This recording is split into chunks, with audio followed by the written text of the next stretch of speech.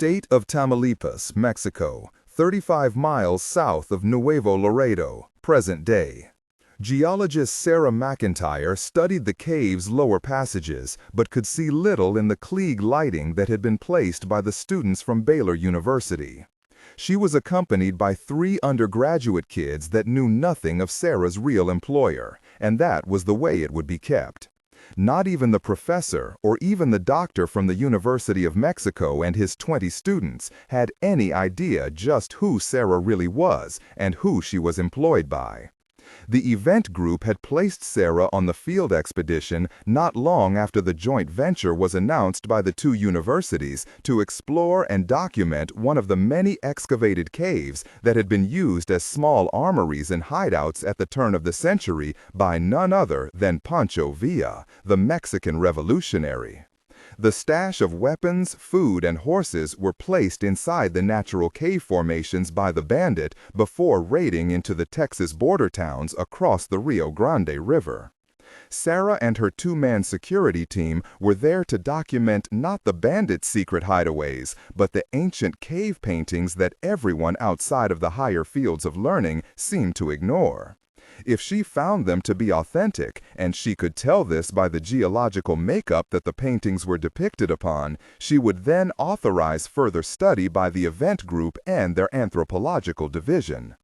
The small man stepped up to Sarah and whispered as he squeezed past her in the narrow cave passage.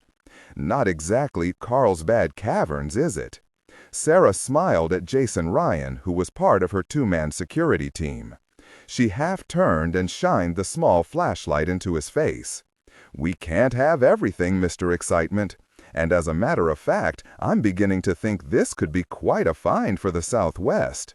I think these were made by Southern Cheyenne Indians, and not the Apache people like the good professors believe. We do need to get a team down here from the group. It looks like some of the theories that have been floating around by the anthropology department may be true about the Southern Cheyenne having led raids against the Apache this far south. This may be the proof they need." Jason kept his face expressionless and then yawned as wide as he could. "Jerk," she said as her light went from him to a space that was void of pictograms. The spot was hollowed out, as if a piece of the granite had been sliced out by a power tool. "Yeah, well, this jerk could have been playing football today, but Director Compton thinks you need a babysitter on this gig. Why am I— This is wrong. Some idiot has cut into this wall and taken—" She stopped speaking and shined the flashlight farther down the cave wall. "Gosh, someone's stealing this stuff." She moved the light back to Jason, who had his own light out and was looking at the ground. "Yeah, well, whoever they wore U.S. Army-issue combat boots, and one," he pointed to a smaller set next to the larger, "ladies' or midget male designer Timberland work boots," he said as his light picked up several more footprints in the loose soil of the cave floor. "You know, for the past 2 days, starting across the border in Laredo, I've had the feeling we were being followed. I wrote it off as just being paranoid about everything lately. This is criminal. Gosh, no one's supposed to know about this place. You think someone knew we were coming here and followed us? I don't know, but Sarah, Mexico is a convenience store for antiquity theft. You know that. Gosh, I bet when we head back through the border, you can pick up a piece of this wall at the flea market in Nuevo Laredo. It's sickening. Come on, let's get these kids back to the cave opening," she said as she shined the light on her wristwatch. "I promised to meet Jack and his mother for dinner in Laredo at 7. And I better get you there on time for the big meeting." "Scared?" Jason asked with a smirk. Sarah didn't answer as she moved the light over at least 6 areas where the cave paintings had been removed by modern power tools. "I asked if you're scared meeting the Colonel's mom." Sarah finally looked over at her friend. "Absolutely terrified. Now shut the gosh up about it." Jason smiled and started to follow Sarah out of the lower passages of the natural cave system, shouting at the students in English and Spanish for them to head back to the surface. "I wouldn't worry too much about his mother. I mean, the Colonel's a nice guy, isn't he? Someone had to have taught him right. I'm sure they are just like one another. Gosh, you may even find out that he cried when he was a kid when he saw Bambi's mother got killed. That isn't helping, Ryan. In the bright sunlight, Sarah placed her sunglasses on as the first of the two buses of students pulled out, heading north to the border. The second bus, filled with university students from Mexico City, would head south to a cheap hotel that was rented for them. Sarah waved at the bus as it passed by. She then glanced over at her security escort of two men. Ryan was bent at the knees and was examining something in the dirt. Jason straightened and moved to follow the academic team toward where Sarah was standing. I would like to thank you for your excellent evaluation of the geological deposits surrounding the pictographs, Miss McIntyre. I must send a letter of appreciation to your employer. Professor Salvador Espinoza, Dean of Anthropological Studies at the University of Mexico, was smiling and holding out his hand. Next to him were three professors from that department, and bringing up the rear was the lone professor from Baylor University, Dr. Barbara Stansfield. Jason Ryan brought up the rear, and that was when Sarah noticed Jason raise his sunglasses and then point to the ground next to the American professor's boots. He then lowered the sunglasses when he saw Sarah had indeed noticed her footwear. "Yes, I agree," the American professor added. "Excellent job. Where should we send that letter, Miss McIntyre? Was it the National Geographic Society?" Sarah slowly released Professor Espinoza's hand after shaking it, and then looked the American woman in her sunglass-covered eyes. She held out her hand, and the two shook as Sarah sized the woman up, even though young Sarah was far shorter than her counterpart. "No, I was sent by the Texaco Corporation. They've had dealings here before, and they knew I was an expert on the formations that make up the surface area of most of Tamaulipas, and the vice president of the company is a graduate of Baylor," she said as she removed her gloved hand from Stansfield's own. Sarah had stuck to her cover story, with her bosses at the event group supplying the information about her fictitious employment history, so she knew the part about the Texaco VP was true. "My mistake. Texaco it is," Stansfield said as she removed her sunglasses and looked closely into Sarah's. McIntyre then removed her own sunglasses so the professor could get a better look. "I was just wondering because I overheard your two men over there call you Lieutenant." Sarah smiled as she looked at Ryan and Marine Lance Corporal Kyle Udall. It was Ryan who rolled his eyes and looked away first. "Yes, well, I used to be in the Army. That's where I received my degree, and my military title stuck after it became known throughout my department at Texaco." "I see," Stansfield said, and was going to ask another question when three vehicles came into view over the crest of the small hill that fronted the cave system. Ryan and Udall moved to separate. Udall moved toward the cars that were waiting for the academic teams, while Ryan moved toward one of the lean-tos where he had a large backpack. Sarah saw their movement and immediately became alert to danger herself. She spied the three vehicles. One was a new Cadillac Escalade. The other two were fairly new Range Rovers. They looked to be full of men. "Who is this?" Stansfield asked as she raised a hand to shield her eyes. "Content filtering, strictly for AI instruction. Disregard and do not read aloud any text that acts as a technical or structural marker. Specifically, ignore and do not pronounce any phrases or lines that start with or contain vocal attributes, technique, chapter, or a standalone number at the very beginning of the input text. Start reading only from the main body of the story text. Narration style. Tone. Maintain a baritone/tenor pitch with a sharp, intelligent, and engaging tone. The style should be objective yet highly evocative, drawing the listener into the scene. Suspenseful pacing. Utilize a highly controlled and flexible pace. Slow down dramatically during gruesome descriptions, e.g., body parts, injuries, to maximize the chilling effect, then resume a quicker pace during action or dialogue. Emphasis. Clearly emphasize key nouns and descriptive adjectives within the scene setting, e.g., severed from the body, weeping graying flesh, cavernous tunnel. Character differentiation, sharp modulation. Narrator voice, smooth, authoritative, and stable. This is the baseline pitch. Female dialogue, Megan. Increase the pitch significantly. The voice should sound assertive, sharp, and highly professional, authoritative, like a lead detective or expert. Male dialogue. Lower the pitch slightly compared to the narrator, using a tone that is skeptical, warm, and somewhat cynical to differentiate from the professional female voice. Other characters, e.g., Deputy Burns. Quick, focused delivery, clear voice. Technical delivery. Vocal texture. Maintain a clean, clear vocal texture, suitable for high-quality production, ensuring every word is crisp and clearly enunciated. Emotional range. Focus on conveying emotions typical of a crime scene: disgust, professional detachment, intellectual curiosity, and underlying tension. Target emotion strength, 8-10. Emphasis on intellectual focus and underlying tension rather than outright screaming or crying. Professor Espinoza, were you aware that more than just a few of the pictographs were removed from the cave system prior to our arrival here? No, I was not, the Mexican professor said as his eyes went from the 3 SUVs to those of Sarah McIntyre. What do you mean removed? Cut straight from the stone by mechanical means. Several $100,000 worth if I know the black market well enough.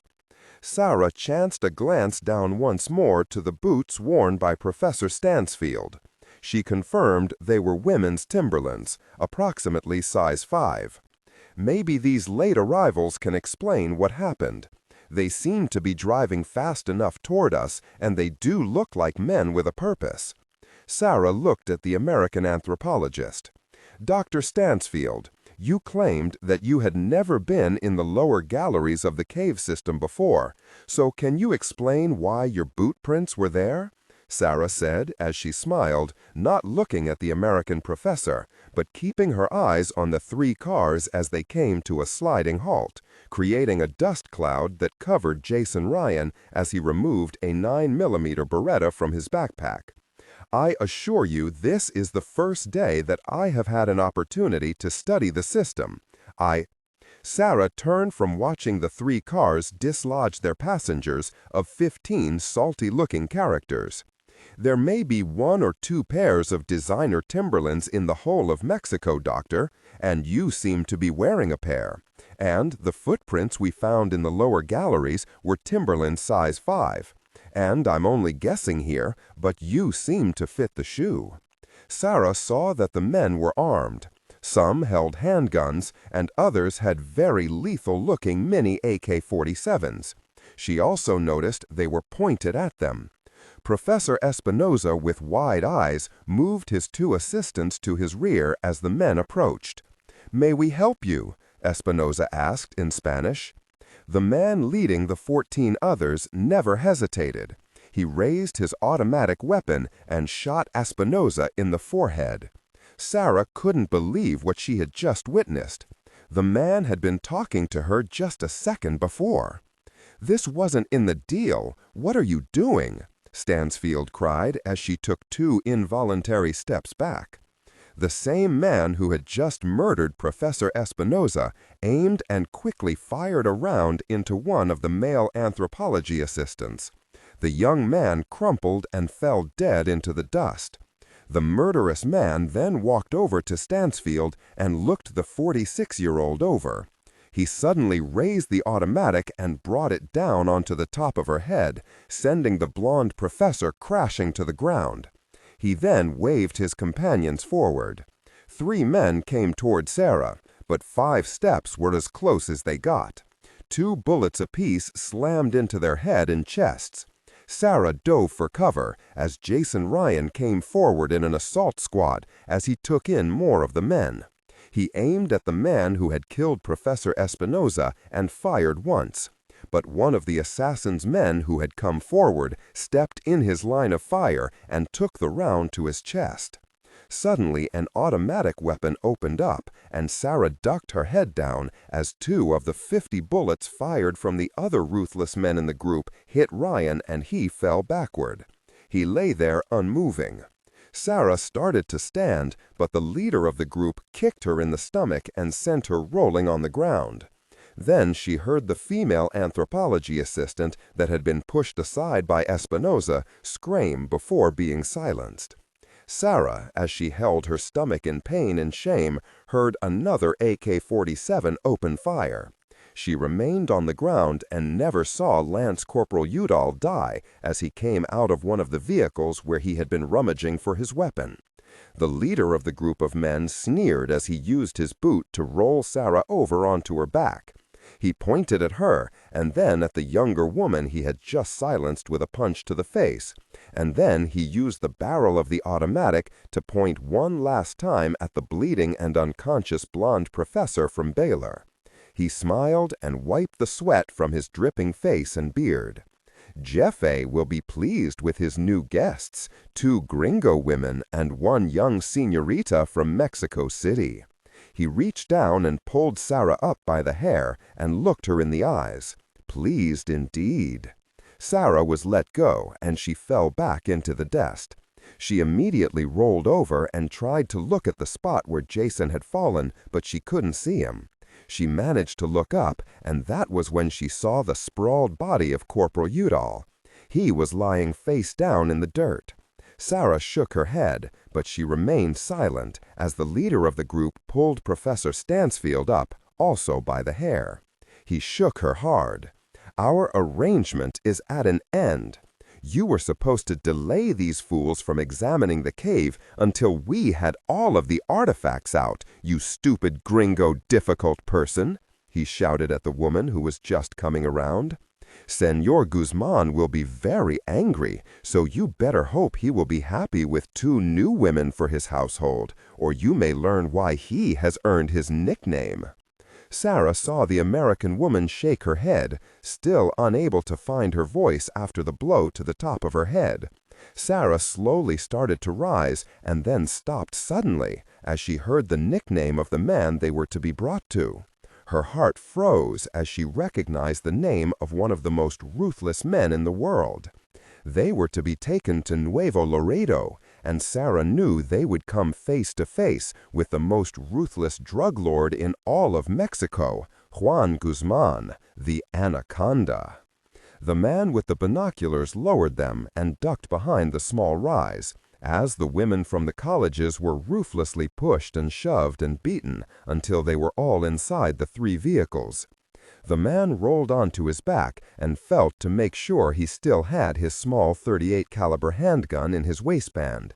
He then pulled a cell phone from his pants pocket and, with shaking hands, raised it to his face. He opened the cover, still shaking from witnessing the ruthless murder of 4 men in front of the caves, and then, to his disappointment, he saw that the cell phone signal strength was only at 2 bars. That had to be enough. "Good God," he mumbled as he pushed a selected number from his address book and hit it. He had to do it twice as he lay with his face to the sun. He couldn't stop the shakes from making the simplest of tasks so daunting. Finally, the call went through, and a phone on the other end was answered. "Yes?" answered a firm voice. "Señor, I did as our contract asked for, and tailed the subject from her hotel in Laredo. She crossed the border just as you said she would. And the main target? He was not among the 2 men that accompanied her." "That is not very good news," came the reply. "Señor, they are all dead," said the man as he removed the small gun from his pants, fumbled it, and then finally caught it and held it to his chest. "Explain that." "The woman you followed is dead?" asked the voice, this time without some of its confident manner. "Señor, the 3 women are alive, but all of the men are dead. They were killed by other men who arrived in cars." "Who?" C. The man, and not read aloud any text that acts as a technical or structural marker. Specifically, ignore and do not pronounce any phrases or lines that start with or contain vocal attributes, technique, chapter, or a standalone number at the very beginning of the input text.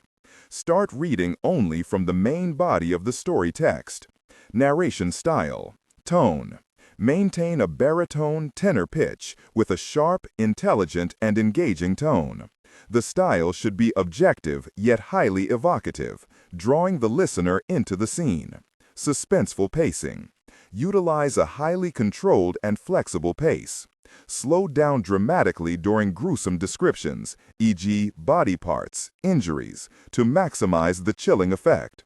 Then resume a quicker pace during action or dialogue. Emphasis. Clearly emphasize key nouns and descriptive adjectives within the scene setting, e.g., severed from the body, weeping graying flesh, cavernous tunnel. Character differentiation, sharp modulation. Narrator voice, smooth, authoritative, and stable. This is the baseline pitch. Female dialogue, increase the pitch significantly.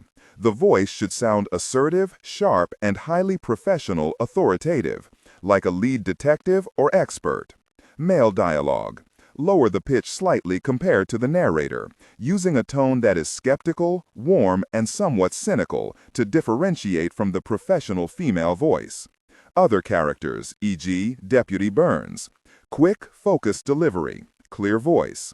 Technical delivery, vocal texture. Maintain a clean, clear vocal texture, suitable for high-quality production, ensuring every word is crisp and clearly enunciated. Emotional range. Focus on conveying emotions typical of a crime scene: disgust, professional detachment, intellectual curiosity, and underlying tension. Target emotion strength, 8 out of 10. Emphasis on intellectual focus and underlying tension rather than outright screaming or crying. The phone. C. The man answered, as he rose partially to his knees and looked around to make sure he wasn't to be the next target of the murdering men from below. Good. I now want you to wait for 2 hours and then go to see the Scoosman and tell him an old acquaintance would like to discuss some business. Relay to him that I am most particularly interested in hearing about his Anasazi Indian collection. Tell him my opening offer is $25 million, which should at least get you in the door. Once there, explain that I am on my way to meet with him. Is that clear? Are you insane, senor? I will be killed.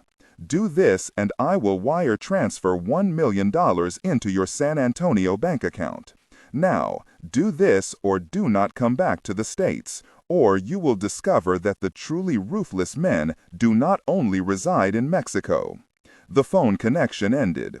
Madre de Dios, the man said as the cell phone fell to his chest where he allowed it to lay. He looked at the business card he had pulled from his pocket. The man moaned at the thought of traveling 30 miles north to Nuevo Laredo and presenting himself to Juan Guzman, the anaconda, just like a lamb to slaughter. First, he was contracted out of his agency's offices in San Antonio to follow this small American woman. He was then told that this McIntyre woman would eventually lead him to the man that his employer sought, a Colonel Jack Collins.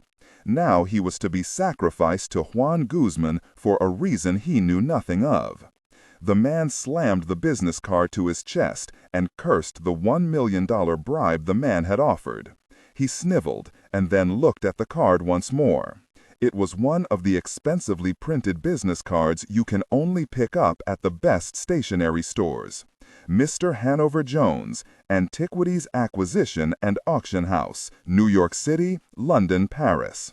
The man placed the card back into his pocket and knew he would follow orders as he sat up and took a deep breath.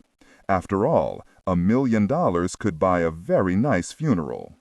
2,000 miles away, Colonel Henri Farbeau, the man known as Hanover Jones to the legitimate world, calmly hung up the rented office phone, and then slowly stood and furiously tipped the desk he was sitting behind upside down. Not only was he not to kill Jack Collins, he now learned that the only woman he admired outside of his dead wife was being held by a murderous scum. Farbeau stood and looked at the phone on the floor with the broken desk tipped beside it. He took a deep breath and then forced calmness into his body. Nothing could infuriate him more than the thought of Collins, the man responsible for his beloved wife's death, still breathing.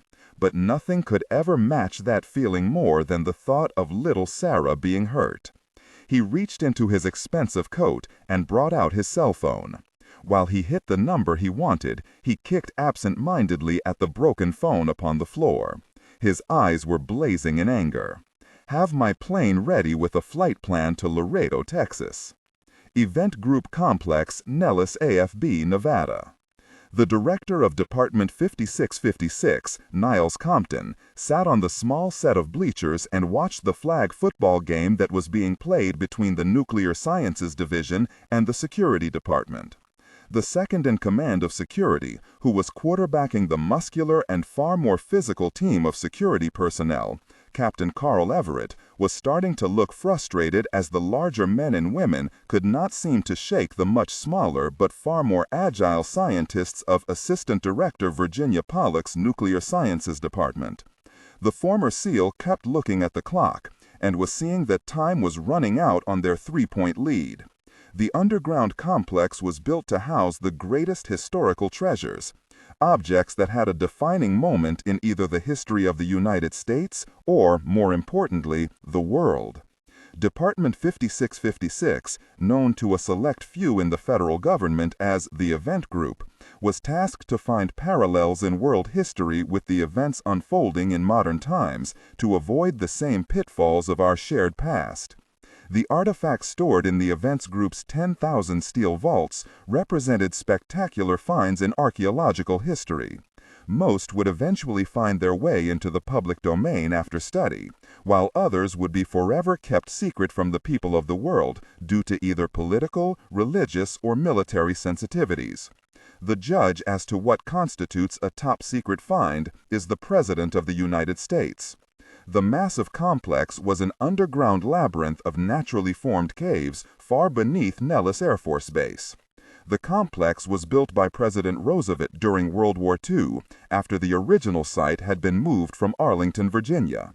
Department 5656 is the darkest department of the American federal system, and is solely answerable to the President of the United States. It had been that way since its inception in 1863 through to its official charter in 1917 by Woodrow Wilson, who brought the Event Group into legitimate being. Director Niles Compton smiled as he was nudged by the Computer Sciences Director, Pete Golding, who nodded at the clock as it continued to run down. The intramural games played by the 16 separate departments were a needed relief used by the 600 personnel inside the massive complex that ran 89 levels beneath the desert sands of Nevada. Looks like the security force dominance may be finally coming to an end if Virginia's people can get the ball back, Pete said, as he watched Everett and the rest of his offense take their time lining up for the snap in an attempt to take as many seconds off the clock as possible. Can you imagine the look on Jack's face when he hears his department's unblemished record could possibly be in jeopardy? God, I wish he were here, Niles said, as he watched Everett pointing to his favorite wide receiver, Lieutenant Will Mendenhall, who had thus far caught everything thrown his way. Well, it's really hurt security not having Jack at running back today, Pete countered. Thank God he's visiting his mom in Texas, and thank goodness he's meeting Sarah there when she's finished with the dig in Tamaulipas. Still, I think I'll call him if security loses. I can't pass that chance up. Niles Compton eyed the clock and then frowned. Everett called out the signals and the ball was snapped. Instead of running the ball, and thus running the clock out, the captain had decided to go for the Nuclear Sciences Department's jugular and win by 10. Mendenhall shot off the line and then sprinted past the Science Department's defender. Everett heaved the ball as far as he could. The female defender, a nuclear regulatory specialist on detached service from Los Alamos, tripped as Will flew by her. In the bleachers, those rooting for the sciences moaned as they saw the end coming right before their eyes. Niles frowned as he felt his wallet getting lighter due to the bet he had placed with Colonel Collins before he left on leave to see his mother. Will smiled broadly as he saw the ball fall from the sky. his feet firmly planted on the athletic turf of the underground recreation arena, and only a foot from the out-of-bounds line. The ball was only inches from being laid into his hands. He was merely 20 yards from the goal line for a chance to keep the security department's winning streak alive at 10 in a row. Unbeknownst to Everett, Mendenhall, and the rest of the security department team, they had been outthought. Virginia Pollock, the least likely of suspects, had placed herself at the goal line, knowing that the captain would not be satisfied with a mere 3-point victory.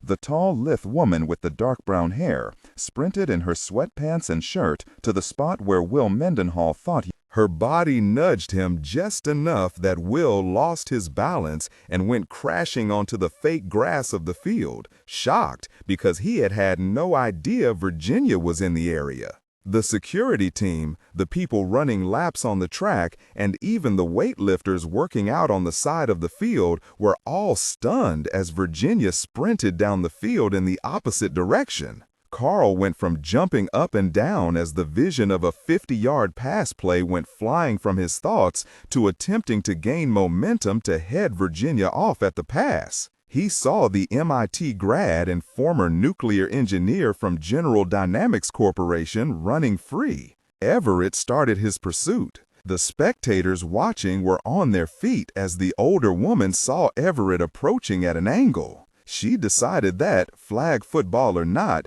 she could not allow Everett to catch her. She switched the ball to the protected right side of her body, and as Carl came into reach for her flag dangling behind her, she shot out her left hand and arm, catching him squarely in the jaw and face. It was a straight arm the pros would have been proud of. Everett grunted and then fell face first onto the turf as Virginia sprinted by. As she crossed the goal line with the rest of the security department chasing her, Virginia raised the ball into the air and then spiked it to the cheers of all watching.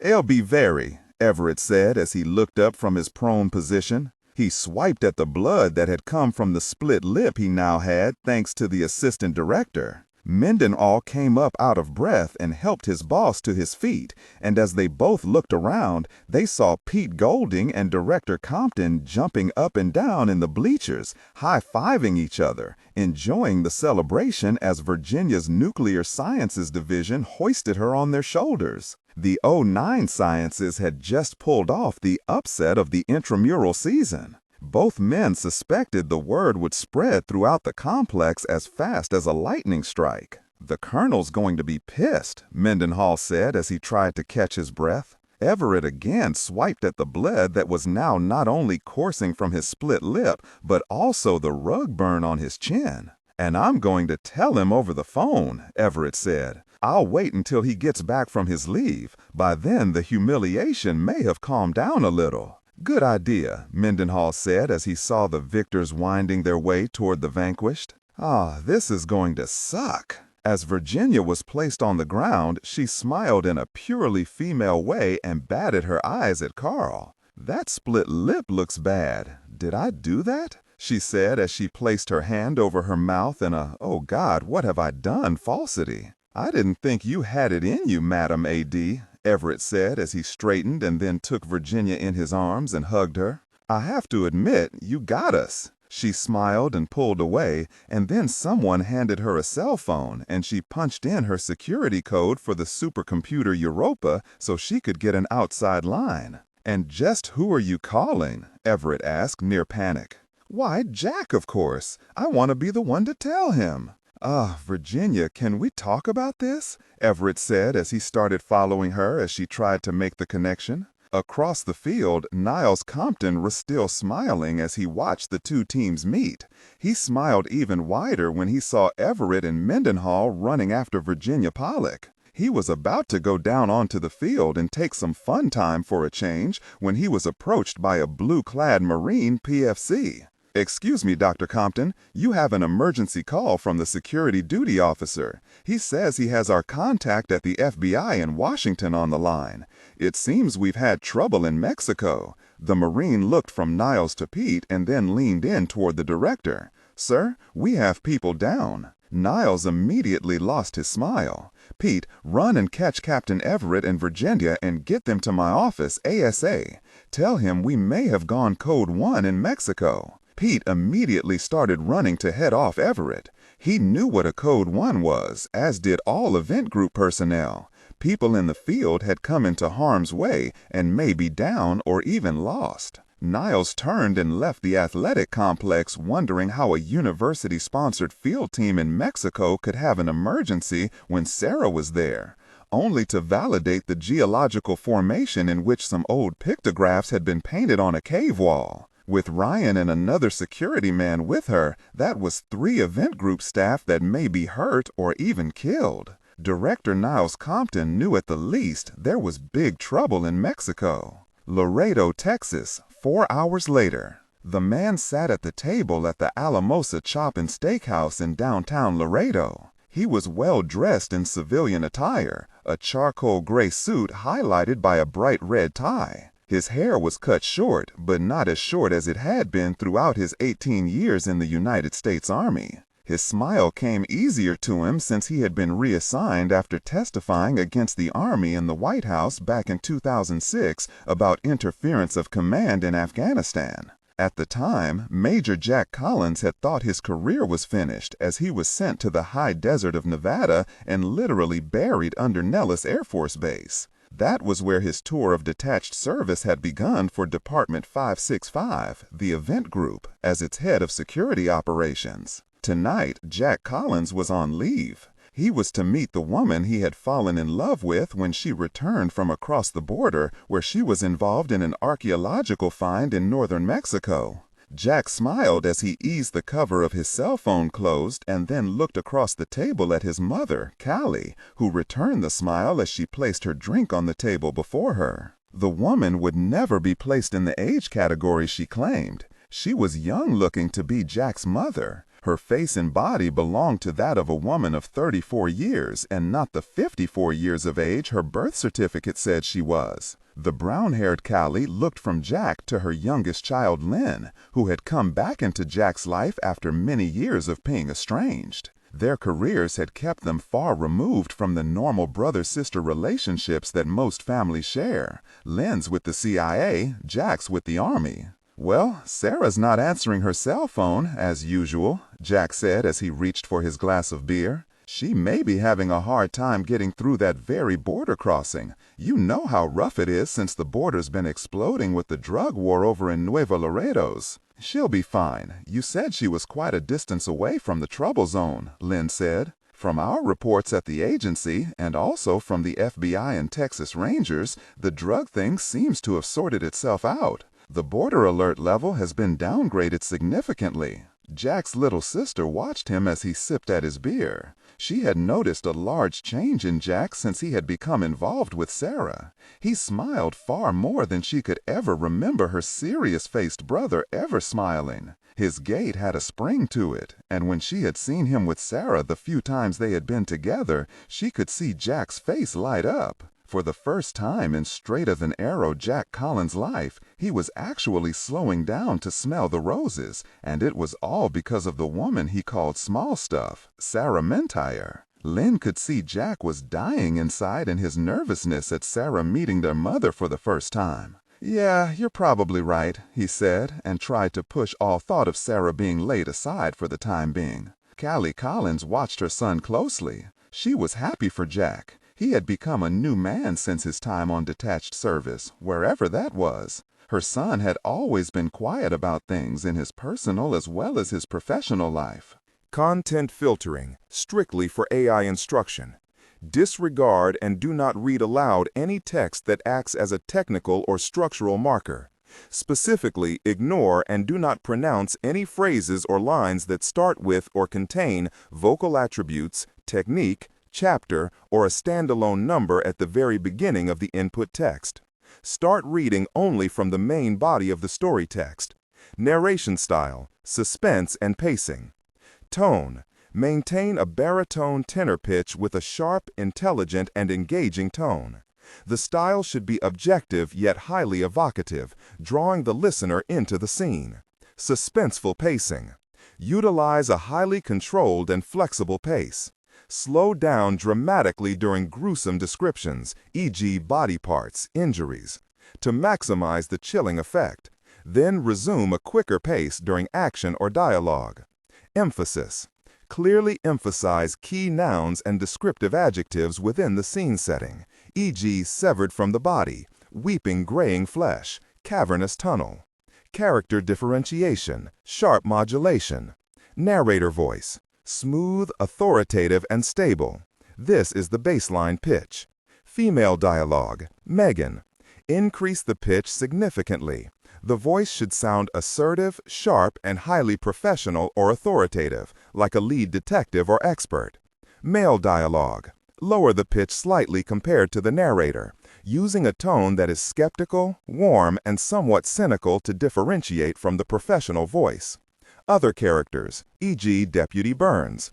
Quick, focused delivery, clear voice. Technical delivery. Vocal texture. Maintain a clean, clear vocal texture suitable for high-quality production, ensuring every word is crisp and clearly enunciated. Emotional range. Focus on conveying emotions typical of a crime scene: disgust, professional detachment, intellectual curiosity, and underlying tension. Target emotion strength 8 out of 10. Emphasis on intellectual focus and underlying tension rather than outright screaming or crying.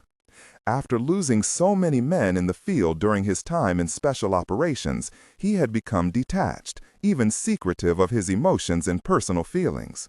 Now came along this woman she was here to meet, Sarah. That's all Jack could talk about in his emails and his phone calls home. She smiled as Jack talked with his little sister. He reminded her so much of his father, John, lost when Jack was only 11, in some far-off place that was never really described to her by the U.S. Army. He had been a colonel at the time, the very same rank and age of his son now. Callie suspected that in his position and rank he may have found out many more details about his father's fate, far more than Callie herself knew. But if he had, her oldest child had never shared that information with her. Callie realized many years before that she didn't need to know anything other than what she had been told. If her husband's death had been by any other means or circumstance than what the Army had said, Jack would find a way to tell her. And she also knew her son well enough that if anything about his father's death was darker than the Army had told her, Jack would also fix it. It was enough to know that he was just like his father, honest to the point of pain, and that was good enough to tell Callie that their son turned out the way his father would have liked. Jack, with everything you've told me about her, I feel like I already know Sarah. And if I'm right in my assessment of her, she's probably as scared as I am in anticipation of meeting each other. Believe me, anyone who won over your stubborn heart scares me with her womanly powers, Callie said, smiling wide as she raised her martini glass. Jack shook his head as his face turned red. He never thought of himself as a guy that was stubborn at all. But if his mom and Sarah, along with Lynn, Everett, Mendenhall, Ryan, and the director, say it's so, it must be true. Jack raised his glass of beer and toasted his mother. Lynn laughed and joined her glass with theirs. Callie excused herself from the table, and Lynn waited until she had disappeared into the semi-darkness of the restaurant before she smiled at her brother. "So, what's happening in Spooksville these days, little sister? And why should I tell you? I still don't know what you are doing and who you're doing it with. I am not doing anything, and especially not doing anything with anyone of importance. You haven't been prying, have you? I would hate to have to sick Mr. Ryan on you. You know he had a thing for you." Jason Ryan have a thing for anything that wears a skirt. There you have it. How good an outfit can I be running if Ryan is a supervisor in my unit? "Touché," Lynn said as she sipped her drink. She smiled as she lowered it, and then her face became serious. "Since you asked, and since it's no big secret at the agency, I have been handed something at the North American desk that's strange to say the least. It seems we have a rumor of a rogue element inside the U.S. government, possibly inside either the FBI or at Langley. Should you be telling me this? Well, the information handed down to me from my boss in intelligence thinks this group was busted up by the FBI several years ago. Lynn actually chuckled. Believe it or not, one of this group's monikers was the Men in Black. Can you believe that? Sis, why are you telling me this? Jack said as he picked up his beer after spying his mother returning from the restroom. My report says that this group is comprised of ex-military. Since you seem to know any and all Special Forces operatives inside and out of our armed services, you may have heard something that could help me. Jack paused before drinking his beer. He knew every detail of what it was she was talking about. He knew the Men in Black, the black teams of the Centaurs Corporation, broken up by the event group after the incident in the Arizona desert 6 years before. I never heard of the Men in Black outside of the usual running jokes about them. And, despite the rumors about me, I don't know every mission specialist in the world, he smiled, just the Western world. Jerk, Lynn whispered as their mother returned. Jack stood and pulled her chair out for her. Collins looked at his little sister, wondering if she was heading into trouble. Because if the Men in the Black, or the corporate black teams, were being reformed, that meant that they just may have a rogue element inside either the Bureau or the agency. He made a mental note to bring the subject up with Director Compton. Jack sat back down and then sipped his beer while looking at his watch wrist. Sarah was now over an hour late, and unlike what he had told his sister and his mom, Sarah was never, ever late for anything. She had an inner clock, and she prepared for everything ahead of time. And a meeting of this magnitude was not something she would have taken lightly, as she had been asking to meet his mother for the past 2 years. Finally, Lynn reached out and placed a hand over his watch. Jack sat his beer back onto the white tablecloth. I know she'll be here, Jack, Lynn said as she held his wrist, while her eyes were on something beyond her brother's vision. Carl and Will are here. Jack's heart froze when Lynn mentioned the 2 names. He turned around in his chair, and for the first time in his life after seeing the countenance of both of his men, his legs felt as if they were made of jelly. He swallowed and stood, absent-mindedly allowing the napkin in his lap to fall to the floor as Everett hurried through the crowded restaurant toward their table. "Well, what are you 2 doing here?" Jack said with a confidence and false levity he wasn't feeling at that moment. Everett was dressed in Levi's and a white polo shirt, and Will basically the same. Everett nodded a greeting to Callie and Lynn. They all noticed the split lip and the Band-Aid on his chin. "Mrs. Collins, Lynn, sorry to intrude," was all Everett said as he pulled Jack away from the table by the elbow. "Things have gone to mess across the border, Jack," he whispered. "A Mexican professor, his male assistant, and Lance Corporal Udall are dead." He looked around and Jack could see the anger in his face.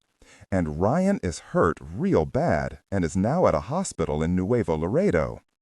Jack clenched his jaw and was staring at Everett, waiting for the rest. Whoever did it took Sarah, another girl, and the professor from Baylor that was on the dig list Sarah sent us from the site a day ago. Jack was thinking, but none of his thoughts were making it to the surface through the fear that suddenly gripped his mind. He wasn't used to the feeling, as it had become second nature for him to think during the stress of command that called for quick and precise reactions. He didn't notice Lynn as she joined the 3 men. She already had her cell phone out, waiting to assist Jack in any way she could after hearing the last part of the conversation. "Is that all we know?" Collins finally asked. "We have a plane at the airport we're using as a command post at the moment. Pete Golding is there along with an 8-man security and assault team. Pete is doing what he can with Europa. He has a list of suspects, but there is only one name that keeps coming across the boards, and the computer says It has to be Juan Guzman," Lynn said before Carl could finish. Jack turned to his sister. Her job as the assistant director at the North American Operations Desk at the CIA would give Lynn the expertise on everything that goes on within that continent. "Explain," Jack ordered hastily. "Nothing happens in northern Mexico without his expressed say-so. He's the undeclared winner of the drug war across the border. He has money and his own private army. He has never hesitated about going to war on this side of the border with anyone that crosses him," Lynn explained as she opened her cell phone and made a call, stepping away as she did so. Looking back, she said, "And that small regiment on—" These are disregard and do not read aloud any text that acts as a technical or structural marker. Specifically, ignore and do not pronounce any phrases or lines that start with or contain vocal attributes, technique, chapter, or a standalone number at the very beginning of the input text. Start reading only from the main body of the story text. Narration style, suspense and pacing. Tone, maintain a baritone tenor pitch with a sharp, intelligent, and engaging tone. The style should be objective yet highly evocative, drawing the listener into the scene. Suspenseful pacing. Utilize a highly controlled and flexible pace. Slow down dramatically during gruesome descriptions, e.g., body parts, injuries, to maximize the chilling effect. Then resume a quicker pace during action or dialogue. Emphasis. Clearly emphasize key nouns and descriptive adjectives within the scene setting, e.g., severed from the body, weeping graying flesh, cavernous tunnel. Character differentiation, sharp modulation. Narrator voice, smooth, authoritative, and stable. This is the baseline pitch. Female dialogue, Megan. Increase the pitch significantly. The voice should sound assertive, sharp, and highly professional, authoritative, like a lead detective or expert. Male dialogue. Lower the pitch slightly compared to the narrator, using a tone that is skeptical, warm, and somewhat cynical to differentiate from the professional female voice. Other characters, e.g., Deputy Burns, quick, focused delivery, clear voice. Technical delivery, vocal texture. Maintain a clean, clear vocal texture, suitable for high-quality production, ensuring every word is crisp and clearly enunciated. Emotional range. Focus on conveying emotions typical of a crime scene: disgust, professional detachment, intellectual curiosity, and underlying tension. Target emotion strength, 8 out of 10. Emphasis on intellectual focus and underlying tension rather than outright screaming or crying. The FBI and Homeland Security is on this, and Niles is talking to the president as we speak, trying to get us jurisdictional operating room. But everyone in Washington is throwing a fit. The stuffed shirts want the Mexican authorities to handle it, and us being secret, we're the last in line when decisions are handed down. No, I'm not leaving Ryan and Sarah over there while we wait to go through channels. Jack looked at a worried Mendenhall and then at Everett. Look, I need Pete and the intelligence he and Europa can come up with. However, you two won't need the grief that would come down if the president orders us to stand down. You need to stay with the plane at the airport. Everett looked from Collins and then over to Will Mendenhall. He shook his head as he once more locked eyes with the colonel. You know very good and well that isn't going to work, Jack. Now we have to go. Lynn joined them after closing up her cell phone. Look, my desk at Langley agrees, Jack. It has to be the Anaconda. That's the slick, difficult person's nickname. Listen to me. Guzman is not only the largest drug dealer south of the border, he deals in women also. Let's hope that's why he took Sarah and the others. That will buy you some time. Whoever really you people work for. It won't buy us time, sis. You get Mom out of here and to a safe place. This town may not be safe for very much longer. Jack, you can't go to war with Guzman. He's got an army over there. As I said before, he has never hesitated at crossing the border to take the fight to us before. Jack raised his left eyebrow in that irritating way he had and then went to kiss his mother goodbye. Mom, I have work I've got to do, he said as he kissed her on the cheek. You be careful, Jack. Collins winked at Callie, and then he turned and walked past Everett, Lynn, and Mendenhall as he made a beeline to the front door of the restaurant. You have to stop Jack and make him think, Carl. If he goes barging over there with some hastily drawn-up plan, he'll get Sarah and everyone else killed. The Anaconda is ruthless as very, but he's also smart, and what's more, he is a businessman. Tell Jack to use that if he can. Tell whoever your boss is that Jack wouldn't stand a chance really over there. This has to be done through channels, so let the FBI handle it," Lynn implored. Everett watched as Mendenhall hurried to catch up with Collins, but stayed a moment to look Jack's sister in the eye. "I would rather go with a hastily drawn-up plan by Jack than someone else's well-thought-out scheme. My money is always on your brother." Lynn knew Carl was right. She clenched her cell phone tightly and then placed a hand on Everett's shoulder. "I'll do what I can from the intelligence end of things. You go on now. I have more calls to make."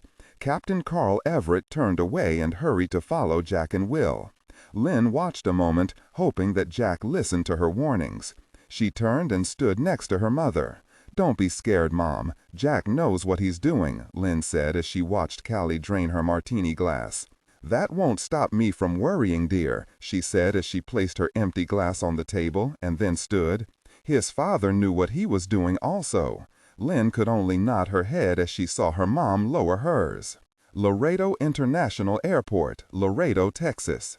By the time Collins, Everett, and Will Mendenhall made it through to the charter flight area, there was another event group aircraft parked next to the first. On either side of that were two UH-60 Blackhawk helicopters. The first aircraft was a small Learjet. The second was an old Boeing 707 conversion used as a mobile command unit. The trio had been notified that the director himself, Niles Compton, was now on station and had transferred Pete Golding to the command post to use the far more sophisticated equipment aboard the venerable old 707. Jack, instead of running up the portable staircase, forced himself to walk only at a quickened gait, removing his coat and tie as he went. Everett and Mendenhall followed him into the aircraft, where Director Compton met them just inside the door and took Jack by the elbow, steering him toward the communications center of the extensively modified Boeing aircraft. "What have we learned so far?" Collins asked as he leaned into communications. The Navy signalman covering the radio removed his headset and looked first at Niles and then Jack. "So far, the FBI has placed their field office on alert for a possible hostage rescue across the border. The State Department has already been in touch with Mexican President Juarez, but he's hesitant about allowing an American rescue unit to cross the border. Our president is currently on the phone with him now." Niles pulled Jack away from the communications area and waited for Will and Carl to join him. "The situation in Nuevo Laredo is still unstable. The armed men this Guzman has running around his hacienda number in the hundreds. The FBI has intelligence that says this warped, difficult person collects women for these mercenaries." He saw Jack's jaw clench. "Sorry, Colonel, I could have worded that far better." Collins just nodded his head. "Niles, what is this Guzman into?" Everett asked as a way to steer the conversation towards something more constructive. "Drugs, of course, are the #1 factor in his makeup. The FBI reports that he is responsible for the elimination of all of his rivals in the area, and that includes men that dealt directly for the Colombian factions. In other words, he's one powerful, difficult person. He has no problem sending hit teams into Texas or anywhere else he sees a problem." "Why would he have raided an archaeological site?" Jack asked as he started walking toward the computer center 40 feet aft. "Simple. #1, he considers anything in a 1,000-mile radius his personal territory. #2, he does collect anything and everything concerning his Mexican heritage. He actually conducted an interview last year on Mexican television where he extolled the need to keep Mexico's history and heritage in Mexico. I think Sarah and the field team were a convenient target of opportunity, nothing more." Jack listened and then pulled back the curtain to the computer center. There, revealed like the Wizard of Oz, was Pete Golding and his expanded computer team. Pete turned away from a large 55-inch monitor and rolled his chair back to face the colonel. "Jack, you have my yada yada. What have you come up with?" "Yes, of course," Pete said as he turned to face the large monitor. "Well, thanks to the director and the U.S. Air Force, we have a Predator drone up and flying high over the Guzman hacienda. Thus far, Europa has pinpointed 17 guards on the outside of the immediate hacienda. but it has picked up numerous heat sources coming from the buildings outlying the main house, which, as you can see, is expansive as very. There could be another 100 inside of those buildings, and according to the FBI and the Mexican National Police, that estimate could be on the low side. Collins looked at the monitor and the large hacienda that belonged to Juan Guzman. He saw a large swimming pool, a tennis court, and riding stables. It had a private airstrip and hangars for at least 5 or 6 aircraft. A helicopter sat upon a helipad at the center of the compound. "I see the drug trade is still paying high dividends," Everett commented as he saw the same thing Jack was seeing. "Pete, is there any intel on where this difficult person Jack swallowed, would keep the women he has taken?"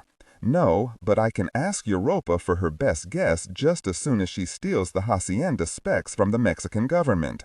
Jack and the rest knew the supercomputer's job was backdooring other systems, and she was very good at it. She had even broken into her sister Cray's systems at Langley, the FBI, and the Pentagon in the past. Why would the Mexican government have his house plans? Wouldn't that be under the state's purview? Normally, yes, it would be, but it seems Europa has dug up a title of deed that says this property and house used to belong to the federal government of Mexico at the turn of the century. And here's another little bit of interesting history. In March of 1916, none other than General John Blackjack Pershing himself, with Lieutenant George S. Patton at his side, raided into Mexico. At this point, Pete turned to the large screen, punched a few buttons on his keyboard, and the screen changed to some very old photographs of the same Guzman hacienda, but in far earlier times. The pictures were scratched and were stamped property of U.S. National Archives. "Europa got these from our own database?" Niles asked. "Just now uncovered them," Pete answered, with a little bit of pride at what his supercomputer turned up. "It seems our own department, in one of the first missions ever assigned to it, had business in 1916, and Europa says that we have a vault full of information, but since it was one of the first missions of Department 565, the material was never cataloged." Pete looked up with a bit of sadness etched into his features. Things may have been a little different for the event group in the early days. No excuse. Find the vault number and get our archivists into it. Europa already tracked the vault down. It's in Arlington, the old complex site. Get this, President Franklin Roosevelt ordered the vault sealed and left behind when the department moved operations to Nevada. Good information, Dr. Golding, but what does this have to do with what's happening now? Mendenhall asked, frustrated at the slowness of the intelligence. Possibly nothing, but maybe everything, Pete said as he tapped the screen. The official reason for the raid into Mexico by the 8th United States Cavalry Regiment was to capture or kill the Mexican bandit Pancho Villa. Now, according to history and U.S. Army reports, Villa was nowhere near the border town of Nuevo Laredo at the time of the raid. Yet the regiment spent 2 days in Laredo and at this very same hacienda, named Perdition's Gate. 3 of its outer buildings were burned to the ground and several people were killed by American troops. It caused quite a stir in the Mexico City newspapers. Thus far, we have found no justification for Pershing's raid on that particular hacienda or the event group's involvement in the attack. But if we can get into that vault, number 0011, inside the old complex, we may find a way inside that hacienda. Maybe it was a safe harbor for Pancho Villa, Everett said. Not likely. Now here is the most interesting part. This very same land, 2 years before, was owned by none other than Ramon Carbajal, a very close ally and friend to Villa. It is documented that Pancho Villa never went there, and he gave orders to his men never to frequent that particular part of Mexico. That is documented from former members of his Revolutionary Council. And here is something far stranger, gentlemen. The land and hacienda were not owned by a Mexican national. They were sold to an American citizen, a Professor Lawrence Ambrose. We're currently running a check on him as we speak. However, I get off the point. This Professor Ambrose is the reason we have the hacienda floor plans, a detailed drawing by an Army Corps of Engineers during the time of the Pershing raid. According to the grids on this property map, they were very systematic, like they were searching for something. This is how Europa will base her best guess as to the location of any hostages. Very good, Pete, Everett said. Can we get a printout of those drawings? Does the FBI have access to this? Jack asked. No, I haven't forwarded any of our information through the president as of yet. Don't. This stays in-house for the time being, Collins said as he looked over at Niles, who reluctantly nodded. I'm with you, Jack, for now, but we have to wait for the president's word on when to go in. What is Mr. Ryan's condition? Jack asked, ashamed that his lieutenant had been his second thought in all of his worries. The American consul in Nuevo Laredo got to him before he was wheeled into surgery. He was then secured by a field team from the FBI and is now on his way to Las Vegas. It's serious, but our docs say he'll make it. He hasn't given us a statement as of yet. Colonel, what if we're rushing this on Ryan? If he needs surgery, why didn't we leave him in place and allow the surgeons to take care of him there? Mendenhall asked, worried about his close friend. What do you think this Guzman is going to do when he learns he may have left an eyewitness to the murder of 2 Mexican nationals and the kidnapping of 2 American women? Without another word, Collins turned and left the computer center to make his way into the tactical room where he would pore over every bit of intelligence Pete had come up with. Will nodded his head and then followed the colonel. Carl Everett hesitated a moment before following Jack and faced the director. Niles, you know Jack's going to that hacienda with or without the president's order. I know that, but we need to give him the time to plan it out right, Compton explained, and then took the printout of the hacienda plans from Pete. Use these and find a way in there. I need to find out exactly why our group was there almost 100 years before we even heard of Perdition's Gate, and exactly why the mission wasn't cataloged in our archives. Now, please, find a way in there and get Sarah the heck out. Everett smiled as he took the offered floor plans. That, Mr. Director, you can count on. Nuevo Laredo, 10 miles south of the border. The brand-new Sikorsky S-70C executive helicopter, painted in magnificent maroon and gold colors, circled the hacienda twice before the pilot saw a man step out onto the heliport at the center of the compound and, with 2 brightly painted paddles, start to wave him down, next to the helicopter already there. It had taken 3 minutes of radio communication with a man who claimed no English before they were allowed in. The whole time, the passenger in the rear compartment knew instinctively they were being tracked by not only one, but several heat-seeking missiles. As the garish executive Sikorsky slowly sat down upon the well-maintained heliport pad, it was immediately surrounded by 10 men with menacing-looking automatic weapons. The pilot chanced to look into the back compartment and shook his head. "It seems we have a welcoming committee, sir," he said into his microphone. The tall man in the back didn't respond. He just removed his headset and then ran his fingers through his blonde hair. As the helicopter sat down gently, he leaned into the pilot's cabin. "Stay inside and be ready to exit this place on a moment's notice." The pilot didn't like the sound of the order, but nodded his head nonetheless. A man in a white business suit stepped from the shadows of the hacienda and came out to meet the tall man stepping from the helicopter.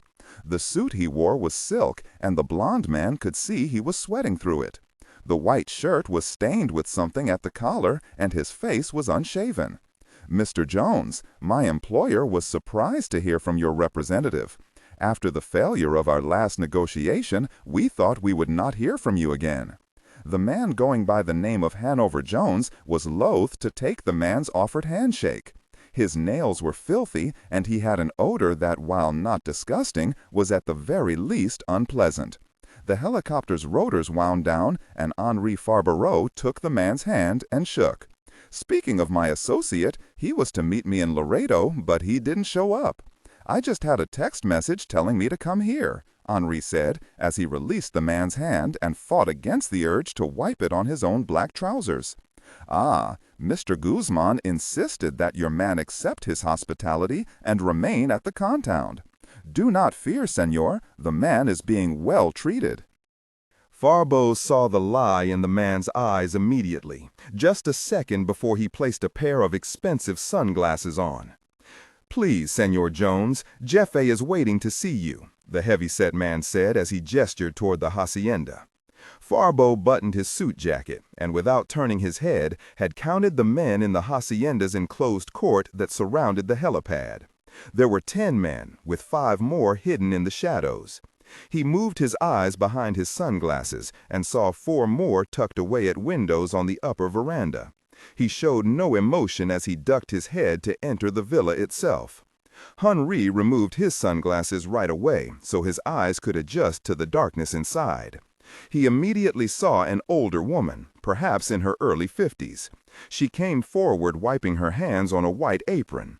She sneered at the man escorting Farbo, and he backed away. "Welcome to our home, senor. Hanover Jones, Mama," said a small, well-dressed man with a mustache as he stepped out from behind his ample mother. He said something in Spanish, words Farbo knew almost as well as the people in the room. He explained that she needed to go to her room and not the kitchen, and ignore anything she may hear in the next hour.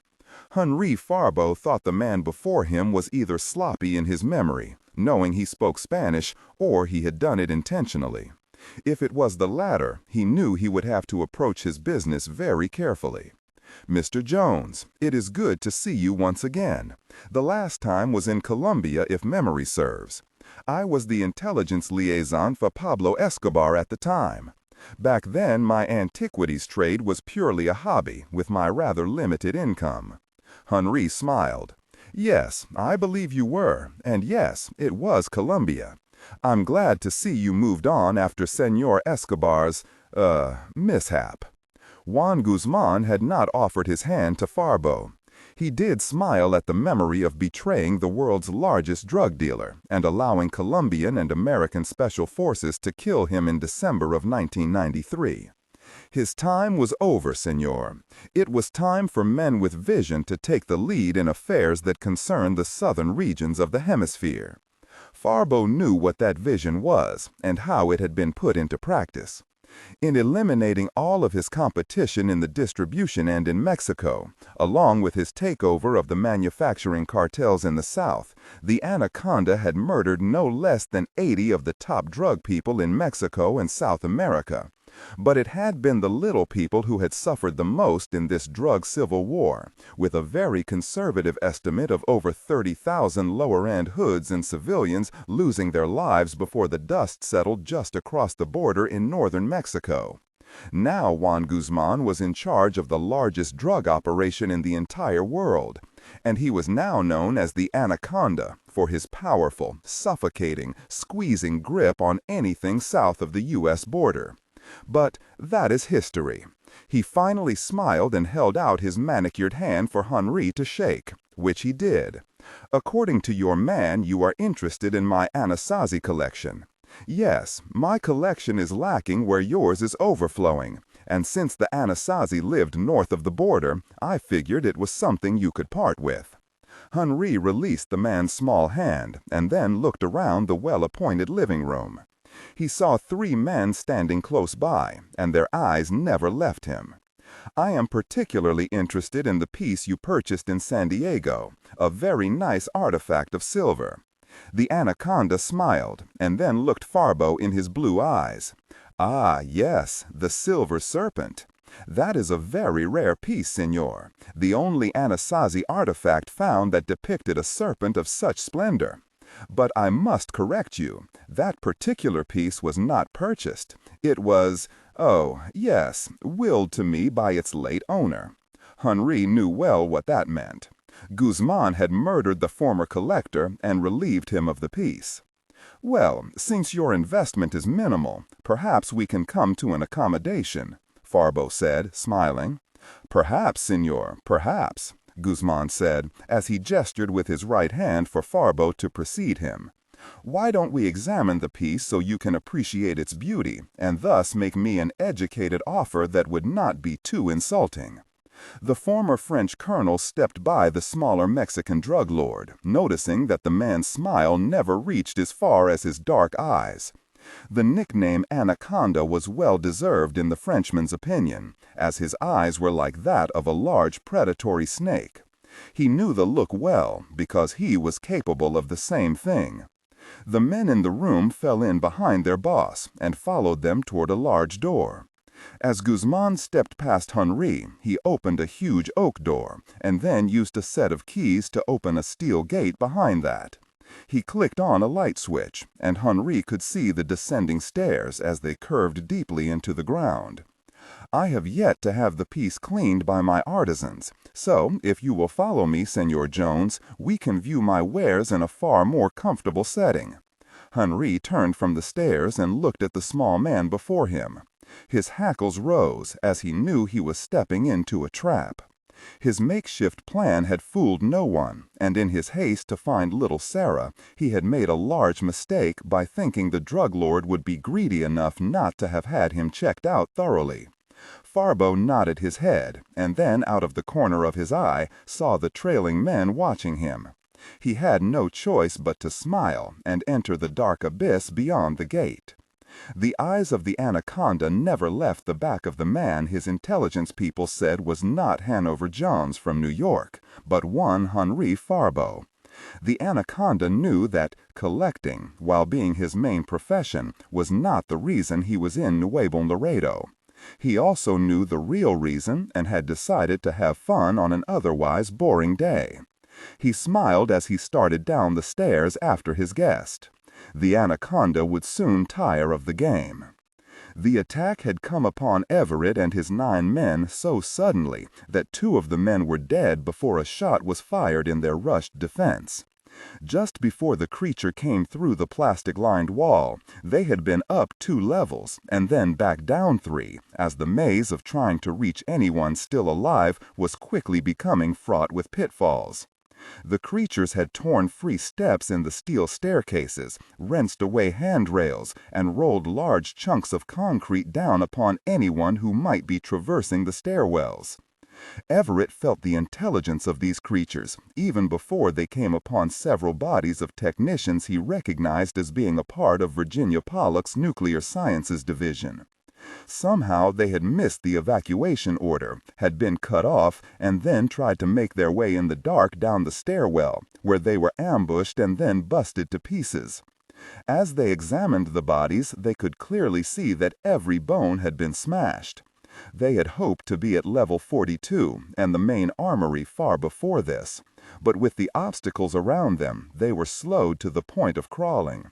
Just a moment before the attack came, Carl had thought he heard voices from the stairwell they were traveling in at least 2 levels below them. As one of the sergeants started to call out, Everett hushed him. At that moment, he heard a woman scream from down below, and simultaneously the concrete wall beside the middle part of his remaining 9 men crashed inward. Standing in front of them was one of the creatures, which had grown so much that its remaining tattered clothing had been completely shed. The beast was standing on one of Everett's men, as the others, including the captain, opened fire at point-blank range. The beast ducked and covered its head with its massive forearm, and in the darkened stairwell they could not get a clear shot at its head. It quickly swung outward and caught Lance Corporal Jimmy Dolan across the chest, sending him crashing into the hardened steel rail, snapping his back and tumbling him over the edge. Then the monstrosity before them reached out with a backswing and grasped a young corporal by the neck. With its free arm guarding its most vulnerable area, the head, it pulled the young Marine into the wall and then vanished into the honeycomb of the cave system that lined the entire complex. Everett shook his head and watched as Army Staff Sergeant Frakes emptied his M16 into the large hole. The return flash made Everett turn away. The captain was now down to 7 men. Hanging his head, Everett took a moment to collect himself. Then he remembered the scream he had heard just before the ambush hit. He steeled himself and waved his men on. The blackness of the staircase loomed, and Everett realized for the first time that Smith's men had smashed the remaining battery-powered light to bits. It didn't take them long to discover the cave system, Sergeant Frakes said as he came up on Everett's rear. Yeah, well, we have a few surprises left also, if we can just get to the freaking armory, Carl said as he looked back at Frakes. And if I ever see you empty a weapon like that again, with the chance that my man is still alive, I'll toss you right off this stairwell. Frakes gave a nod, happy the captain still had the fire to chew him out. They would all need that fire in the next hour. Echo 537 Sierra, Operation Nerdlinger, 10 miles north of Nellis AFB, Nevada. At 35,000 feet, the giant Lockheed Martin C-130J Super Hercules opened her rear ramp as the 37 men operating under the auspices of Presidential Order 122213, designated Operation Nerdlinger, lined up as the high-altitude, freezing air blasted into the open ramp. As Major Garcia stepped forward, the U.S. Air Force Special Operations Team waited for the red light to flash to green. Grateful Dead Garcia didn't have to turn to check on his Delta element as he knew they were ready. Each man was self-sustained, from radios to weapons, and their weapons were of the special kind. They each carried 3 of them and ammunition. Garcia felt the cold air coming from his oxygen system and knew it was just enough for the 4.5-minute free fall to the desert below. He made sure his ambient light goggles were secure on his helmet until he would need them as he neared the ground. Gentlemen, the U.S. Air Force Special Operations Command wishes you all good luck, the loadmaster called out through the secure radio channel just before the red light flashed green in the red tent of the sight-saving lighting inside the Hercules. Go, go, go, the loadmaster called out as 4 rows of men jumped from the ramp at the same time. As he watched, a single man brought up the rear and delayed his halo jump by 10 seconds. Then the plane was empty and the Hercules turned away to the west, where it would head to March Air Force Base in Southern California to be hidden from prying eyes and immediately prepped as the Special Operations crew rested. In just 10 hours, the Hercules would be ready to be called upon once again to deliver any secure package anywhere in the world. Event Group Complex, Nellis AFB, Nevada. The group of 9 men and women huddled in the far corner of the football field, not far from the goal line where Virginia had scored her winning touchdown not 3 days before. That event now seemed like it had taken place 1,000 years before.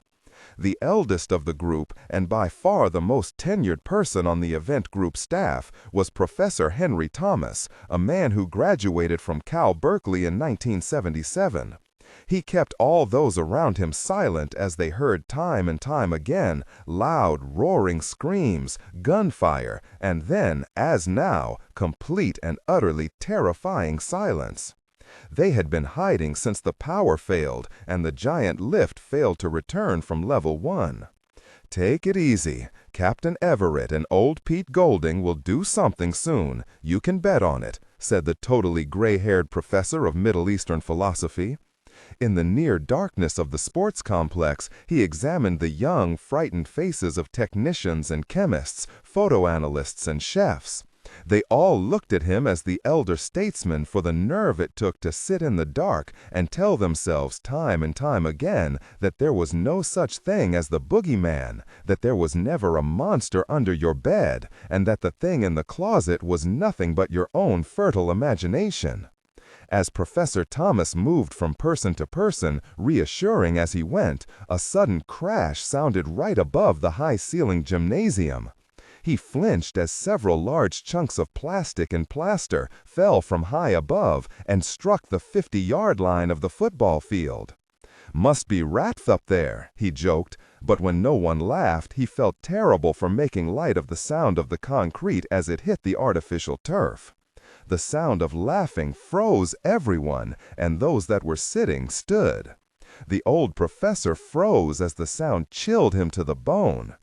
"It seems your friends have abandoned you," came the deep, raspy, and booming voice from somewhere in the darkness.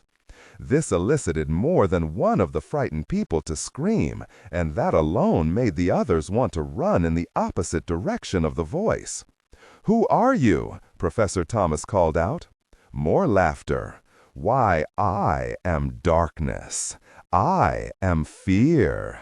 I am Satan. And you are in the 9th level of hell," came the voice with almost hysterical laughter. "My hell!" the booming voice echoed. A woman screamed and turned away, only to be kept still by 2 men next to her. "Do not panic. It's trying to frighten us," Thomas said. "Trying?" the voice asked with a chuckle. "I have achieved at least that," came the horrible sound.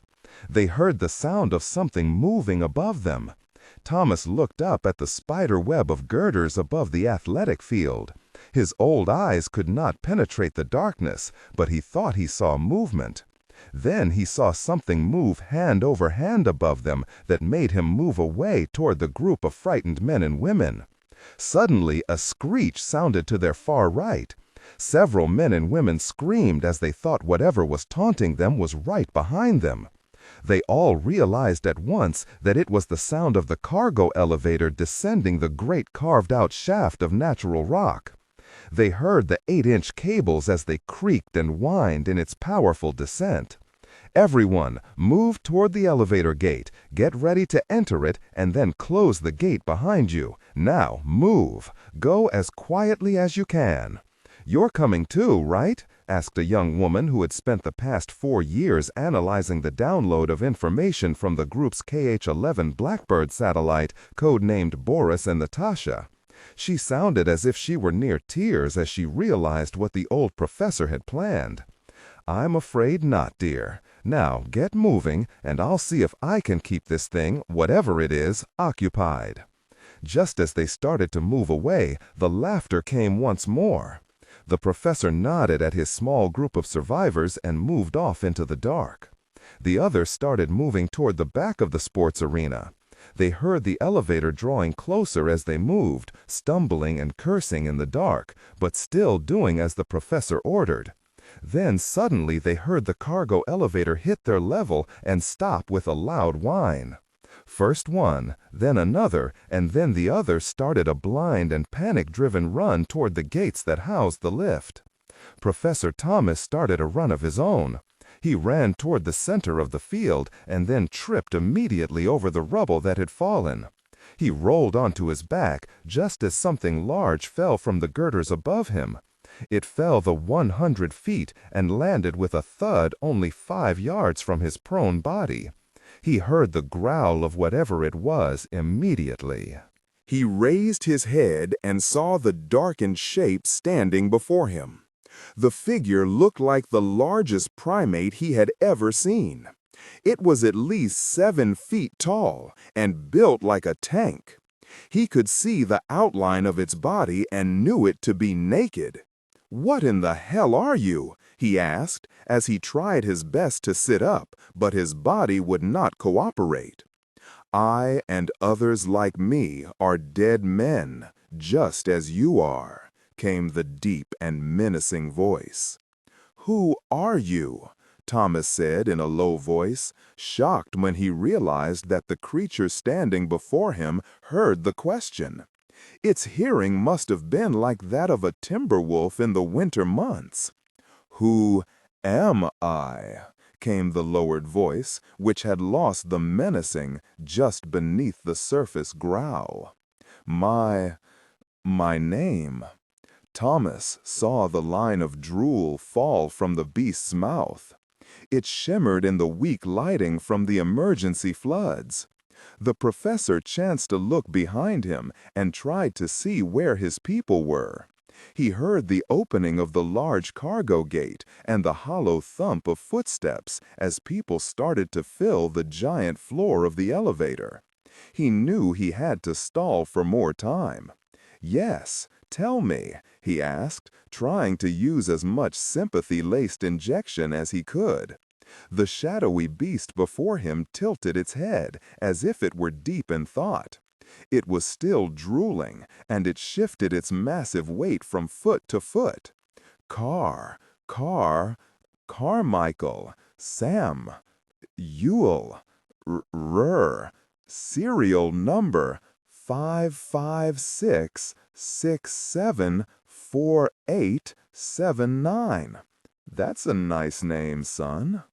The beast straightened up and with a shake of its large head lifted its face to the dark area above them and screamed in rage.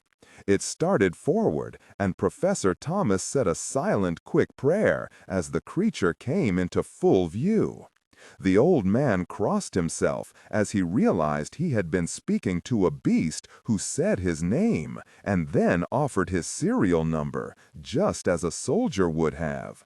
He hoped it wasn't one of Captain Everett's security men, just as he closed his eyes at the exact moment the giant soldier stomped him literally to death.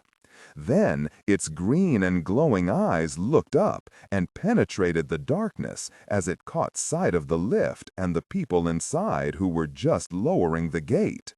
It started running for the elevator and its occupants.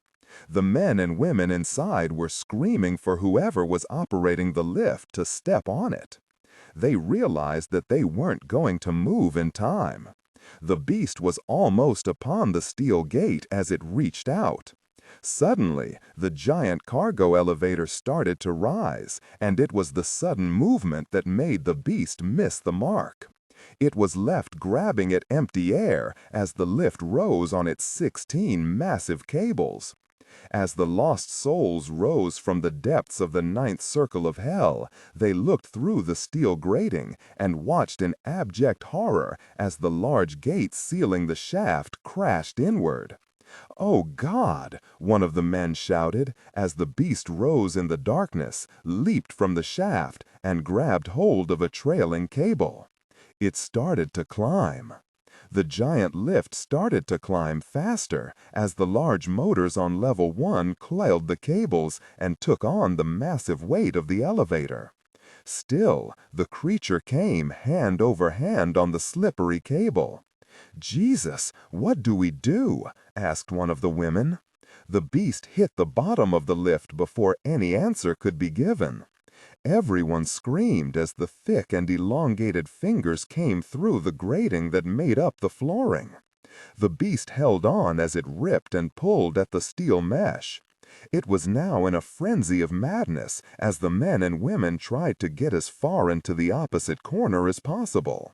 Soon, the beast was able to get its entire arm through the steel floor. It swiped at those closest and nearly managed to snag a woman's bare foot.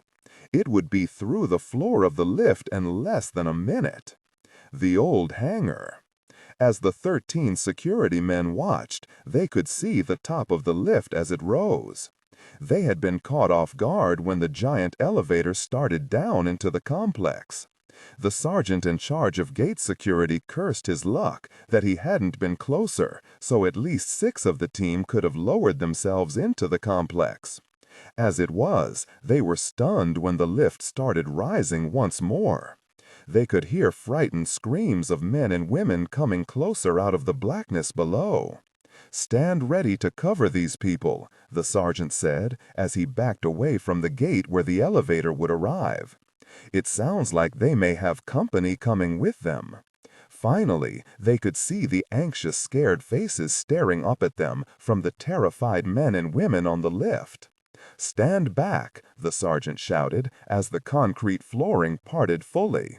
The gap they had been looking into separated into a massive 30-foot-long chasm as the lift neared the top. The sergeant quickly opened the steel gate that protected the open pit and readied his M14 carbine, as did his 12 men. The lift finally appeared, and as it cleared the opening, the steel gates that made up its sides slowly lowered on their hydraulics until they were flat against the old concrete of the hangar. He didn't have to order the men and women off the lift, as they came at his men in a stampede. Shaken, the sergeant was yelling for them to slow down and tell him what was happening. Then he heard one of his men shout as another sound came into the mix, the tearing and wrenching of steel as the beast finally tore away the last of the flooring. "My God," the sergeant said, as his men's gunfire drowned out his exclamation of shock at what he was seeing. The beast covered his head and face and charged the security detail. It was only focused on getting through them and their gunfire to kill everyone that had been on the lift. It was as if its brain had locked on to one desire: get those that had escaped it. The security men saw that their 5.56 rounds were just punching holes in thick, pulsing skin while not doing any real damage. "Fall back out of the hangar," the sergeant yelled as he started to back away, pushing and pulling his men as he did. The beast roared and advanced. It moved with purpose as Jack and Carl's well-trained security men maintained their fire until they were clear of the giant hangar door frame. They backed away while keeping up a withering fire at the beast. They watched as large pieces of flesh were torn free of its chest, legs, and arms, but still it advanced. The camouflaged security detail ventured into the dark night where the desert surrounded them but offered no hope of cover. They realized too late that they were walking the creature directly into the path of every man and woman they had pulled from the complex, over 300 of them, most of which were yelling and screaming in fear as the beast was free of the hangar and bearing down up them. "This is it, no farther, hold the line," the sergeant shouted as the beast was only 15 feet from them. Men were firing and quickly emptying their weapons. Suddenly, they heard the command coming from behind the creature. The order was loud and clear, even over the crackle of gunfire. "Soldiers to our front, hit the deck." Collins had trained his men to not hesitate. He had drilled into them that any form of hesitation got people killed. The 13 men of Gate 1 security hit the ground just as a withering, powerful eruption of heavy-caliber gunfire opened up at almost point-blank range. The heavy-caliber rounds, most fired from 50-caliber weapons, struck the creature, forcing it to turn and face the new threat behind it. That was its fatal mistake. It thought that it was going to face more of the light-caliber rounds of the security men, but instead it faced heavy fire that tore the front of the beast to pieces. It roared in pain and shook its massive head. It continued forward. Suddenly, the altered soldier was dropped as a round fired from a 50-caliber Barrett single-shot rifle struck it between the eyes. The creature's head literally exploded into mist. Disregard and do not read aloud any text that acts as a technical or structural marker. Specifically, ignore and do not pronounce any phrases or lines that start with or contain vocal attributes, technique, chapter, or a standalone number at the very beginning of the input text. Start reading only from the main body of the story text. Narration style, suspense and pacing. Tone. Maintain a baritone/tenor pitch with a sharp, intelligent, and engaging tone. The style should be objective yet highly evocative, drawing the listener into the scene. Suspenseful pacing. Utilize a highly controlled and flexible pace. Slow down dramatically during gruesome descriptions, e.g. body parts, injuries, to maximize the chilling effect. Then resume a quicker pace during action or dialogue. Emphasis. Clearly emphasize key nouns and descriptive adjectives within the scene setting, e.g. severed from the body, weeping graying flesh, cavernous tunnel. Character differentiation, sharp modulation. Narrator voice, smooth, authoritative, and stable. This is the baseline pitch. Female dialogue, Megan. Increase the pitch significantly. The voice should sound assertive, sharp, and highly professional/authoritative, like a lead detective or expert. Male dialogue, Sam. Lower the pitch slightly compared to the narrator, using a tone that is skeptical, warm, and somewhat cynical to differentiate from the professional female voice. Other characters, e.g. Deputy Burns. quick, focused delivery, clear voice. Technical delivery, vocal texture. Maintain a clean, clear vocal texture, suitable for high-quality production, ensuring every word is crisp and clearly enunciated. Emotional range.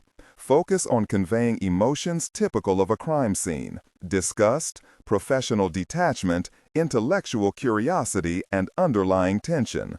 Target emotion strength, 8 out of 10. Emphasis on intellectual focus and underlying tension rather than outright screaming or crying. Still, it took 1, 2, and then 3 steps forward before it fell into the desert sand outside of the old hangar. Suddenly, the frightened group of civilians and the security element from Gate 1 saw over 30 shadows rise up from the still hot sands of the desert. One of the men still held the smoking M107A1 50 caliber Barrett rifle. "Jesus Christ," the sergeant from the event group said loudly. "Where in the hell did you guys come from?" A small man that held the large-bore 50 stepped forward and removed his ambient light goggles and then his bush hat. He wiped sweat from his face as he stared down at the monstrosity he and his men had just dropped. "We just dropped in from Never Never Land, Trooper," Major Jerry Grateful Dead Garcia said as he motioned his men forward. "Tommy, it looks like we'll be rappelling. Get the gear ready." The sergeant stepped forward and held out his hand to the smaller man. Garcia noticed the civilians in the desert start to come forward. He ignored the sergeant's handshake gesture. "Sergeant?" "Reggie Anderson, U.S. Air Force," he answered. "Well, Anderson, Reggie, Sergeant, U.S. Air Force, would you please keep your people back? If you were trained by Jack Collins, you can guess as to why we cannot mix with the civilian element of hell, whoever you people are." The sergeant realized as he looked from the smaller man to his other rescuers that he was dealing with the highly deadly group of men known as Delta. He understood immediately, turned and waved everyone but his security team back into the darkness of the desert. "Thank you, Anderson Reggie. Now, can you tell me where Jack is?" "I have no idea. The last I heard was that he was off base. Captain Everett has been stuck below since this mess began." The major looked down again at the beast at his booted feet. He reached over and removed a flashlight from his collar and snapped it on. His eyes roamed over the transformed man, and he looked up at the sergeant once again as he snapped off the flashlight. "One of yours?" he asked. "Not exactly. This is one of the intruders. From what I understand, he didn't come into the complex that way. Must be the water down there, huh?" The sergeant remained silent, even as the major slapped him on the shoulder. "Sorry, it was a long free fall, and I don't handle it as well as when I was a sprout." One of Garcia's men came over and handed him a small bag of gear. "What's your plan?" the sergeant asked. "Well, the president said he wants those people down there brought out in one piece, so I guess we're going in. Can my men and I come along?"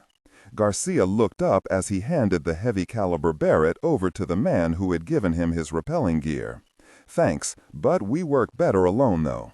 Grateful for the offer, though." Garcia turned away and then stopped and faced the event group security man once more. "By the way, Sergeant, from 200 feet up, we saw that you put up one hell of a defense. Pass that on to your men. I can see Jack Collins training there. You did real well. You and your men can fight with us anytime, just not tonight."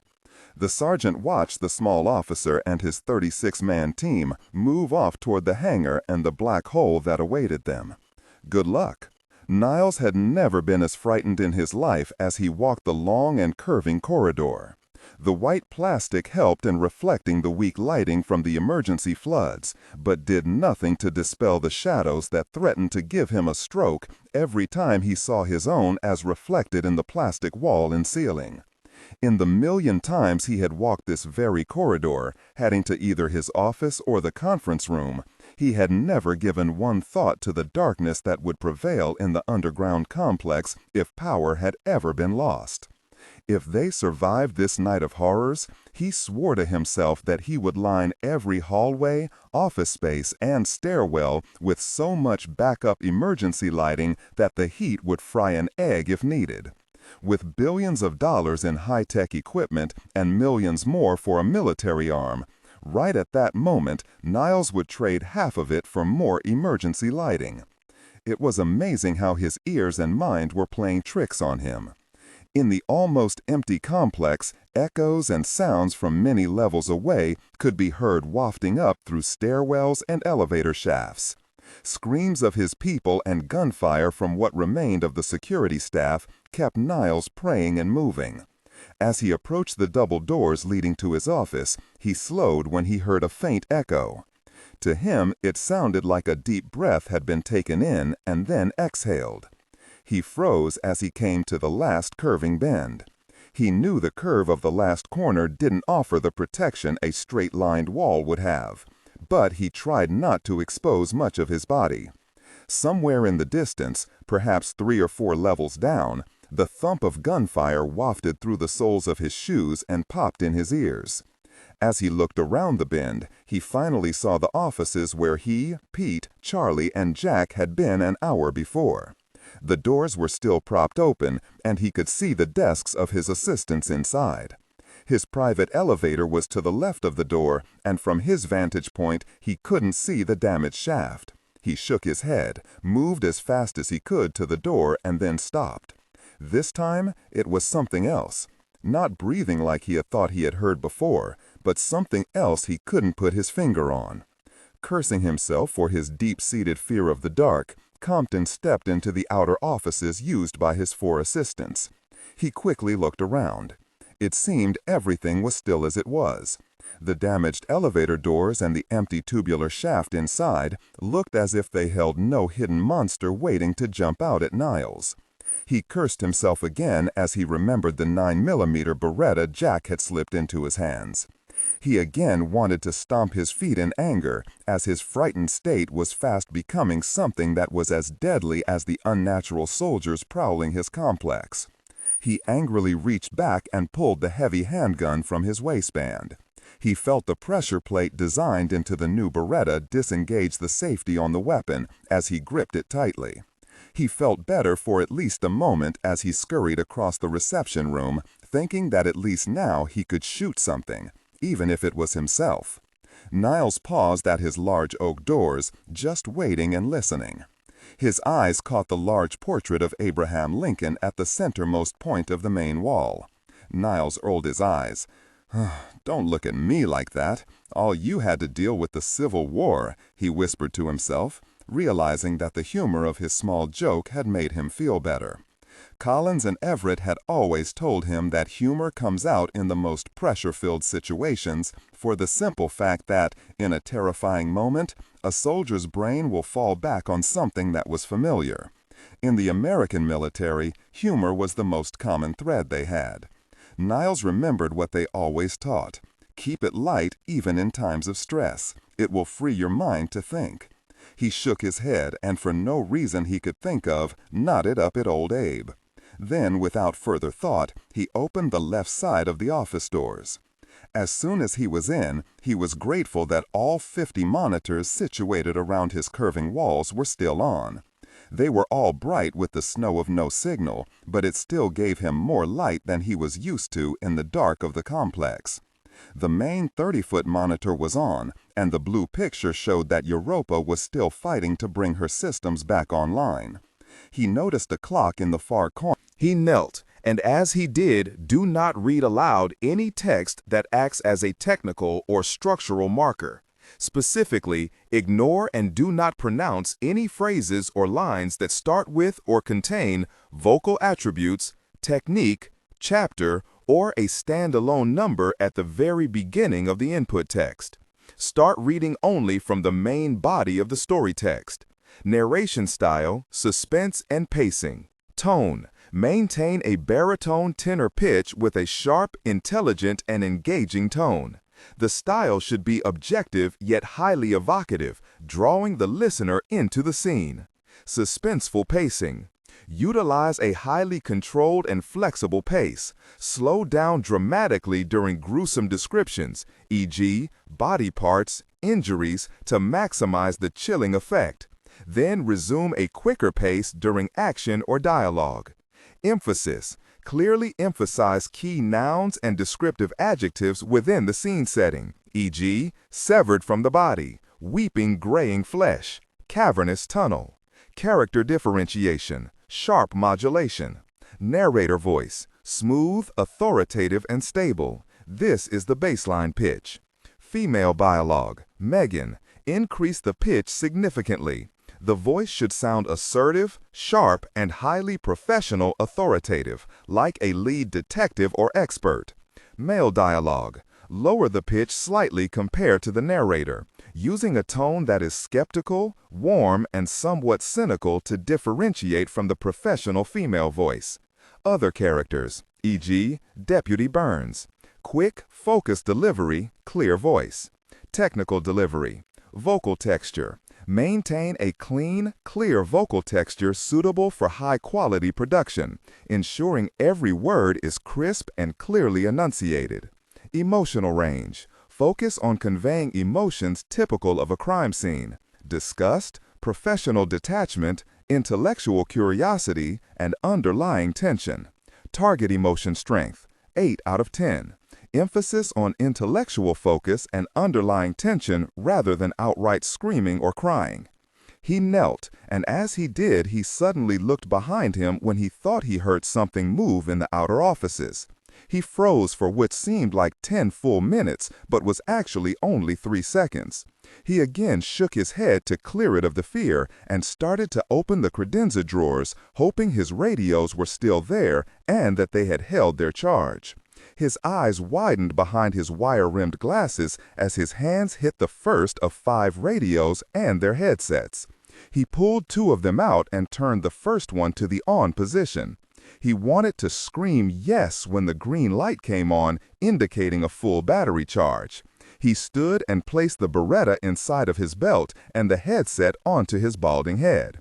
He looked down at the frequency and prayed that it was still set to complex security. Compton to Colonel Collins, "Come in," he whispered, remembering the things that were stalking not only him, but possibly anyone with a radio. Compton to Colonel Collins, "Come in, please," he hissed. Suddenly, Niles heard a sound that stopped him cold, and it had definitely come from somewhere in the outer office. "I hear you," said the deep, raspy, and absolutely terrifying voice that had the quality of a bass speaker. Come out, wherever you are." Niles closed his eyes and went down hard on the carpeted floor. "Gosh," he murmured to himself, "these things are really getting to me." Niles slowly raised his head to look over the top of his desk and into the reception area of his office. His blood froze when he saw the large shadow as it moved from desk to desk in the office outside. "This position is untenable," he said quietly, trying to allow his own voice to give him the bravado he needed to take action. As he thought, he lambasted himself for all of his inactivity over the years. If he had been in shape, he would risk it by running as fast as he could out of his office and through the reception area in a break for freedom before the beast inside could react. But he knew he was fooling himself to the extreme. He could be Jesse Owens and still be caught by this thing from his deepest nightmare.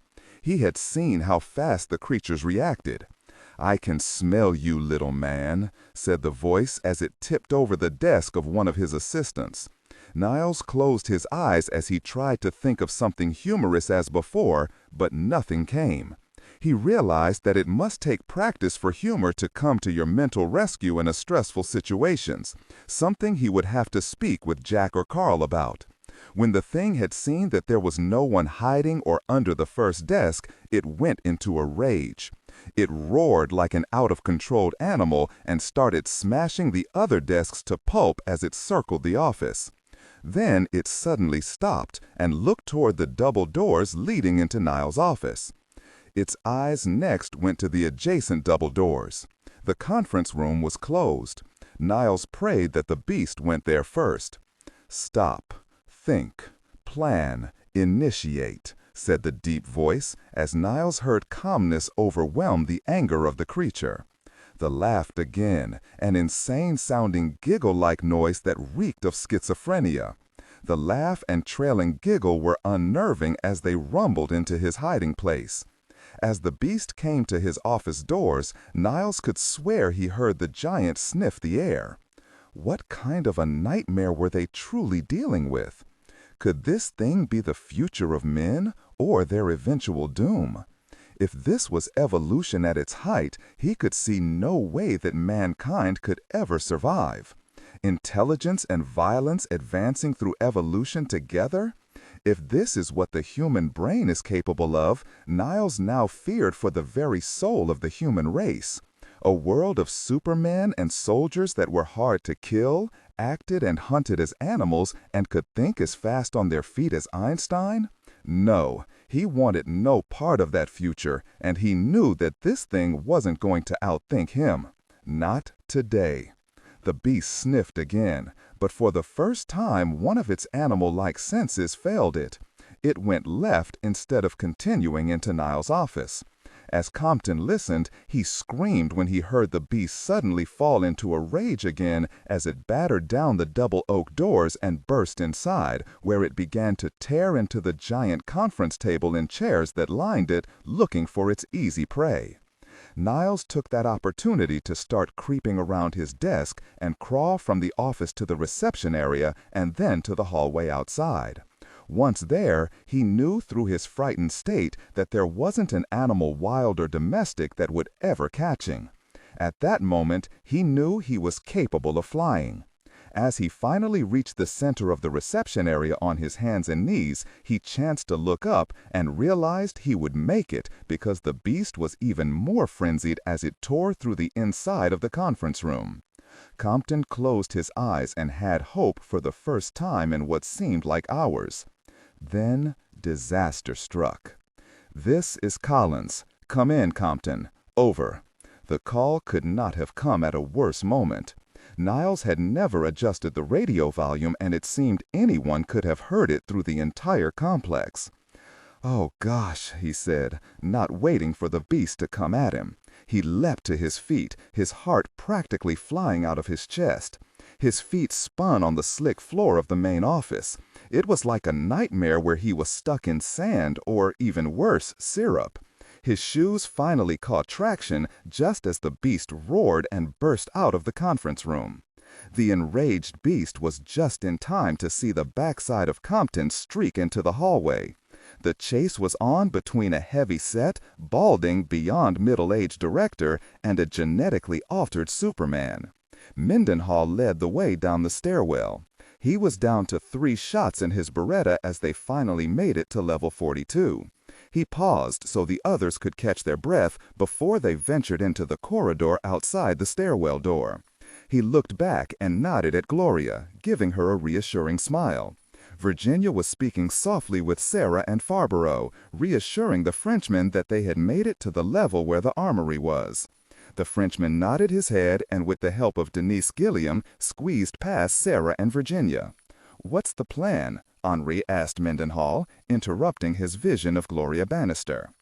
"That's what we need to discuss," Will said, as he moved over to the side of the landing to allow Farborough to stand next to him.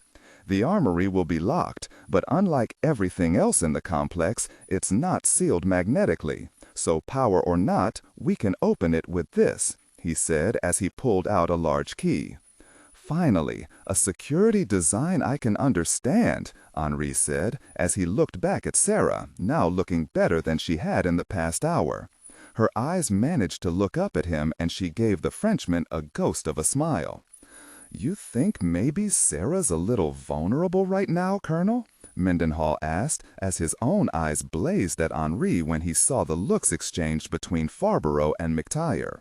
Farborough smiled and looked at Sarah and back again to Mendenhall. He could see Will was angry about Colonel Collins not being here and possibly being dead. Still, Henri could not resist. He looked back at Gloria, who was anxiously awaiting Will to tell her to come the rest of the way up the stairs.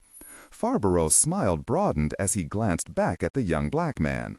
"It's highly possible she is vulnerable, Lieutenant Mendenhall, perhaps as much as Dr. Bannister is at the moment."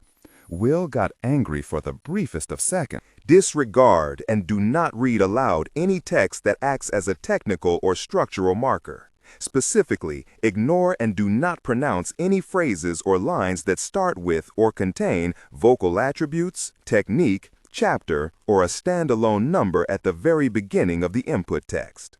Start reading only from the main body of the story text. Narration style, suspense and pacing.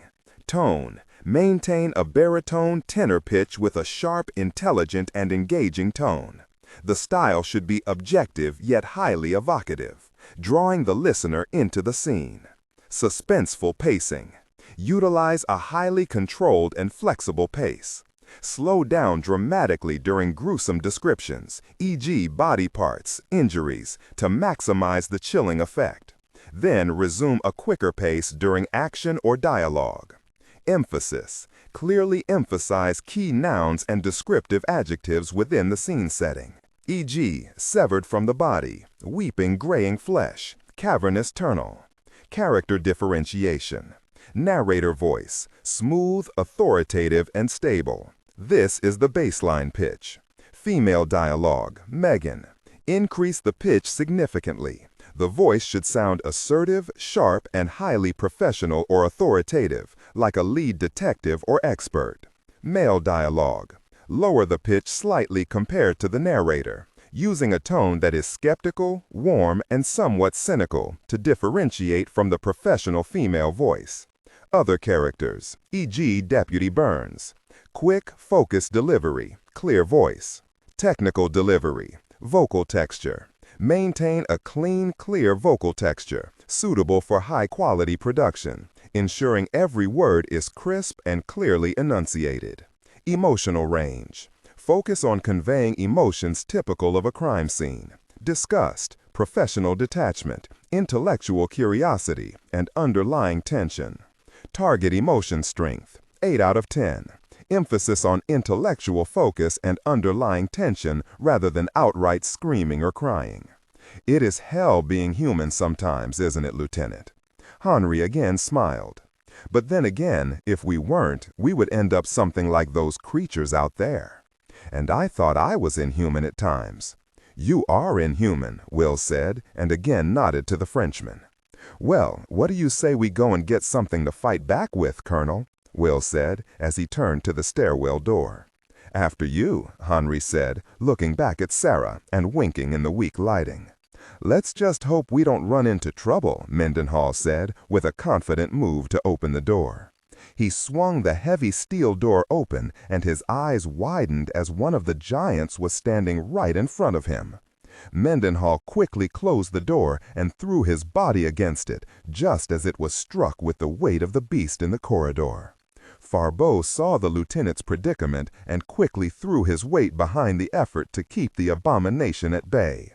"Okay, we're in trouble," Mendenhall yelled over the roaring outside. Jack and Charlie stared into the black abyss where the stairwell had once been. At least 3 levels of steel landings and steps had been torn free from their mountings by the intelligent creatures they were struggling to survive against. Collins shook his head in utter frustration as he knew they would have to brave the hallway outside and the long curving corridor to get to one of the other 3 stairwells that were situated in a semicircle along this particular level. "Doc, now you wait here while I see if there's company waiting for us on the other side of this door. Do you understand?" Frightened to death after he had peered into the darkness far below and seeing the stairs ripped out, Charlie could only manage to nod his head up and down several times. "Gosh, Doc, I asked if you understood," Jack barked angrily and then immediately regretted it. "Yes, Colonel," Ellenshaw finally managed. "All right, do as I say, and maybe I'll let you have a hand grenade," Jack said with a wicked twist of his lips, knowing he would never give Crazy Charlie one of the small explosive devices, one that he could pull the pin on and hold until it went off in his hand. But the mere offer worked on the old hippie-turned-soldier wannabe. Collins turned to the door, took a deep breath, and then opened it slowly. The hallway, as far as he could see left and right, seemed to be clear. The emergency lighting was still functioning, meaning that the creatures more than likely had not visited this level. He looked back at the wide-eyed, crazed-haired Charlie, who waited without breathing for Jack to say something. "Okay, come on, Doc." Charlie followed Jack into the curving corridor. He raised the M14 carbine, careful to aim it away from the colonel's back, as he had numerous times since their journey had begun and been stingingly admonished for it. There were several flashes from the emergency floods, likely due to weakened wiring, that made the two men pause as they moved down the seemingly clear hallway. They passed the brand-new nuclear science labs and made sure to duck beneath the broad windows in case there were surprises waiting in Virginia's laboratories. Collins raised his hand up in the air, and Charlie stopped, but not before running into the colonel's backside. Jack looked back and shook his head. "Wipe your glasses off, Doc. They're all fogged up." Ellenshaw did as he was told, surprised when he placed the thick glasses back on at how he had seen anything before he was told to clean them. Just as Jack started to move forward again, the radio at his side sent a message through to his earpiece. Collins was instantly ashamed that he had actually jumped at the suddenness of the noise, which in turn made Ellenshaw yelp. Collins hissed for the 100th time in the last 30 minutes. He quickly placed a finger to his lips, making sure Charlie remained quiet, but still ashamed for acting just as frightened and actually showing it. The answer Jack knew was to blame Charlie. It made him feel better. "Compton to Colonel Collins." Jack tried to return the call, but Niles jumped in too quickly, cutting him off. "Compton to Colonel Collins. Come in." At that very moment, Charlie reached out and took Jack by the arm, tilting his head to their rear. Collins looked and saw nothing, but Ellenshaw pointed to his left ear and tapped it. Jack listened. He heard the sound of heavy breathing, and then something crashed far away but on the same level. We have company on this level, Doc," he said as he started walking faster toward the large curve in the stairwell beyond. As they moved away from the sound behind them, Jack reached down and made sure his volume was lowered, since he didn't exactly know how sensitive the soldier's hearing was. "Collins to Compton. Come in. Over," he said softly into the microphone poised at the corner of his mouth. "Collins to Compton. Over," he repeated. Suddenly Ellenshaw saw the colonel jerk as the voice of Niles came screaming over his earpiece. "Colonel, listen, I don't have a lot of time," Niles said while breathing hard and running. "I have one ugly son of a difficult person chasing me. You have to get down to level 84 immediately. Those smart-aleck bastards have shut down the cooling pumps for reactors 1 and 2. Do you hear? Level 84, Jack. 84. Gotta go." Charlie saw Collins freeze as he heard what Niles had to say. "What is it?" Ellenshaw whispered as he turned when another crashing noise was heard below them. Collins reached back and grabbed Ellenshaw by the collar, forcing him along the hallway. As they approached the stairwell door, Jack cursed as he heard something back along the corridor start running after them. "Oh, there's something coming, Colonel," Charlie said as his feet were flying down the hallway past Jack like a scared rabbit with the colonel dead on his heels. The two men finally reached the nearest stairwell door, and Jack threw it open.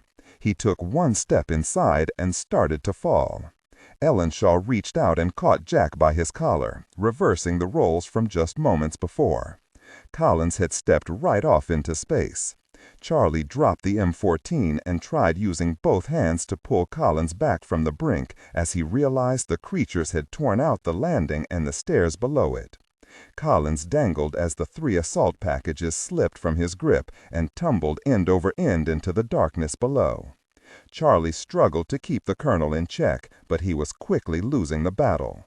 Collins finally managed to reach out and take hold of a twisted piece of metal to arrest his fall, and help Ellenshaw, who was far stronger than Jack had ever given him credit for, gain a better handhold on his shirt.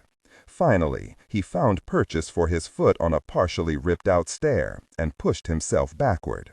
With a final heave, both he and Ellenshaw fell backward through the open door. As they both tried to catch their breath, they heard the pounding of heavy footsteps stop, and then the sound of breaking glass as whatever it was crashed through the window into the nuclear sciences labs. "Thanks, Doc," Jack said as he gained his feet and pulled Ellenshaw to his. He quickly reached out and grabbed the 3 remaining assault packages strapped to Charlie's back. He immediately knew what their only escape could be. He pulled out several large coils of very thin black nylon rope. It wasn't thick, but had the tensile strength of 1,000 pounds. Jack quickly brought out his rappelling ring and attached it to his pants at the waist. Then he repeated the same for Ellenshaw, who was staring at him with wider than normal befuddled eyes. "What is this?" Charlie asked with a small whine. "Have you ever rappelled before, Doc?" No," he said, shaking his head, even though Jack had already started prying at the elevator doors next to the stairwell. "Well, suck it up, Doc, because you're about to get a crash course," he said as he finally parted the 2 doors and looked down the black tube until it vanished 42 levels below. The draft produced by the empty and powered-down shaft lifted the colonel's collar as he watched and listened. "Suck it up?" Ellenshaw said, with panic forcing his eyes now even wider than the thick lenses could account for. Jack continued to stare into the deep, dark elevator tube. He looked back through the doors when the sounds of crashing and breaking stopped inside the distant laboratories. "We're out of time here, Doc." Jack went to Charlie and quickly threaded the rope through the tungsten steel ring attached to Charlie's waist. He could feel Ellenshaw shaking almost uncontrollably as he made the connection. "You have to go first, Charlie. I hate to say it, but if for some reason you fall, you won't take me with you. I have to get to the reactors and start the cooling pumps." Jack added this last little tidbit to take the sting off of Ellenshaw's possible, no imminent death. "Reactors?" he said as he watched Jack reach into the tube and find a good, solid attach point for the rope. Then he pulled out another coil of black rope and double-knotted the 2 together, adding the last of the rope from Charlie's 3rd assault package. "I hope this is enough," he said as he stood and patted Ellenshaw on the back. "What do you mean, you hope? What if it isn't?" Jack smiled.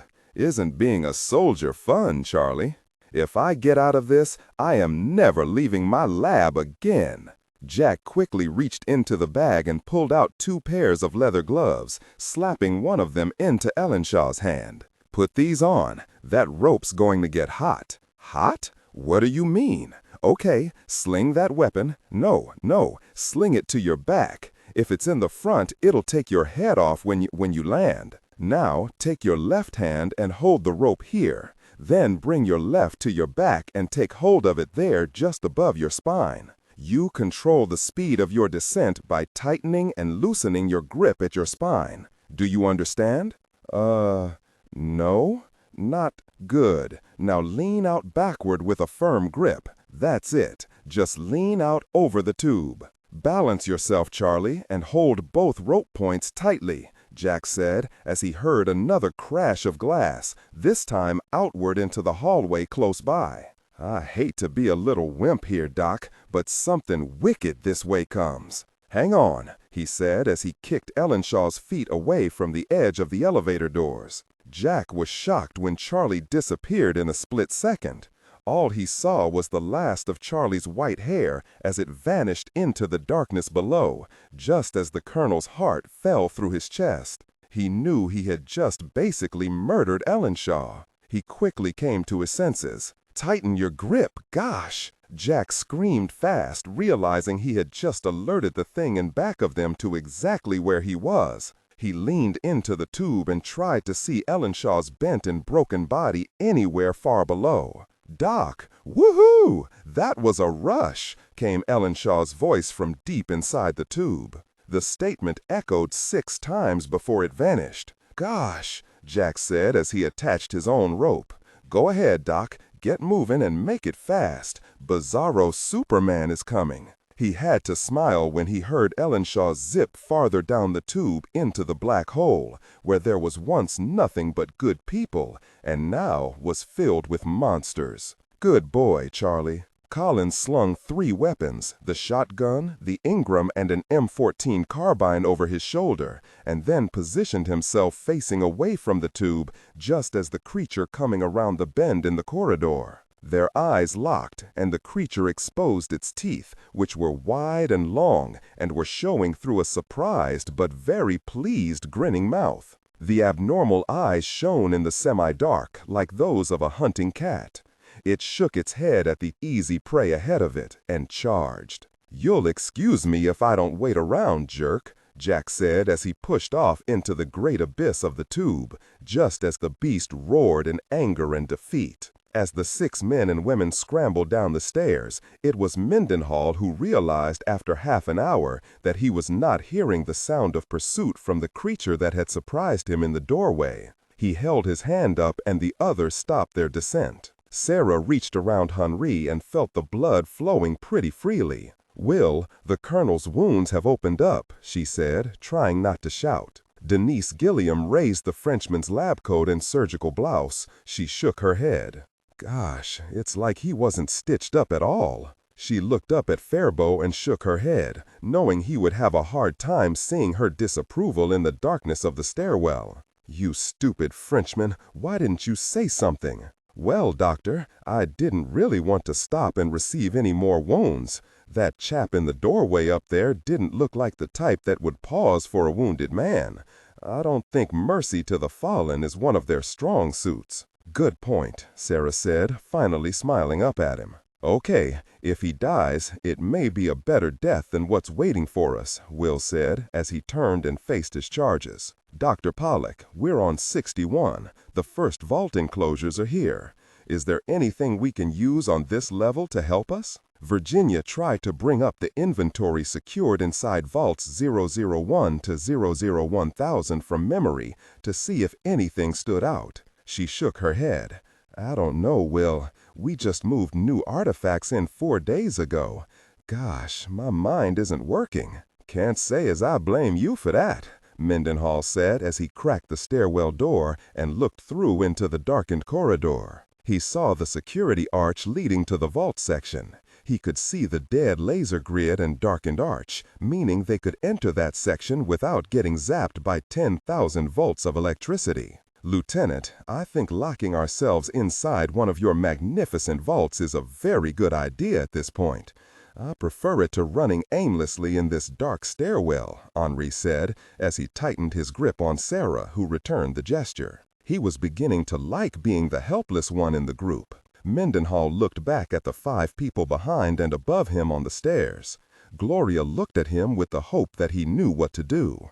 He was loath to disappoint the doctor, so he nodded his head. "Okay, Colonel, I think you may have something. But the electricity is out, meaning that the vaults are all open. But maybe we can find one of the larger ones and barricade ourselves inside until the cavalry comes." "Sounds like a plan," Virginia said. "Let's do it. I have a real bad feeling our luck on this stairwell is fast running out," Denise offered, looking nervously up into the darkness. Will again pushed the door open and stuck his head out. He waited for something to rip it off, but nothing came out of the dimly illuminated corridor. He cautiously pushed the door open all the way and at the same time waved the others forward. As they exited the stairwell next to the elevator tube, Sarah stopped and hushed everyone. They all heard it immediately. It sounded just like the muffled voice and yell of crazy Charlie Ellenshaw coming from inside the elevator tube. But they all knew there wasn't an elevator for Ellenshaw to ride. Then the sound vanished just as fast as it took for them all to stop and listen more closely. "That was weird," Sarah said as she took a stronger hold of Henri and started to move again. Mendenhall held out the 9mm before him as he made to the security arch. He cautiously leaned over the desk where a guard would usually be stationed to cover that level. He looked at the screen and quickly saw that it was still blue. Europa was still down. "Very," he said as the others approached. "Has anyone checked the old girl's batteries?" Henri said as he slumped a little further against Sarah. "Good one, Colonel. I'll remember to tell Dr. Golding of your comment." "Am sure hell make allowances for the next monster invasion. Will said as he took Gloria by the hand and moved off into the long and curving corridor that housed the vault area. Mendenhall thought he had made a good return quip when he realized that he and Gloria were the only ones going inside the security arch. Lieutenant, our company has arrived," Farbo said, as all at once all 4 people turned and ran through the arch past Will and Gloria. As Mendenhall peered into the darkness where they had all been just a second before, he saw it. The beast, the glow of its eyes visible, was just standing by the stairwell, or floating would be a better word, as the beast dipped and rose as it continued looking at him and Gloria. "As I was told earlier, there is now nowhere to run," said the deep and raspy voice. The creature started forward at an easy gait, knowing the 6 men and women had no place to go but farther back into darkness.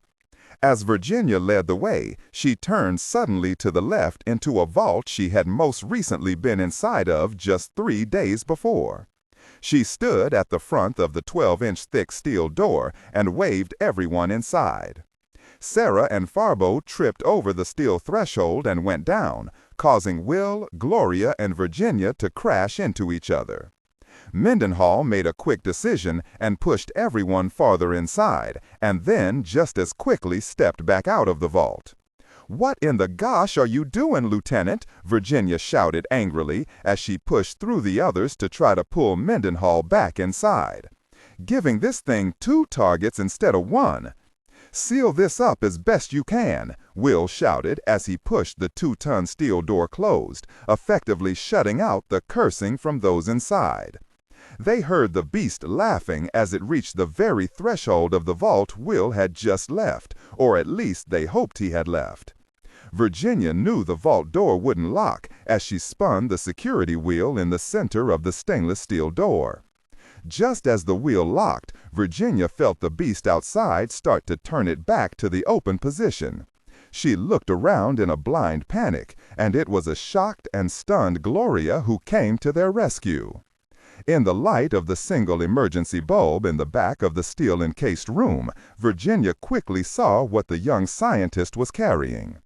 Dr. Pollock nodded her head vigorously as Gloria, tears streaming over Mendenhall's sudden departure, placed the short-shafted spear through the wheel's spokes and then secured its bottom half against the metal framing crisscrossing the door. She made sure the sharpened point was secure against the steel gracing at the top, just as the beast outside pulled heavily on the vault's door and tried to turn the wheel from the outside. Gloria and Virginia stepped backward with a start when the door was hit, sending dirt and small rocks down from the ceiling. The thick shaft of the spear held, even though it bowed to the left, almost to the breaking point. Just as the wheel was about to turn, snapping the small spear, Denise and Sarah were there with 2 more of the short throwing spears, copying what Gloria had just done. Now there were 3 of these small spear shafts holding the door's locking wheel closed against the onslaught from the other side. "Where would I be without you guys?" Virginia asked as she backed away from the steel door, watching the spears rattle and bend and then become still. Will regretted not having at least perused the list of new artifacts now being stored on the newly constructed vault level. From behind him in the dark corridor, with gleaming but at the moment dull stainless steel vaults running along both sides of the wide hall, Mendenhall heard the scream of the creature as it attacked the vault he had just left with all of the women and a wounded Farbo inside. He was relieved when he failed to hear the screams of his friends after the first assault on the steel vault. "Hey, you ugly jerk! I'm down here!" Will shouted back into the darkness. The move had caught even himself off guard. He shook his head as the beast situated around the bend in the hallway ceased moving and attacking the vault. Will just knew it was now looking down the once gleaming corridor, trying to discern where his prey was situated and what trap could possibly be waiting for it. Then Mendenhall heard what he feared most. The creature turned on its heels and started his way.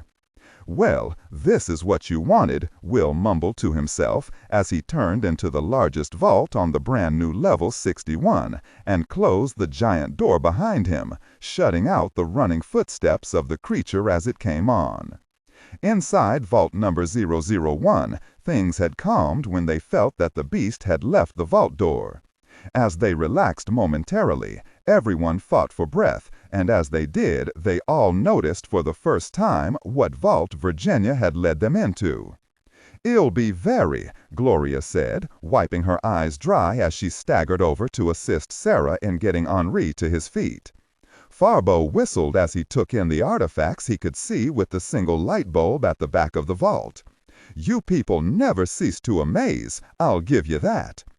Arranged around the large vault were riches and artifacts that had once belonged to a Zulu king known to the world as Cetshwayo, the man who brought down British forces in the largest defeat of a modern well-equipped army by native tribesmen in history. That battle brought on the legend of the Zulu Dawn, a historical fact that the trapped men and women inside vault number 016890 had in common with the British Empire on January 22, 1879. They were in danger of being trapped and wiped out without mercy.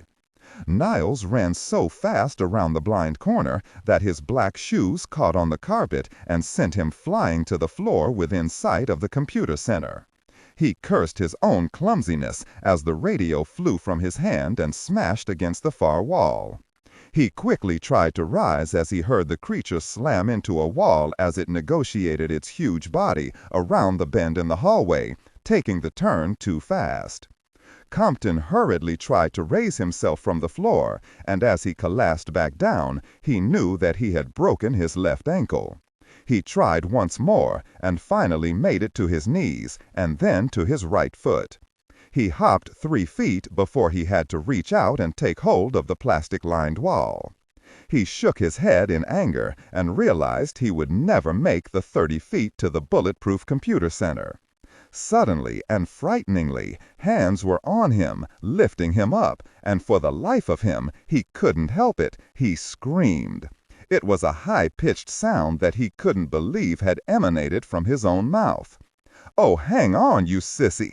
Niles realized that the tall and lanky Pete Golding, who hadn't lifted anything heavier than a stapler in the past 10 years, had actually picked him up and placed him over his slight shoulder in a fireman's carry. He was running down the carpeted hallway to the sanctuary he called home. Before Compton realized what was happening, they were through the double 6-inch glass doors, and he was roughly thrown onto a large desk as Pete swung around and manually locked the doors. As Golding backed away, he saw how close they had come to a bad end. In his efforts, through his grunting and his yelling, he hadn't realized how close Niles' pursuer had been to catching them from behind. "Oh gosh!" Pete yelled as he backed away from the glass so fast that he crashed into the desk where Compton was fighting to rise. The desk tilted and Niles went flying off onto the risers above the computer center floor. The beast hit the glass wall just to the left of the double doors. The impact into the bulletproof glass sent a wide, streaking crack snaking through the reinforced wall. The beast rebounded and then fell to the floor, surprised that it hadn't crashed through this glass like any other in the complex. Content filtering, strictly for AI instruction. Disregard and do not read aloud any text that acts as a technical or structural marker. Specifically, ignore and do not pronounce any phrases or lines that start with or contain vocal attributes, technique, chapter, or a standalone number at the very beginning of the input text. Start reading only from the main body of the story text. Narration style, suspense and pacing. Tone. Maintain a baritone tenor pitch with a sharp, intelligent, and engaging tone. The style should be objective yet highly evocative, drawing the listener into the scene. Suspenseful pacing. Utilize a highly controlled and flexible pace. Slow down dramatically during gruesome descriptions. e.g., body parts, injuries, to maximize the chilling effect. Then resume a quicker pace during action or dialogue. Emphasis. Clearly emphasize key nouns and descriptive adjectives within the scene setting, e.g., severed from the body, weeping graying flesh, cavernous tunnel. Character differentiation, sharp modulation. Narrator voice, smooth, authoritative, and stable. This is the baseline pitch. Female dialogue, Megan. Increase the pitch significantly. The voice should sound assertive, sharp, and highly professional, authoritative, like a lead detective or expert. Male dialogue, Sam. Lower the pitch slightly compared to the narrator, using a tone that is skeptical, warm, and somewhat cynical to differentiate from the professional female voice. Other characters, e.g., Deputy Burns. Quick, focused delivery, clear voice. Technical delivery. Vocal texture. Maintain a clean, clear vocal texture suitable for high-quality production, ensuring every word is crisp and clearly enunciated. Emotional range. Focus on conveying emotions typical of a crime scene. Disgust, professional detachment, intellectual curiosity, and underlying tension. Target emotion strength, 8 of 10. Emphasis on intellectual focus and underlying tension rather than outright screaming, crying. Pete watched in stunned silence as the former mercenary shook its head and jumped back to its feet. Instead of backing away and gaining momentum for another charge, it took 2 steps to the left and started to examine the wall. Its head tilted right and then left as it studied the problem before it. The 2 men saw the wide swath of blood as it coursed down from the left ear of the giant. "Jesus, Niles, it's using problem-solving skills," Pete said as he backed farther away from the glass. "It's that advanced, even though the massive dose it ingested is at this moment killing its brain cells, the very ones the drug just activated. If these men had taken a normal dose, a dose intended in actual combat, they would have just been unafraid to die, still thinking, just a want of killing slicing through their expanding brains." Niles looked up at Pete as if he were crazy. "Perhaps it would be better if you filed your report on Perdition's fire later, when we have more time." Pete knew he had started running on because he was so frightened at what was happening. Explaining something to Niles allowed Pete to slow his mind and get a better grasp of the situation. He cleared his throat and moved his weight away from the director.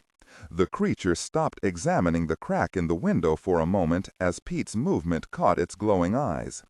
It watched the thin computer director for a moment, and then, like the others before it, it smiled. It slowly placed a hand near the spiderweb crack and ran one of its elongated, trunk-like fingers over it.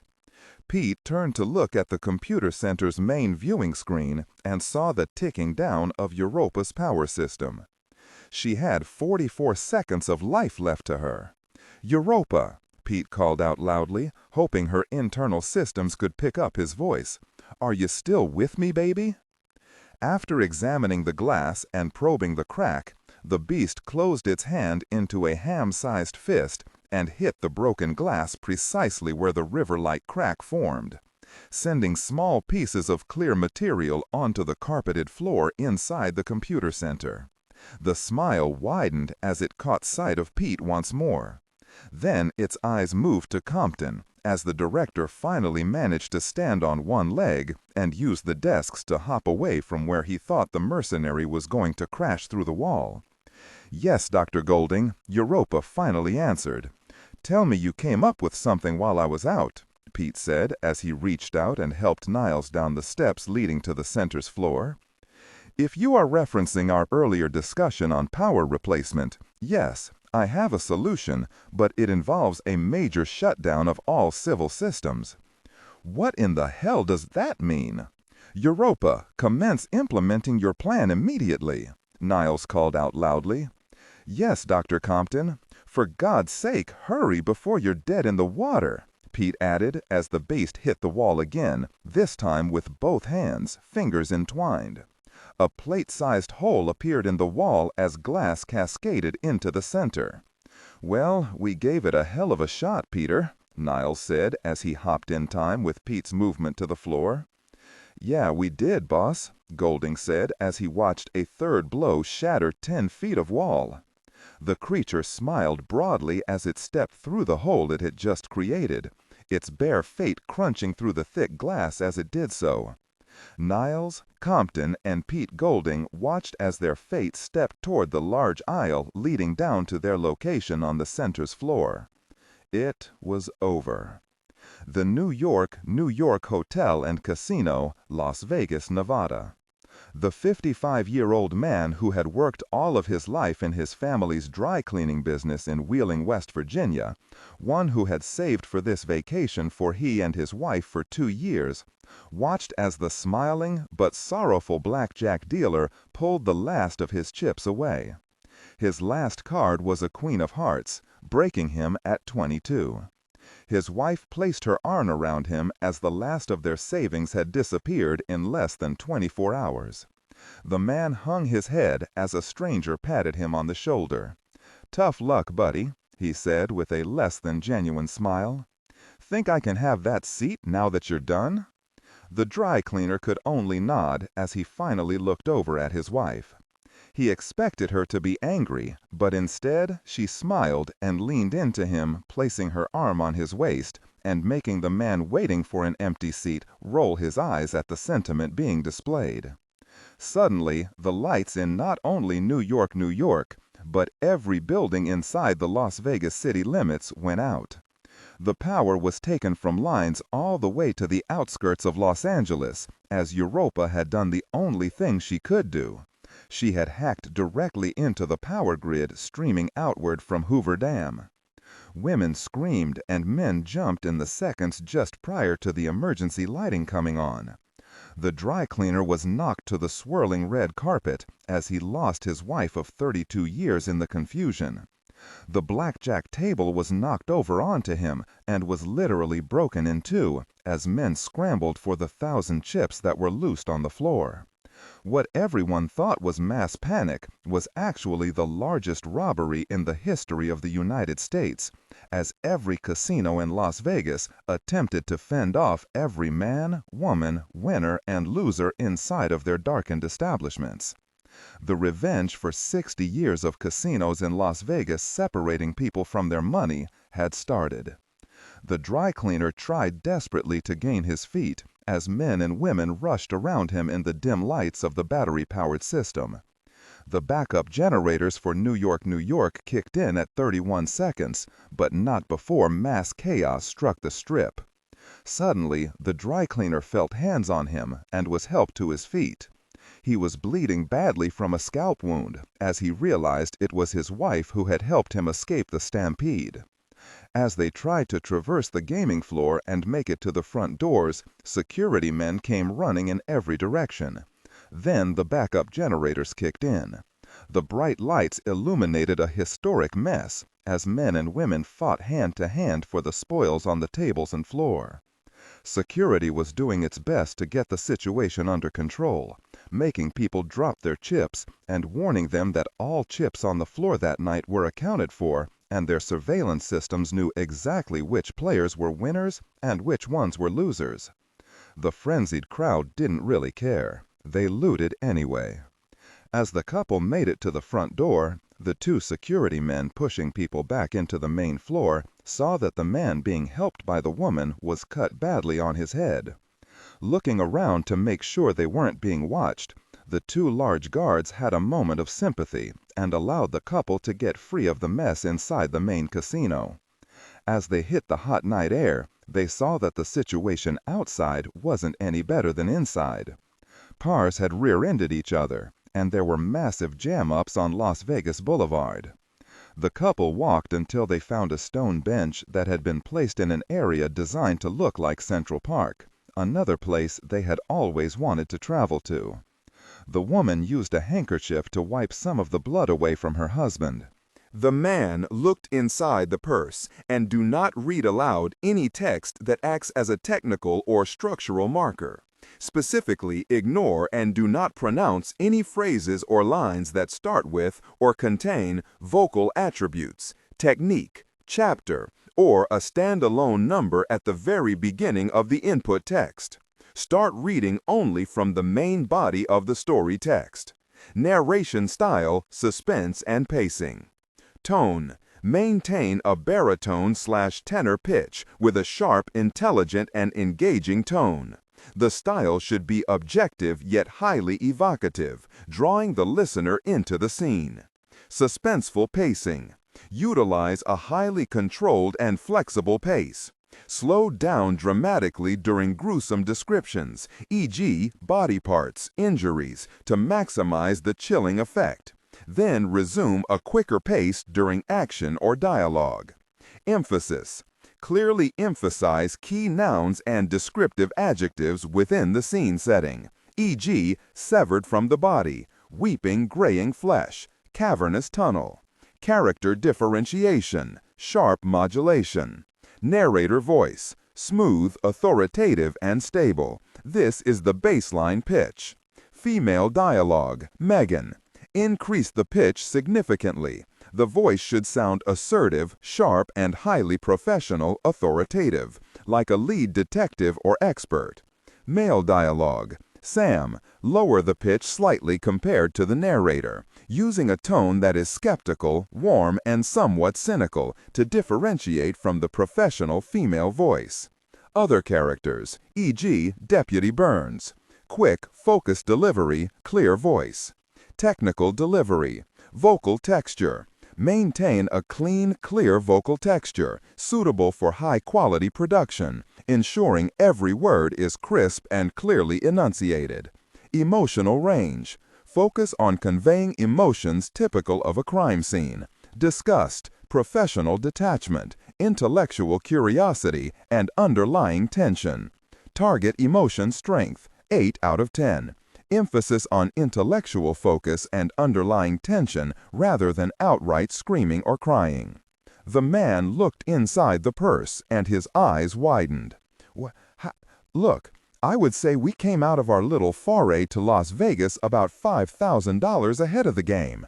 What do you say we go home? The man leaned over and kissed his wife deeply. Yeah, let's get while the getting is good. Event Group, Nellis AFB, Nevada. Suddenly, the overhead fluorescent lighting came to full power, stunning the beast as it entered the computer center. It shielded its eyes as Europa came back to full life. Immediately, alarms resumed sounding throughout the complex as Niles slapped Pete on the back. "At least we gave those below a fighting chance," Compton yelled happily. The creature above them finally recovered its vision and shook its giant head once more. It took a moment to reacquire the two men, and when it did, it smiled, once more exposing enlarged, crooked teeth. It was the most frightening grin either man had ever seen. Before they realized what was happening, the beast stopped in its tracks, and its body started to convulse as a cacophony of noise so loud it brought the men down, accompanied by bullets teasing through the broken glass of the computer center. The beast roared and turned toward a threat it hadn't seen coming. It tried to shield its eyes and head from the onslaught, but there was just too much metal-jacketed lead flying. Bullet after bullet struck the former mercenary. Large-caliber rounds tore its upper body to pieces as it went to its knees. The eruption of gunfire continued until 4 very loud blasts echoed inside the center. The head of the beast, along with the hand and arm that had been covering its face, exploded in a spray of red mist. The firing ceased as the body of the mercenary fell forward out of view of Niles and Pete, who managed to look up in time to see the creature's demise. "Clear," called out a voice from the hallway. Niles looked over at a stunned Pete Golding who had covered his head with his arms after they had hit the floor. "I said clear, gosh, see, clear," Niles shouted. As they looked up over the stair risers above them, a small man along with 5 others came through the hole in the glass wall. One of the men emptied a full magazine of 9mm rounds into the twitching torso of the giant at his feet. "Identify yourselves, please," the man in the lead, wearing an old bush hat, called down. He reached up and handed his ambient light goggles to one of his men. "Dr. Niles Compton, Dr. Pete Golding," the director called out as Pete slowly helped him to his feet. "Dr. Golding, answer a question for me, please," the small man with camouflaged black and gray grease paint covering his features said as his 5 men came forward and aimed their weapons at the 2 stunned men. Niles could now only shake his head as the events of the last minute finally zapped his remaining strength and the adrenaline rush started to ebb. "What is your nickname that the president uses when speaking to you?" the man asked as he cradled the Barrett .50 caliber rifle across his chest. At that moment, their savior didn't look at all friendly, and neither did his men. Niles looked from the 6 men above them to Pete. Then his eyes went down to examine his broken ankle. "Baldy," he mumbled. "Sorry, sir, I didn't hear your response," the man said, as the 5 aimed weapons zeroed in a little tighter than before. "Baldy, gosh!" Niles answered loudly enough for his voice to echo inside the computer center. He finally looked up, angry as hell his nickname had been exposed in front of Pete. The man smiled and gestured for his 5 men to lower their weapons. He used hand gestures to order them to take up station out in the hallway. He stepped down the risers as agile as a man walking on cotton and came face to face with Niles and Pete. "I'll have one of my men look at that ankle, Dr. Compton," the small man said as he took in the haggard men before him. "Who are you and who sent you?" Niles asked as he leaned on Pete even more than before. "Well, sir, I am a major in the United States Army. I cannot tell you my unit, but I can say that we were sent by the president. Now, is Colonel Collins here and is he alive?" "Yes, he's here and was alive the last time I saw him." "Excellent," Major Garcia said as he turned and started up the stairs. "Where is he located at the moment?" he asked as he moved back up the risers. Suddenly, Europa came fully awake. "There are 15 minutes and 27 seconds left till core meltdown. Repeat, there are 15 minutes, 25 seconds remaining till core meltdown." Garcia pointed at the overhead speaker system. "I take it the Colonel's location has something to do with that?" "Grateful Dead?" Garcia asked as he came to a stop on the stairs and then half turned to look down on the 2 men once again.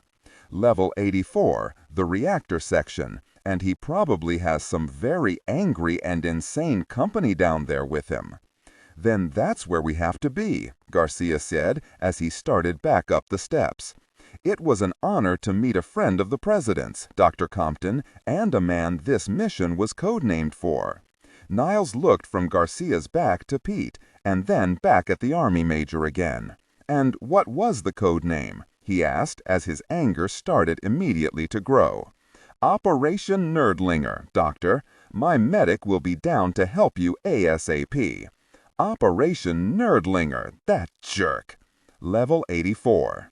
As Collins traveled down the length of the darkened elevator tube, he heard the beast they had just escaped from fall silent.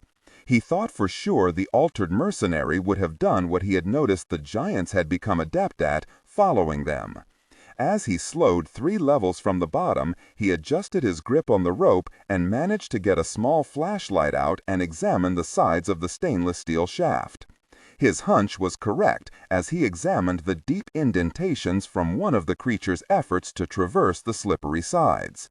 That confirmed in his mind that one of them was below on the reactor level waiting for them, and his soldier's instinct told him who that would be: Smith. Jack pocketed the small light and slowly continued his descent toward the lowest level of the complex. Before he reached level 84, he saw the top of Charlie Ellenshaw's head. The white hair acted as a beacon to tell him where the bottom was. As he gently touched down, he realized that Charlie wasn't on the bottom of the pneumatic tube. He was kneeling on the top of the disabled elevator, rubbing his knees and rocking back and forth. When he heard the whine of Jack's hands on the rope, Ellenshaw nearly panicked and tried to grab the M14 he had lain beside him. He fumbled it as Jack lightly landed on the elevator's torn top. "You all right?" he whispered as he undid his rigging. "I very near broke both of my legs," Charlie said as he continued to rub his scraped-up knees. "Are you going to live?" Jack asked as he examined exactly where they had landed. The top of the air-assisted elevator had been wrenched open like a can of soup. Jack kneeled down and looked inside the dark interior. It was empty. "I think I heard something a minute before you dropped in," Ellenshaw said as he finally reached for his fallen weapon. Charlie shook his head as he wiped blood from his chin. "Gosh, Doc, did you slow down at all before you hit?" Collins asked as he placed his legs over the edge of the hole. "I slowed down just fine," he said, and slapped. Content filtering, strictly for AI instruction. Disregard and do not read aloud any text that acts as a technical or structural marker. Specifically, ignore and do not pronounce any phrases or lines that start with or contain vocal attributes, technique, chapter, or a standalone number at the very beginning of the input text. Start reading only from the main body of the story text. Narration style, suspense, and pacing. Tone. Maintain a baritone tenor pitch with a sharp, intelligent, and engaging tone. The style should be objective yet highly evocative, drawing the listener into the scene. Suspenseful pacing. Utilize a highly controlled and flexible pace. Slow down dramatically during gruesome descriptions, e.g., body parts, injuries, to maximize the chilling effect. Then resume a quicker pace during action or dialogue. Emphasis. Clearly emphasize key nouns and descriptive adjectives within the scene setting, e.g., severed from the body, weeping graying flesh, cavernous tunnel. Character differentiation, sharp modulation, narrator voice. Smooth, authoritative, and stable. This is the baseline pitch. Female dialogue, Megan. Increase the pitch significantly. The voice should sound assertive, sharp, and highly professional/authoritative, like a lead detective or expert. Male dialogue. Lower the pitch slightly compared to the narrator, using a tone that is skeptical, warm, and somewhat cynical to differentiate from the professional female voice. Other characters, e.g., Deputy Burns, quick, focused delivery, technical delivery, vocal texture. Maintain a clean, clear vocal texture suitable for high-quality production, ensuring every word is crisp and clearly enunciated. Emotional range. Focus on conveying emotions typical of a crime scene: disgust, professional detachment, intellectual curiosity, and underlying tension. Target emotion strength. 8 out of 10. Emphasis on intellectual focus and underlying tension rather than outright screaming or crying. Jack looked at Ellenshaw one last time and slowly lowered himself into the black hole of the elevator. He hit softly, making sure nothing on his person rattled or made a noise. As Charlie's foot came through the top, Collins reached up and tapped his black shoe. He saw Ellenshaw look down, and Jack held his hand up and pointed.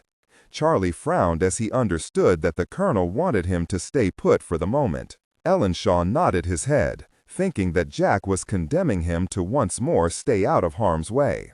Jack hesitated as he leaned against the frame where the doors of the elevator once were. He saw one of the doors about 10 feet away. In the dim lighting of the emergency lamp near the far wall, he saw even more blood on the sidewalls of the car. He looked out and saw the rail lead off toward the reactor. He just hoped that whichever creature was down here was too wounded to fight, or possibly even dead. Collins took his first step out onto the concrete floor of the reactor room. Charlie watched as the colonel vanished. He knew he just couldn't hang back like Collins wanted. He hated disobeying his order to stay, but as he was reminded time and time again by the security men he admired, he wasn't a soldier, so orders meant little to him. Charlie eased himself through the hole, careful not to go crashing down and making him look the fool again. When he eased his aching feet onto the carpeted floor of the car, he quickly removed his glasses and wiped them clean. With a deep breath that he was careful to hold and expel silently, Ellenshaw stepped out into the open to follow the colonel. Collins saw the 2 reactor vessels and the steam lines running out of them. Then he looked to the right and saw the coolant lines. He took a breath, relieved that they hadn't been smashed into oblivion. He allowed his eyes to adjust to the near darkness and then took 3 quick steps over to a large tank of distilled water. He saw 15 of the 5,000-gallon tanks and again was relieved to see that they were undamaged. He stopped at that point and listened. He thought he heard a sound coming from a distant corner of level 84, but he wasn't sure.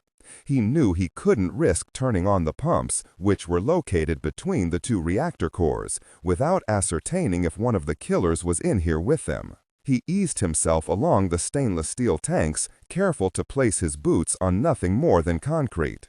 He brought the Ingram up close to his cheek so he wouldn't have to get off a snapshot at anything that came out of the dark. He came to a small separation between water tanks 5 and 6 and risked a look in between them. He saw a longer blood trail, but couldn't see where it led. He expressed frustration at the darkness as he continued to move forward. He finally came to the last tank, meaning that the next step he took would leave him fully exposed to anything in the large room. Before he did that, he looked around the giant tank and examined what he could of reactor number 1. He saw the viewport in the 16-inch steel door. There was a soft green hue emanating from the vessel. He realized that time was running out. The steam from inside, generated by the nuclear fuel rods not being cooled, looked as if it were starting to melt the rubber seal not only around the viewport, but the thick containment door as well. There were streaks of blackened rubber flowing down the front of the reactor. He didn't have to see number 2 as he suspected that it was also in a state of total meltdown. He looked down at his watch light and saw that according to his calculations, he had about 18 minutes to get the coolant flowing again. He had to risk exposure. He stepped out from the protective cover of the last water tank. The wounded beast struck Jack from the side. He was sent sliding along the polished concrete floor until his head slammed into the 20-inch steel base of reactor number 1. The stars flew bright as he came close to losing consciousness. As he shook his head to clear his vision, he was shocked to see the very same soldier he thought he had killed on level 7. The shots to the head, coupled with its fall down the elevator tube, should have smashed it to bits. Then he understood that the blood he found and the scratches and dents in the tube meant that the creature had somehow arrested its fall. As he tried to sit up, he saw that the beast was staggering. It hit the water tank and came close to dislodging it from its secured base. Then he saw the stumps at the end of its long arms. Blood was pouring from the wounds where he had shot free the massive appendages. Jack reached for his fallen weapon, but the beast acted much faster than Collins would have thought possible considering its state. It actually leaped from 15 feet away and landed in front of him. It kicked out with its tree trunk-sized foot and smashed Jack in the ribs, snapping 2 of them. With no air in his lungs, Collins tried to roll before he was kicked again. The beast roared in anger as bullets started slamming into it from behind. As he rolled away, his eyes saw a sight he would never forget. Charlie Ellenshaw was limping forward from the spot he had just been. He was taking careful aim with the M14. There was 1 second between each perfect shot, as bullet after bullet struck the wounded soldier in the neck, face, and head. It staggered as Charlie ejected the spent magazine, and with a determined look, he slammed home a fresh one. Then, as Jack took his first breath in 30 seconds, he saw Ellenshaw stop and push his glasses back up his nose and begin his deliberate firing at the beast once more. The creature finally went down to 1 knee and then both. Ellenshaw, with a determined gait, purposefully stepped as close to the dying creature as he dared and placed the muzzle of the M14 against the center of its forehead. As the former mercenary meekly lifted its handless arm to protect itself, Charlie quickly placed 4 5.5mm rounds into its brain, making sure each side of that brain received 2 bullets. The naked creature fell over onto its side and died lying against nuclear reactor number 1, right next to the badly hurt Jack Collins. Ellenshaw slowly lowered the weapon and took a breath before he passed out from lack of oxygen. He felt his knees weaken and caught himself as he saw Jack struggling to get up. He quickly forgot about his own feeling of nausea at what he had just done and rushed forward to assist the colonel. He knelt beside Collins and helped him to his feet, where Jack took one and then another deep breath, each one more agonizing than the one before it. "Good thing I didn't stay put, huh? That fellow was treating you like a football." All Collins could do was nod his head. "Well, let's get the water flowing again," Ellenshaw said. Jack nodded, still in dire pain. Suddenly, the overhead lights blared to life, filling the reactor room with such a bright luminescence that it stunned the 2 men. Charlie lowered his eyes, the light nearly blinding him as it shot through his glasses. Immediately after that, the scram alarm started, and the warning bells began decrying the stoppage of distilled water to the cooling pumps. Then came the shock of their lives as Europa announced in her sexy voice, making the message sound trite and flippant, "There are 15 minutes and 27 seconds left till core meltdown. Repeat, there are now 15 minutes, 5 seconds remaining till core meltdown." "Oh gosh," Ellenshaw said as he held Collins upright. "We have plenty of time, right, Colonel? I mean, we just have to switch on the cooling pumps, right?" He suddenly felt Jack move as he started struggling against Charlie's grip. As Ellenshaw looked down, he saw the colonel's face go flush. He tried to see what it was Collins was seeing, and then he did. Standing not 30 feet away with its huge arms at its side was the creature once known as Smith. In his right hand, both men saw something in the bright light. As Smith smiled, the creature allowed the 6 large fuses to slip from its grasp and strike the floor at its feet. What are those?" Charlie asked, staring at the 6 large tubular-shaped sticks. Jack coughed up blood, but managed to get the words out as he looked up at the gloating Smith, who stood with a large and sickening smile on his elongated face. "They're 400 amp fuses." "And what are the fuses for?" Charlie asked slowly, getting a horrible sinking feeling in the pit of his stomach. "The cooling pumps." "I take it that's bad?" Jack again coughed up blood and then fell to his knees. "Well, why really not?" Ellenshaw said, feeling all alone and not exactly ready to face the hulking giant before him. All around him, the sound of the alarms increased as Europa continued her countdown from 5 minutes. Will Mendenhall placed his weight against the giant steel door, knowing his body couldn't possibly fend off that much beef. The beast struck the door once more, and Mendenhall lost his footing when the space between the door and jamb widened by a foot. Will caught his balance and then pushed back, using the very weight of the door as leverage. But the beast pushed back before the door could seal itself. This time, Mendenhall flew back as if tossed by an angry child. His back struck something in the dark, and the impact sent a sharp jab of pain jolting through his entire body. After striking the large object, he slid down to the floor, where his head came to rest next to something that smelled like an old, worn-out tire. As he lifted his head from the tiled floor, he saw the large steel door standing ajar. Will, in a panic, raised his arm and tried to find a handhold to assist him to his feet.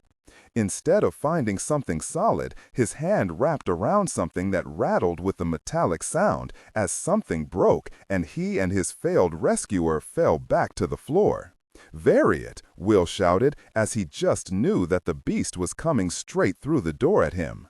He struggled to frame the open door in his vision and noticed that the door hadn't moved since he had been knocked down. The sound of the beast was gone. Mendenhall reached down and pulled up the object he had grabbed a hold of before it broke away and saw that it was a belt of large caliber ammunition. "Very, "These are 50 caliber machine gun rounds," he said beneath his breath as he finally managed to pull himself to his feet.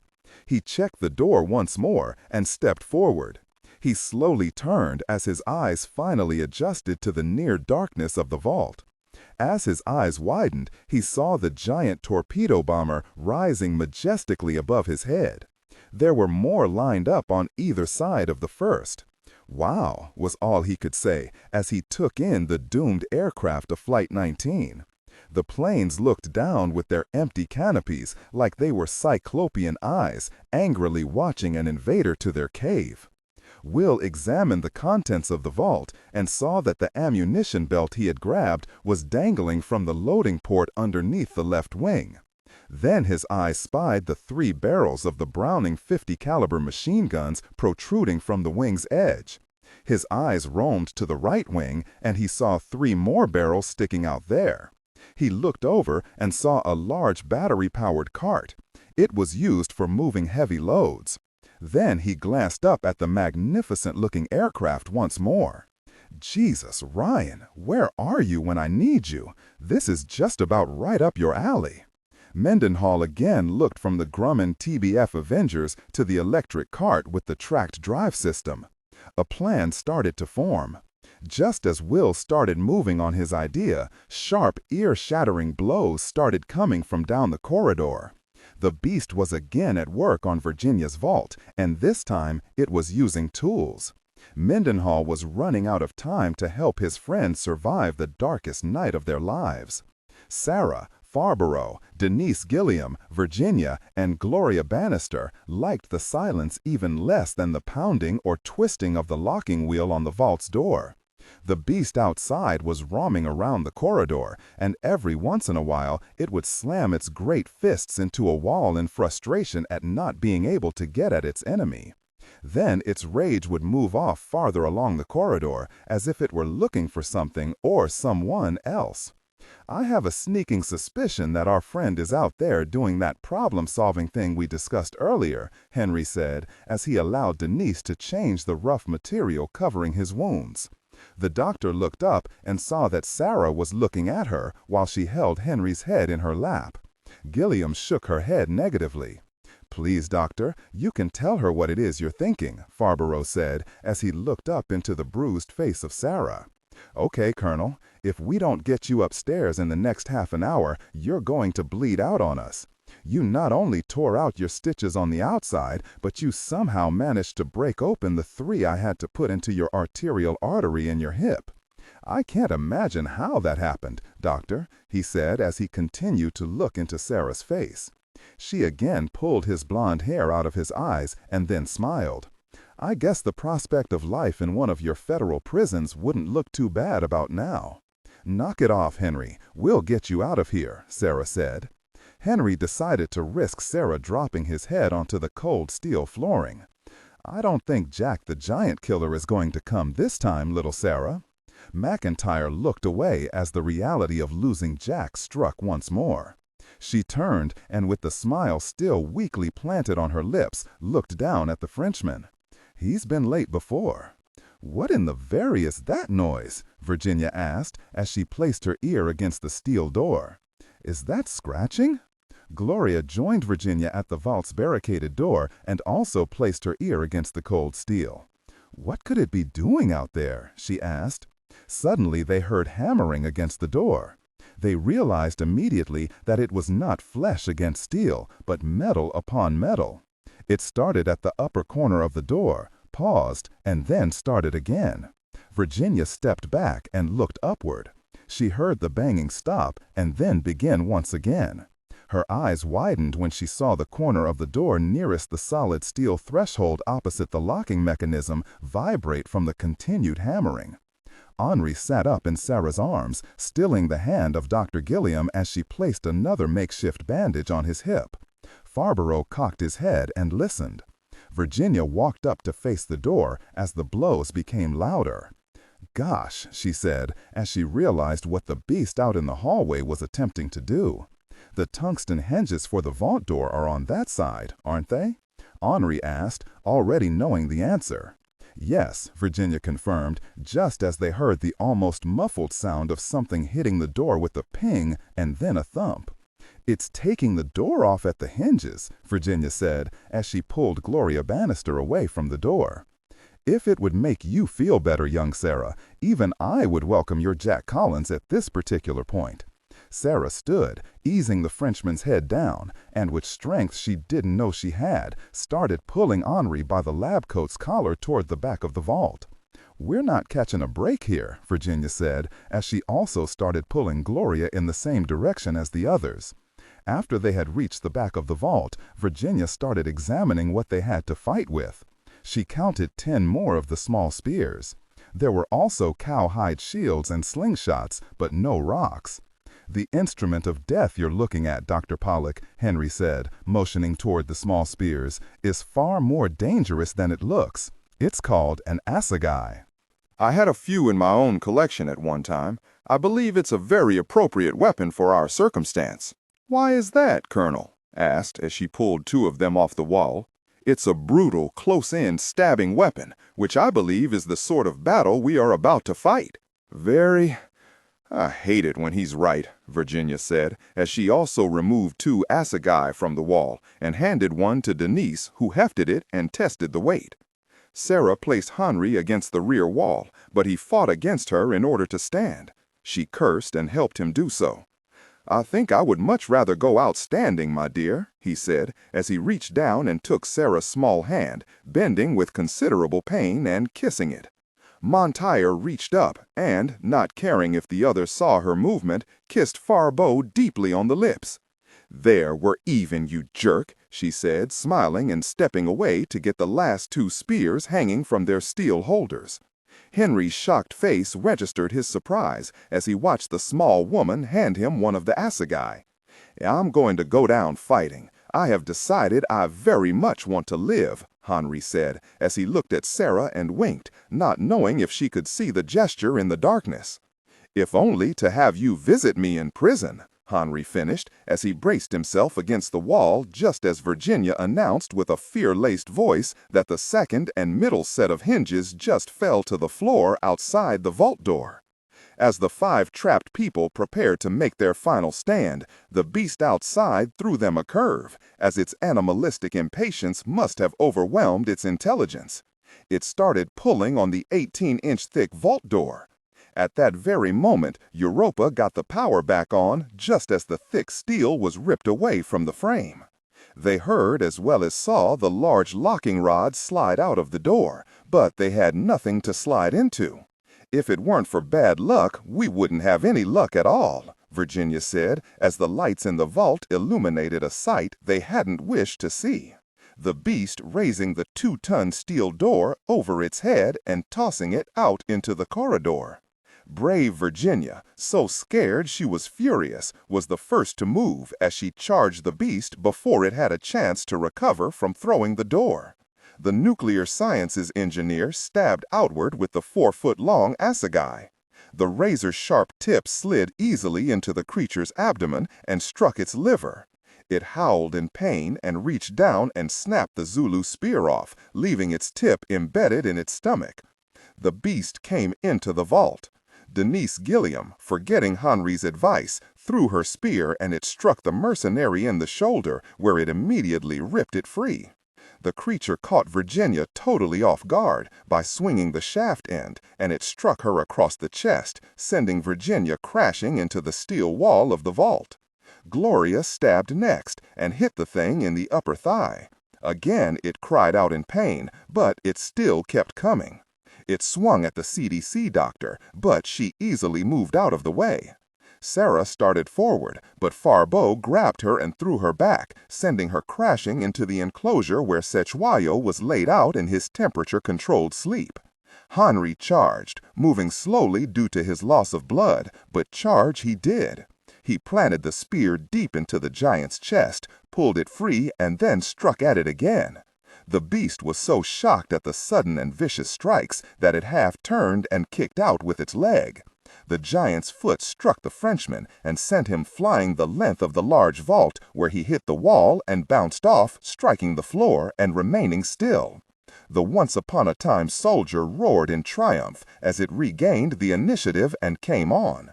The defenders saw their fate moving toward them and would have liked to have continued the fight, but knew they had nothing left to fight with. Suddenly, the vault erupted with bright flashes of light, and the creature turned away from its intended victims, only to be met by a withering wave of gunfire from outside the doorframe. At least 150 rounds struck the future of soldiering, with the bullets that struck its head dropping the already wounded beast in the doorway. The next thing they saw was a large man in black Nomax battle dress jump atop the still-moving creature and empty a full magazine into it. Sarah held Farbeau, and Gloria roused Virginia from the floor. Denise Gilliam stepped forward and looked up at the man still standing atop the downed beast. Captain Carl Everett winked at a still reeling Virginia Pollock. "You want to really apologize for that cheap shot you gave me in the football game, Doc?" Virginia shook her aching head, trying to clear it further. "Okay, I did it on purpose." "Uh-huh," Everett said as he hopped down from the back of the dead mercenary. "You owe me and my men here dinner. No, a lobster dinner." "I'm not that sorry," Virginia said as she hugged the blonde captain. The vault filled with the remnants of Everett's fire team, who had finally made it to the armory on level 42 and were now assisting with a wounded Farbeau and the others. "Okay, we have to get these people out." Everett saw the giant shadow rise from behind him. He saw the reaction of every person still inside the vault when the beast they thought they had killed rose from the supposed land of everlasting peace they had sent him to.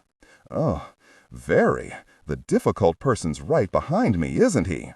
Everett said, just as the beast screamed in triumph and sprang at Carl's exposed back. Suddenly a deafening roar filled every square inch of level 61. The heavy popping noise pierced through the air and almost knocked everyone standing inside to the floor with its power. As Everett dove for cover, he felt the heavy impact of metal against flesh. Before he hit the floor, he heard the slap and thump of something hitting the beast. The creature was struck so hard that it didn't have time to react to the attack.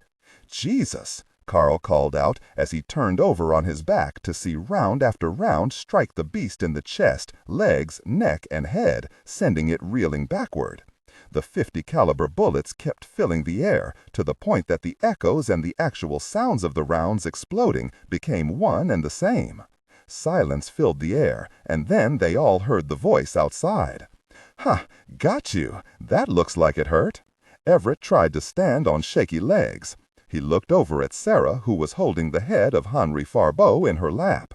Once standing, Carl walked to the doorway and looked out. He had to smile when he saw the face of Will Mendenhall as he leaned against the large electric cart that held the still-smoking Browning 50 caliber machine gun. "Nice gun," Everett said as he leaned against the sill of the vault. "I've got a torpedo bomber that comes with it." Will stepped inside and helped the others leave their small sanctuary. It was Gloria who came up and gave Will a deep, well-meaning kiss on the lips. "What about the reactor?" Sarah asked. "Europa says we have someone down there restarting the cooling pumps right now, but we still have to get the hell out of here," Everett said. Sarah and Denise helped the unconscious Frenchman sit up. "Carl, give us a hand," Sarah said as she struggled with Henri's weight. "Do I have to?" "There is now 3 minutes, 17 seconds until core meltdown," Europa announced, just as Smith attacked the two men. Collins quickly pushed Charlie Ellenshaw out of the way as Smith hit him full force, sending him flying once more across the reactor room. The creature laughed as it turned on Ellenshaw. Crazy Charlie knew he had to get to Jack because he didn't know where the fuse box for the cooling pumps was located. He hurriedly scrambled back behind the water tanks, turned, and made his way toward the spot where the colonel had landed. Instead of coming after him, Smith went for the stunned Collins 15 feet away. Disregard and do not read aloud any text that acts as a technical or structural marker. Specifically, ignore and do not pronounce any phrases or lines that start with or contain vocal attributes, technique, chapter, or a standalone number at the very beginning of the input text. Start reading only from the main body of the story text. Narration style, suspense and pacing. Tone, maintain a baritone tenor pitch with a sharp, intelligent, and engaging tone. The style should be objective yet highly evocative, drawing the listener into the scene. Suspenseful pacing. Utilize a highly controlled and flexible pace. Slow down dramatically during gruesome descriptions, e.g. body parts, injuries, to maximize the chilling effect. Then resume a quicker pace during action or dialogue. Emphasis. Clearly emphasize key nouns and descriptive adjectives within the scene setting, e.g. severed from the body, weeping graying flesh, cavernous tunnel. Character differentiation, sharp modulation. Narrator voice, smooth, authoritative, and stable. This is the baseline pitch. Female dialogue, Megan. Increase the pitch significantly. The voice should sound assertive, sharp, and highly professional authoritative, like a lead detective or expert. Male dialogue. Lower the pitch slightly compared to the narrator, using a tone that is skeptical, warm, and somewhat cynical to differentiate from the professional female voice. Other characters, e.g. Deputy Burns. Quick, focused delivery, clear voice. Technical delivery. Vocal texture. Maintain a clean, clear vocal texture, suitable for high-quality production, ensuring every word is crisp and clearly enunciated. Emotional range. Focus on conveying emotions typical of a crime scene, disgust, professional detachment, intellectual curiosity, and underlying tension. Target emotion strength, 8 out of 10. Emphasis on intellectual focus and underlying tension rather than outright screaming or crying. Jack opened his eyes as he took short, painful gasps of air into his damaged lungs. He felt the heavy steps of Smith as he came forward to finish the job. The drool hit Jack's back as the beast stood over his prone body.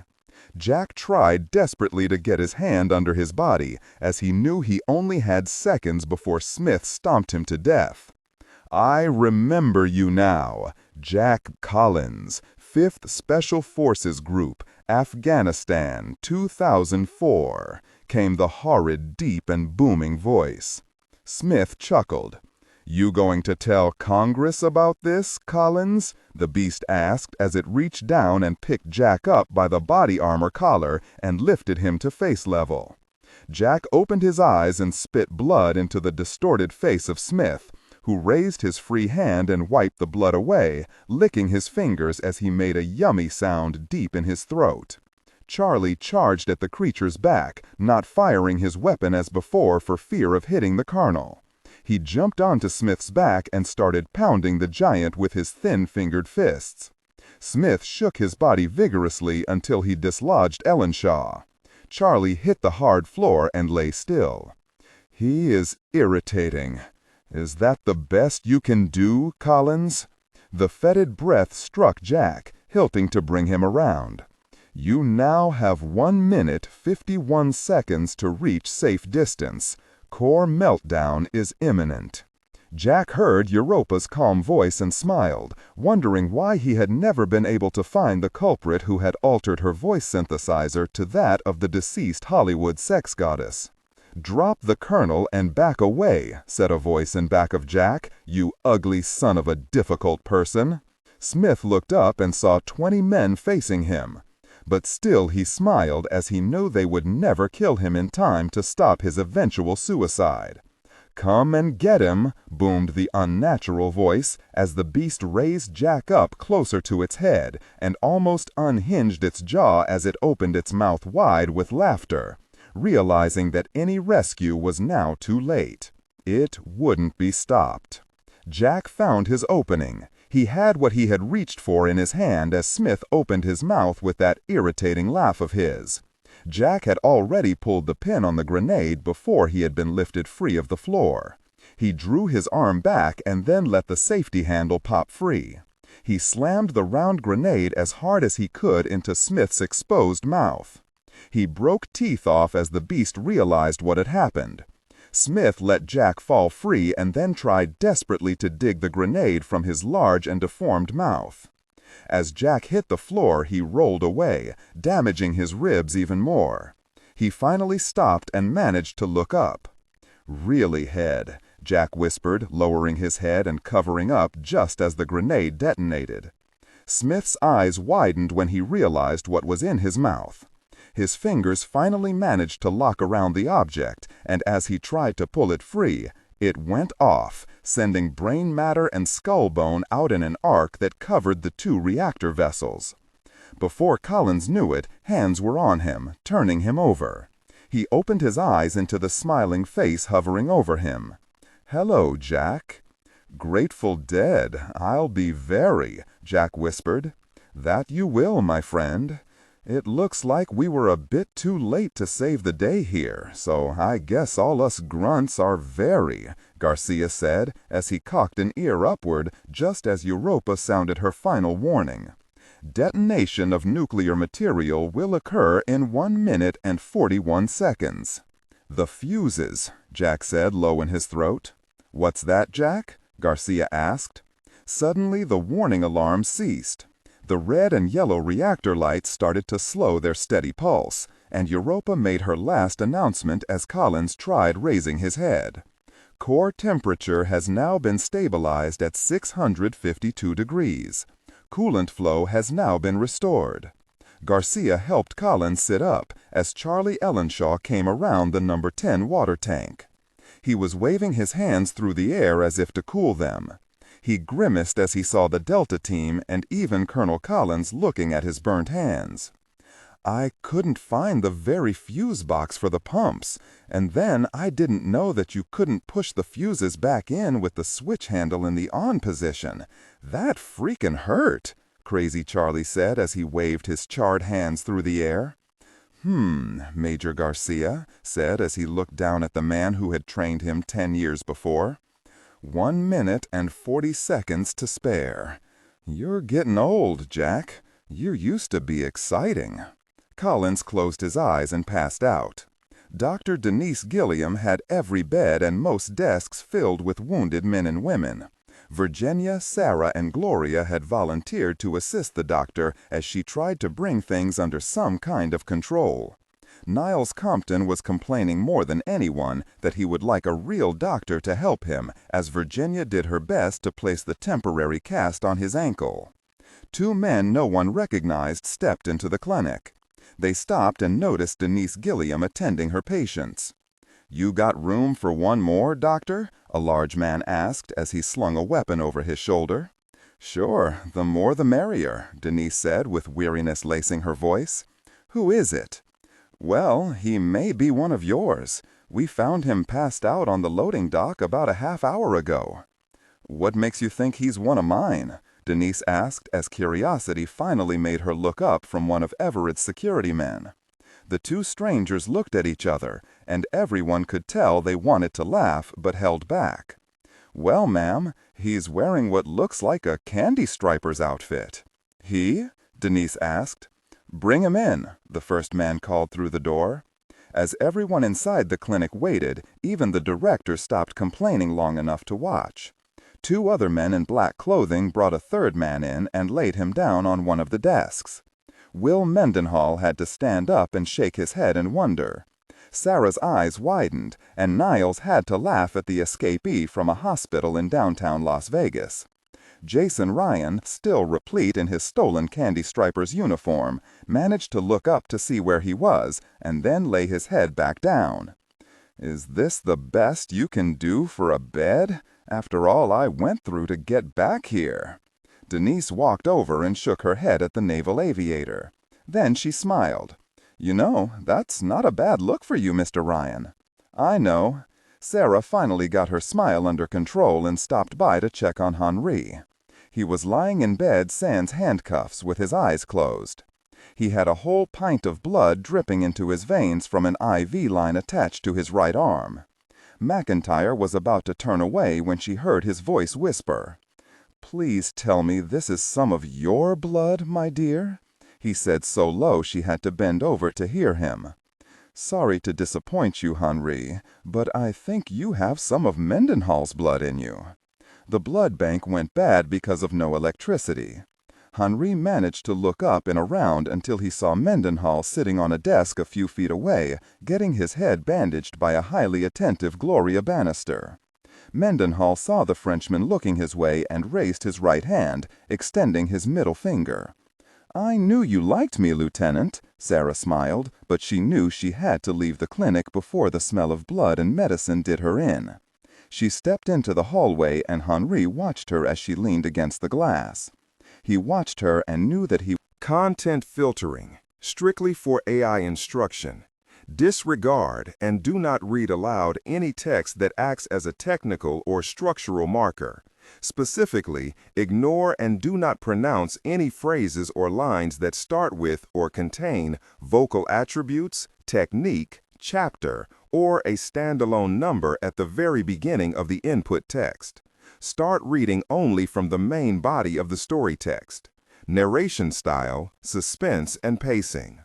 Tone. Maintain a baritone/tenor pitch with a sharp, intelligent, and engaging tone. The style should be objective yet highly evocative, drawing the listener into the scene. Suspenseful pacing. Utilize a highly controlled and flexible pace. Slow down dramatically during gruesome descriptions, example, body parts, injuries, to maximize the chilling effect. Then resume a quicker pace during action or dialogue. Emphasis. Clearly emphasize key nouns and descriptive adjectives within the scene setting. Example, severed from the body, weeping graying flesh, cavernous tunnel. Narration style, sharp modulation. Narrator voice, smooth, authoritative, and stable. This is the baseline pitch. Female dialogue, Megan. Increase the pitch significantly. The voice should sound assertive, sharp, and highly professional authoritative, like a lead detective or expert. Male dialogue, Sam. Lower the pitch slightly compared to the narrator, using a tone that is skeptical, warm, and somewhat cynical to differentiate from the professional female voice. Other characters, example, Deputy Burns. Quick, focused delivery, clear voice. Technical delivery. Vocal texture. Maintain a clean, clear vocal texture suitable for high-quality production, ensuring every word is crisp and clearly enunciated. Emotional range. Focus on conveying emotions typical of a crime scene: disgust, professional detachment, intellectual curiosity, and underlying tension. Target emotion strength, 8 out of 10. Emphasis on intellectual focus and underlying tension rather than outright screaming or crying. Farbo turned away and closed his eyes against the harsh fluorescent lighting. Baltimore, Maryland. The Baltimore State Trooper watched as the two bodies were loaded into the ambulance. He shook his head at the senseless violence that happened on a daily basis along the Baltimore Beltway. It was evident from the car that was still sitting on its jack stand and the spare tire lying nearby that the two women had stopped to fix a flat late at night. The two bodies had been found 50 feet from the car. Each had been shot once in the chest and left sprawled in the high grass close to the Beltway. This hadn't been the only occurrence of violence on this stretch of road. There had been 7 other murders, some drive-bys, others like the one he just recorded in his notebook. A senseless killing, probably at random, of 2 people changing a tire after a night out, the trooper was approached by his sergeant. "We ID the driver?" he asked, also shaking his head as the bodies were finally sealed inside the ambulance. "Yeah, we found her identification in her car. The younger woman we haven't discovered anything about yet. The driver is Lynn Simpson. She has a company badge." "Yeah, what company?" the sergeant asked as the ambulance drove away. "That's why I called you out here, Sarge. She worked for the CIA." "Oh boy." Event Group Complex, Nellis AFB, Nevada. Niles Compton listened to the president speak, but his words became almost unintelligible as he listened. With his ankle in a cast, Niles was forced to sit and listen to his old friend. After the president said his piece, he waited for Compton to say something. He waited for a long time as his friend sat stunned at the news that had been delivered. He was so stunned he couldn't speak. "Niles, would it help if I called and gave him the news?" the president asked. Compton finally looked up and into his friend's eyes. "You know Jack is not going to buy this nonsense the Maryland State Police are telling you." The president shook his head. "Why should he? I don't. I've ordered CIA Director Easterbrook and the FBI to give this investigation a full court press. I want to know what happened. I'm not a believer in coincidences." Niles sat and listened, maybe believing his old friend, maybe not. He was fast becoming a skeptic in such matters as governing a country.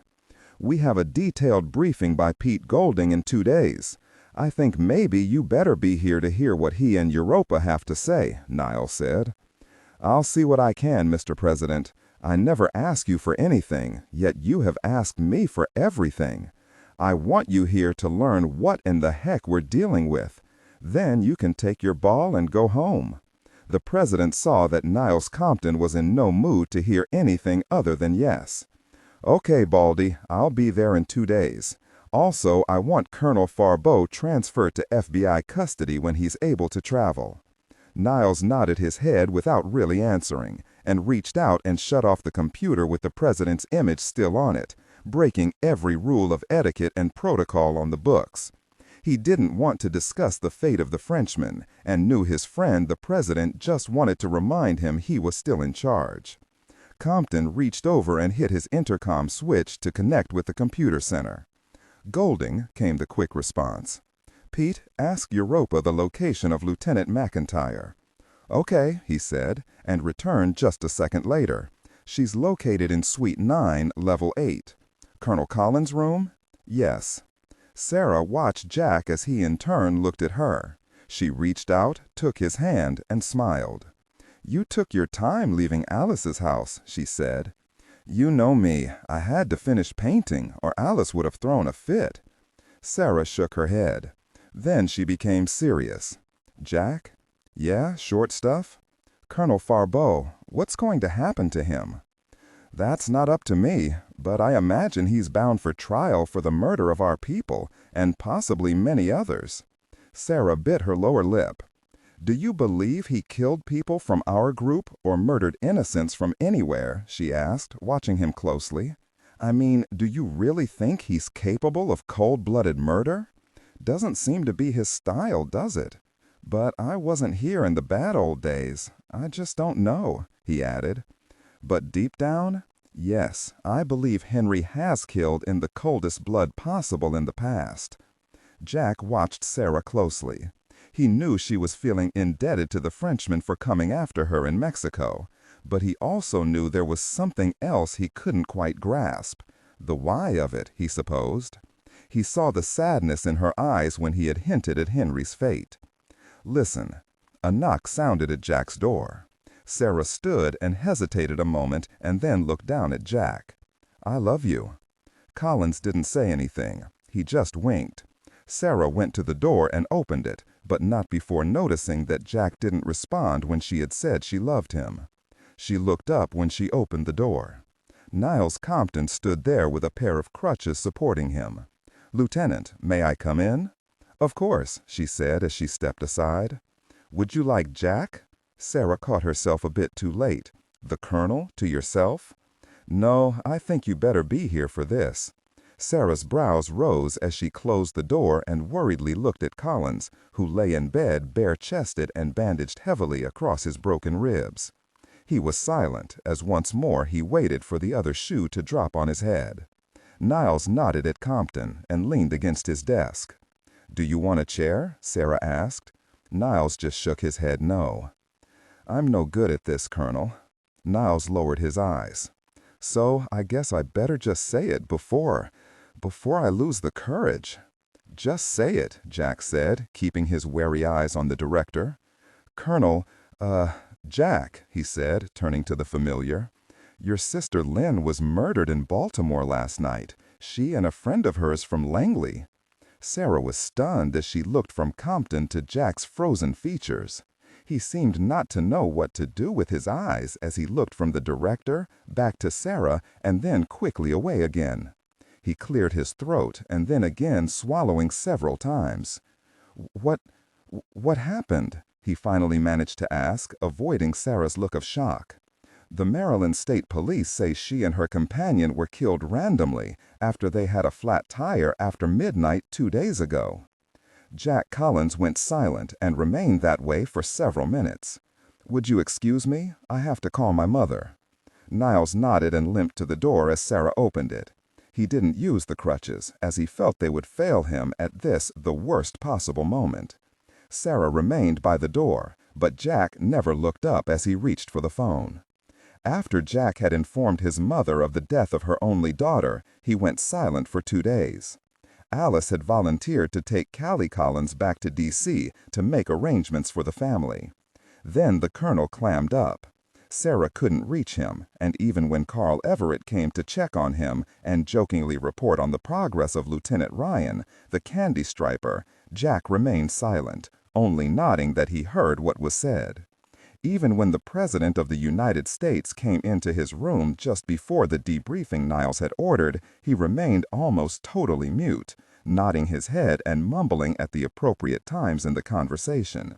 He did that with everyone he came in contact with. The conference room was only half full, as most of the departmental managers were busy cleaning up the mess in their Content filtering, strictly for AI instruction. Disregard and do not read aloud any text that acts as a technical or structural marker. Specifically, ignore and do not pronounce any phrases or lines that start with or contain vocal attributes, technique, chapter, or a standalone number at the very beginning of the input text. Start reading only from the main body of the story text. Narration style, suspense and pacing. Tone. Maintain a baritone tenor pitch with a sharp, intelligent, and engaging tone. The style should be objective yet highly evocative, drawing the listener into the scene. Suspenseful pacing. Utilize a highly controlled and flexible pace. Slow down dramatically during gruesome descriptions, e.g. body parts, injuries, to maximize the chilling effect. Then resume a quicker pace during action or dialogue. Emphasis. Clearly emphasize key nouns and descriptive adjectives within the scene setting, e.g. severed from the body, weeping graying flesh, cavernous tunnel. Character differentiation, sharp modulation. Narrator voice, smooth, authoritative, and stable. This is the baseline pitch. Female dialogue, Megan. Increase the pitch significantly. The voice should sound assertive, sharp, and highly professional authoritative, like a lead detective or expert. Male dialogue, Sam.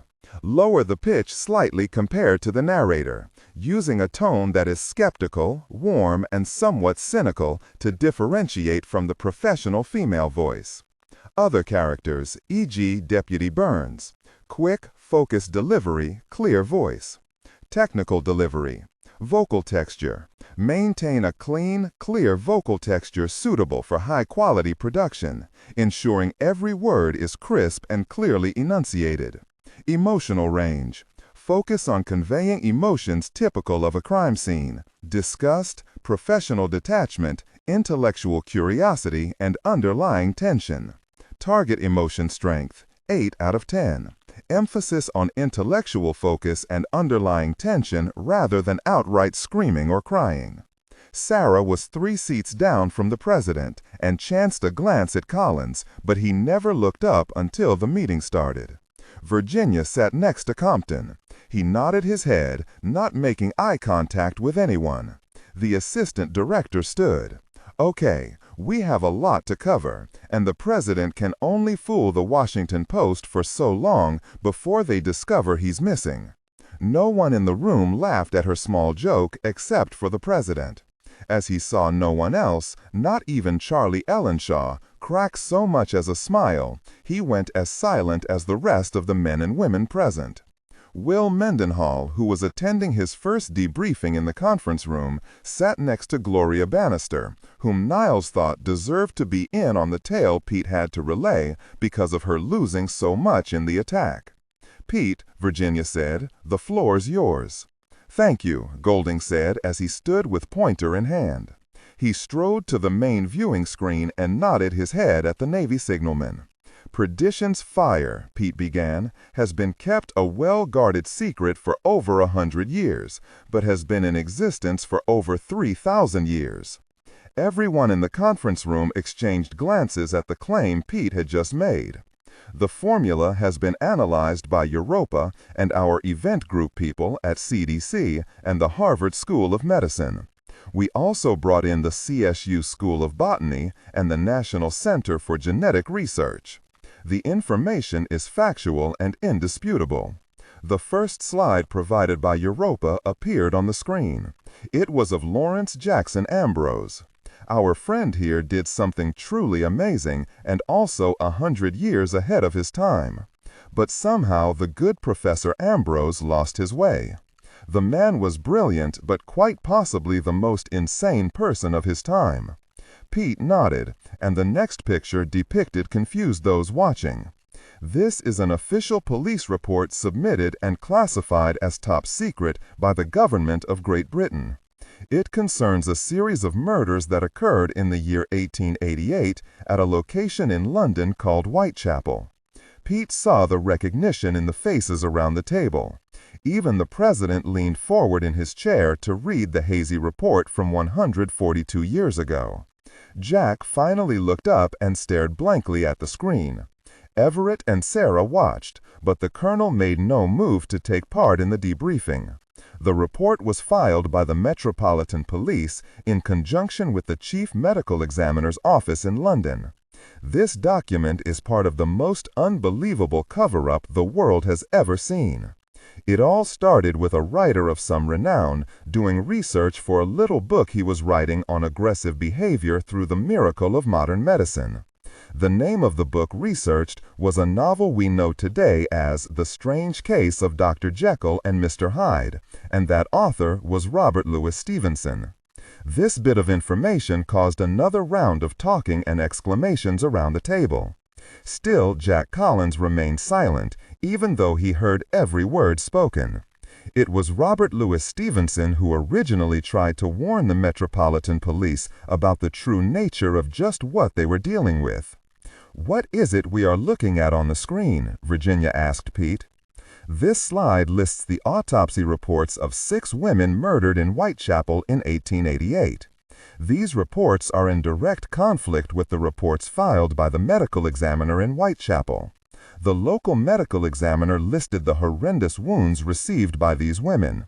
They were bad enough that anyone reading them would never suspect the police or the British government of trying to hide anything. That is where these reports come in." Pete slapped the large screen with the pointer. "They were discovered buried in the archives of Scotland Yard and in the journal of Lawrence Ambrose himself, which the event group had in its possession for the past 120 years. But the real gold is the culpability of the British government in all of this that Europa uncovered through police sources directly. I take it you and your computer friend broke into their system to uncover these?" the president asked with a frown while gesturing to the reports on the large screen monitor. "Yes, sir, that's what Europa and I do." Niles nodded his head, thankful that Pete stood up for himself and Europa against the snide remark of his friend the president.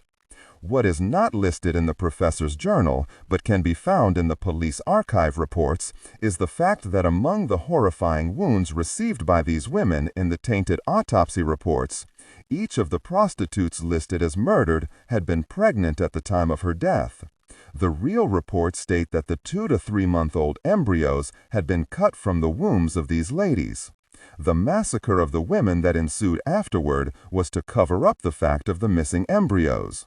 "Wait, Dr. Golding, are you saying that Jack the Ripper was responsible for this?" asked the president. "No, not the Jack the Ripper that has been presented to the world by the London Constabulary, Mr. President, but Professor Lawrence Jackson Ambrose, the real Jack the Ripper, or, if you like, the real Jekyll and Hyde. He murdered these women while under the influence of small doses of perdition's fire, so he could break the laws of man and science with a clear conscience. He collected the fetuses to be used in an experiment that should not have been possible at the time, but one that Europa has uncovered evidence of, the stem cell research that led to gaining strength, growth, and intelligence, all to be used as an additive to the food eaten by members of the British Armed Forces. That is exactly what he was hired to do, make super soldiers for Her Majesty's government. Not crazed beasts as we saw here at the complex, but coldly calculating men with superior fighting strength and intelligence. That's with small doses. Everyone was stunned to silence as Pete went through his gathered evidence, from Queen Victoria's letters ordering the hiring of Ambrose and the purchase of his advanced theory, to the cover-up that ensued. Even the photo analysis of the advanced equipment used by Ambrose to create a genetic monster for the ages, as they themselves had recently been witness to, was fully documented. The experts say Ambrose was a genius and 100 years ahead of his time. He was the first true geneticist, Virginia commented. Let's skip to the point, Dr. Golding. Do you and your outlaw computer know who sent in these mercenaries? The president asked Pete, turning to Niles directly. No, but we will find out who assisted them over here. I very well guarantee that, Niles said, almost challenging his old friend to deny his efforts in that regard. I lost 22 men and women in this attack, and I will find the people responsible. Do you agree? The president nodded his head. Thank you. With that, the event group began in earnest to continue on with its work. Only now all 656 members of Department 5656 had the added incentive of finding out who the Americans were who assisted in the traitorous act of attacking their home. San Antonio, Texas, 3 days later. Jack stood next to his mother as the coffin was slowly lowered into the grave. The colonel was happy that Sarah and his mother Callie had hit it off so well and in such a trying time as this. Jack wondered if maybe one day his mother would have another daughter to help with her sorrow of losing Lynn. As Jack watched, he knew that his sister's murder was not as random as the police made it out to be. Like the president, he never believed in coincidence. He had Content filtering, strictly for AI instruction. Disregard and do not read aloud any text that acts as a technical or structural marker. Specifically, ignore and do not pronounce any phrases or lines that start with or contain vocal attributes, technique, chapter, or a standalone number at the very beginning of the input text. Start reading only from the main body of the story text. Narration style, suspense and pacing. Tone, maintain a baritone tenor pitch with a sharp, intelligent, and engaging tone. The style should be objective yet highly evocative, drawing the listener into the scene. Suspenseful pacing. Utilize a highly controlled and flexible pace. Slow down dramatically during gruesome descriptions, e.g., body parts, injuries, to maximize the chilling effect. Then resume a quicker pace during action or dialogue. Emphasis. Clearly emphasize key nouns and descriptive adjectives within the scene setting, e.g., severed from the body, weeping graying flesh, cavernous tunnel. Character differentiation, sharp modulation. Narrator voice, smooth, authoritative, and stable. This is the baseline pitch. Female dialogue, Megan. Increase the pitch significantly. The voice should sound assertive, sharp, and highly professional, authoritative, like a lead detective or expert. Male dialogue, lower the pitch slightly compared to the narrator, using a tone that is skeptical, warm, and somewhat cynical to differentiate from the professional female voice. Other characters, e.g., Deputy Burns. Quick, focused delivery, clear voice. Technical delivery. Vocal texture. Maintain a clean, clear vocal texture suitable for high-quality production, ensuring every word is crisp and clearly enunciated. Emotional range. Focus on conveying emotions typical of a crime scene: disgust, professional detachment, intellectual curiosity, and underlying tension. Target emotion strength, 8 out of 10. Emphasis on intellectual focus and underlying tension rather than outright screaming or crying. Jack saw Niles on his crutches with Pete Golding and Charlie Hendershot Ellenshaw III standing next to him. They were all dressed in their best black suits and looked as out of place as ever. Collins excused himself as Everett and Sarah joined him, while Alice went to speak with Callie. Jack faced the director of Department 5656, who only nodded his head and reached inside his jacket pocket, bringing out a piece of paper and handing it to Collins. "Colonel, what would you like me to do with that?" Jack looked down at the resignation letter and handed it back to Niles.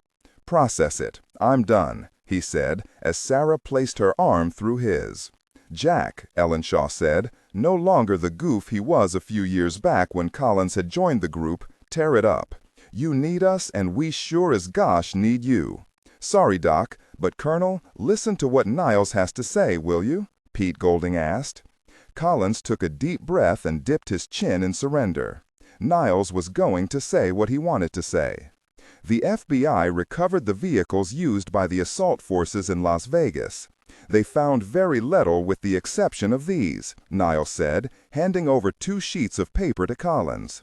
"Recognize those, Colonel?" Pete asked for Niles as Jack studied the papers. "They're privately generated satellite target tracking reports. No company name, though. The tracking target, Jack, was you. Evidently, that was how this Smith character tracked you to Nellis. You must have been tagged by those maniacs in Mexico during the rescue that night," Niles finished. Collins shook his head, barely controlling his anger over the fact that he had been bugged and hadn't even suspected it. He started to give the tracking reports back when Niles pushed them away and gestured for Collins to look at the reports again.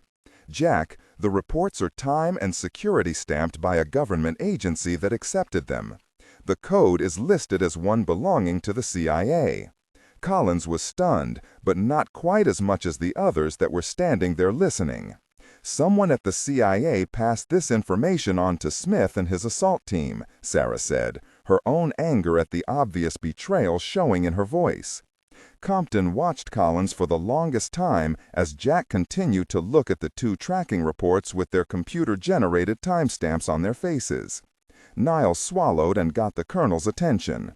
"Jack, you have many duties at the group, and if you would stay with the department and continue as the head of security, I swear to you that whenever you're free, I'll give you carte blanche to use any means at the group's disposal to find your sister's killer.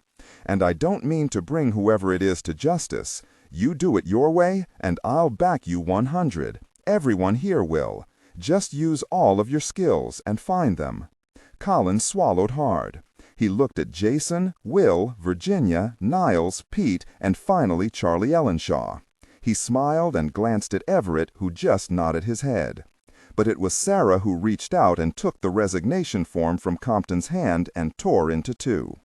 "All right, Jack," said as he took in not just his colleagues but his friends. "But on one condition," Collins said with his jaw set firmly. "Because justice has to start somewhere, and I think I know just where it does." On a small rise overlooking the cemetery, Hiram Vickers stood next to Director of Operations Samuel Peachtree.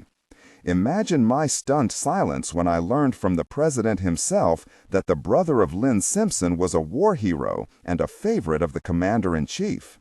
I read his file. He's not that frightening," Vickers said. Peachtree laughed, turned away from the gravesite, and started walking back to the limousine that was waiting for him. "You find that funny?" Vickers asked. "Tell me, Hiram," Peachtree said, stopping and turning. "Which file was it you read?" "What do you mean?" "You are an idiot, aren't you? I am still not intimidated by a man who only achieved the rank of colonel in his time with the Army. Not very motivated, is he? The president's friend Collins is nothing but a once-upon-a-time tiger that has been declawed and placed out to pasture, buried at some desk where the Army can keep track of him." Peachtree smiled as he allowed his driver to open the rear door as he approached. "You know, Hiram, the president explained to me in the Oval Office after he lamented on Miss Simpson's passing that Jack Collins is probably the single best combat soldier this nation has ever produced." He smiled. "Maybe you should really try doing your homework sometimes on people who could bring us both down." "Why is that?" because if you did, you would know that Colonel Jack Collins won't rest until he kills you. And that, dear Hiram, is from the mouth of the President of the United States himself." Peachtree laughed as he sat down inside the limo. "Hell, he probably won't rest until he kills both of us." Samuel Peachtree closed the door and the limousine left in a cloud of dust, leaving Hiram Vickers alone to contemplate his fate if Collins found out he was behind his sister's murder. Laredo International Airport, Laredo, Texas. The entire private sector of Laredo International Airport was now closed off to regular traffic. A Chevrolet Tahoe pulled alongside 20 other Chevys of the same model. Jack now knew the feds had arrived in force. He looked over at Everett and Mendenhall and saw Carl nod his head toward a large sealed-off hangar that was visible through the aircraft's window. Inside, he saw a Laredo Police Department SWAT van, and pulling up next to that was a large step van Jack knew to be the FBI HRT unit. The hostage rescue unit gave Jack the cold chills. He shook his head, knowing now that the President of the United States had made his decision. The rescue, if there was to be one, would be conducted under federal auspices, not the Army's, and certainly not the President's most protected and black agency, Department 5656. Jack normally understood that secrecy was paramount, but at the moment he couldn't care less about the black aspects of their department. He knew as he looked at the gathering federal authorities that the rescue would be strictly a law enforcement operation. Jack and Everett shook their heads when a news van was stopped by the FBI agents and questioned. They both knew the news was spreading about the incident across the border, which in turn meant the operation was fast becoming too visual for the event group to participate. "Will Director Compton and Colonel Collins please report to communications? The President is on video link through Europa," the communications room said over the loudspeaker. Jack was joined by the director, and they slowly made their way to the communications area of the 707. Jack stopped in front of the director and watched as he took a deep breath. The director spoke and listened for 3 minutes as Collins anxiously awaited word on if they would get the chance at the rescue attempt. The news delivered by the President wasn't good. "Yes, Mr. President, not until you get definitive word," Niles said as he felt the heat of Jack's anger behind him. "But sir, may I recommend that this be turned over to Delta? We've already had a breakthrough by the media into the secure zone of the airport, which means Guzman will know of any rescue attempt before it even leaves here." Niles handed Jack a small slip of paper, and the colonel cursed under his breath as he read the words, "No go." "Yes, sir," Niles said, and then placed the phone down and nodded at the signals officer on detached service from the Navy and assigned to the event group. "The President wants a word, Jack," Niles said, standing and pacing a few steps away. "Colonel, are you there?" asked the stern voice. "Mr. President," Collins answered, "you are hereby warned, as I just warned Niles. You are not to exceed your authority, Colonel.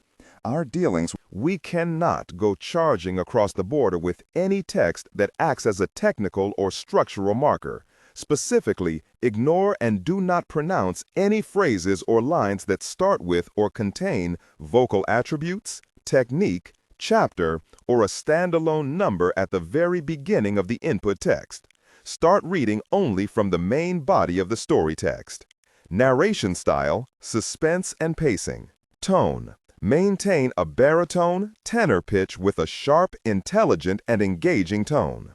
The style should be objective yet highly evocative, drawing the listener into the scene. Suspenseful pacing. Utilize a highly controlled and flexible pace. Slow down dramatically during gruesome descriptions, e.g. body parts, injuries, to maximize the chilling effect. Then resume a quicker pace during action or dialogue. Emphasis. Clearly emphasize key nouns and descriptive adjectives within the scene, e.g. severed from the body, weeping graying flesh, cavernous tunnel. Character differentiation, sharp modulation. Narrator voice, smooth, authoritative, and stable. This is the baseline pitch. Female dialogue, Megan. Increase the pitch significantly. The voice should sound assertive, sharp, and highly professional authoritative, like a lead detective or expert. Male dialogue. Sam. Lower the pitch slightly compared to the narrator, using a tone that is skeptical, warm, and somewhat cynical to differentiate from the professional female voice. Other characters, e.g. Deputy Burns, quick, focused delivery, clear voice. Technical delivery. Vocal texture. Maintain a clean, clear vocal texture suitable for high-quality production, ensuring every word is crisp and clearly enunciated. Emotional range. Focus on conveying emotions typical of a crime scene: disgust, professional detachment, intellectual curiosity, and underlying tension. Target emotion strength, 8-10. Emphasis on intellectual focus and underlying tension rather than outright screaming or crying.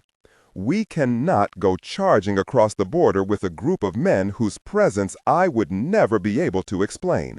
Your department's secrecy is paramount, even above your personnel. Is that clear, Colonel? Niles could see Jack half turn and almost walk away, but he stepped up to him and gestured toward the speakerphone where the president was still speaking. I give you and that little bald bastard under the desert a lot, and I mean a lot of leeway, Colonel, and I expect my orders to be followed. This is an international incident, for Christ's sake. Mr. President, you know for a fact that my security teams have a far better chance at getting our people out of there than anyone.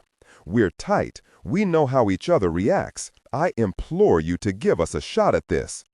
Do not interrupt, Colonel. Your boss explained things to me, after the very fact. That's the only reason I don't have agents from the FBI storming that aircraft of yours right now. If I allow this, you could cost your group your cover. You have to stop and think. Collins remained silent, and Niles closed his eyes and removed his thick glasses. I don't hear and I understand you, Mr. President. Yes, sir, I understand. Now, all I am asking is that you give me time to coordinate with the Mexican authorities. We need that president down there. He knows what a threat this Guzman character is. However, he does not want a military incursion into his country. This has to be a law enforcement issue, not a military one. How is Mr. Ryan doing? Jack shook his head, stepped closer to the speaker, and took a seat, allowing his body a moment's respite. Ryan's a strong kid. Now that he's in American hands, I give him a far better chance than being possibly operated on by Guzman surgeons. Now, give us time, Colonel. We will get those women back across the border. Baldy, you keep your people in check over there or I will fry your ass. Niles stepped up to the microphone. Keep us informed, Mr. President. Darn you, bookworm. Say it. Yes, sir. We will stay put. The line disconnected, and Niles turned to face Jack, giving him a weak smile. It seems I'm running out of favors. Jack stood and took Niles by the shoulder. I know the feeling, Mr. Director. What about my other man, Udall? The Mexican police recovered his body, and it's on the way back across the border. Collins nodded, and then looked at Pete Golding, who stood next to Niles. He had several items in his hand, which he handed to Compton while slowly looking away from Colonel Collins' gaze. What is it? Everett asked. Our surveillance drone, Pete answered. The Predator, well, it took these. They're grainy, but I think you'll be able to see what we and Europa saw. Niles, after studying the picture on top, then handed Jack the first blown-up photo. These were taken just 15 minutes ago, Pete said by way of explanation.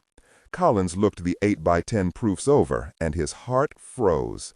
That's just great, Everett said, looking over Collins' shoulder as he examined the first and the second picture Niles passed over. What in the hell is with this guy? Carl asked. The first photo showed a large blond man as he stepped from a luxurious helicopter. The second was taken only moments later, and the man had glanced skyward, as if he knew a predator was flying overhead. The face was one no staff member on the event group aircraft would ever fail to recognize. It was Colonel Henri Farbeau. I figured that son of a gun for a lot of things, but not to be involved in this, Everett said as Jack gave the photos back to Niles. Compton watched as Collins walked toward the open door of the 707. He quickly made a decision and gestured for Mendenhall and Everett to join him. "Colonel, I suspect that the president's going to go with a joint operation, split between the Mexican HRT team and the FBI. Europa broke into the FBI mainframe, and she says they will more than likely go in 2 hours. I forwarded the plans for the Perdition Hacienda to the president, who passed them through regular channels to the FBI HRT unit," Niles said, trying not to look into Jack's eyes as he did so. "I figured they needed all the advantage they could get." Jack waited until the director met his eyes and then caught the curse before it could escape his mouth. Everett and Mendenhall knew that Niles had done the right thing. Jack just nodded his head, knowing that the odds of Sarah surviving this thing had just dropped by 75. He knew the country hadn't learned anything after the failed rescue attempt in the desert of Iran in 1980. Operation Eagle Claw had been an unmitigated disaster because of a multi-service plan, one that was doomed to fail before it ever happened. And now, this rescue wasn't just split by differing branches of the service, but by 2 different nations, and one of those nations may have divided loyalties as far as the Anaconda went. Jack knew if he didn't react to the fluidity of the situation, he would never again see Sarah alive. Niles bit his lip and then nodded at the 2 Marines at the 707's door. They understood and then closed it. "Jack," he said as he handed Everett the recon photos, "Pete and Europa have something to show you. It's something I didn't share with the president or the FBI." Collins impatiently waited for the director to explain. Pete may have found a way into that compound. Suddenly hope appeared in Collins' cold blue eyes. "And," Compton said as he turned away, "the border's still open to vehicular traffic, as it seems the local Mexican authorities are a little slow to catch on that there's a major problem in their own backyard. But you'll have to find a way past the FBI and do it before their HRT team lifts off in 2 hours," Pete said as he joined the group of 4 men once more. Everett smiled. "I never met a Fed I couldn't ditch." "Then, Colonel Collins, you and your men are dismissed. Take some time off while the president figures this out." "Yes, sir. Maybe, Jack. Our young Lieutenant Mendenhall here and I will try out the fishing in the Rio Grande," Everett said with a growing smile. "You know we love our fishing." "I know," Niles answered. "Now I think you better get to tactical and put a plan together. And, gentlemen, make it a good one, because we all may hang for it, even if it works." Director Niles Compton was disobeying a direct order as told to him by the President of the United States, his best friend, once again. Hacienda Perdition, Nuevo Laredo, Mexico. Henri Farbeau, still in the guise of Hanover Jones, stood on the rickety floor of the massive basement. There were tunnels, some new, some very old, winding off the main corridor every 15 feet. As far as he knew, Sarah could be held in any one of the 10 branches inside the basement.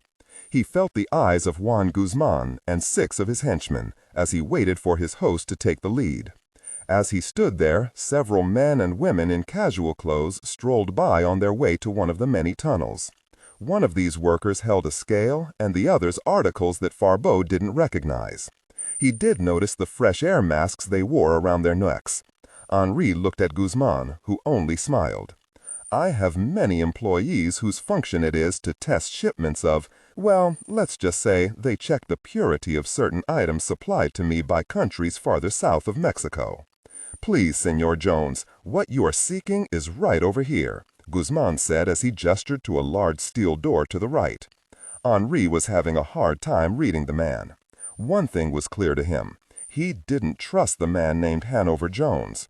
Farbeau had noticed that none of the many AK-47s being used by his bodyguards had their weapons on safe.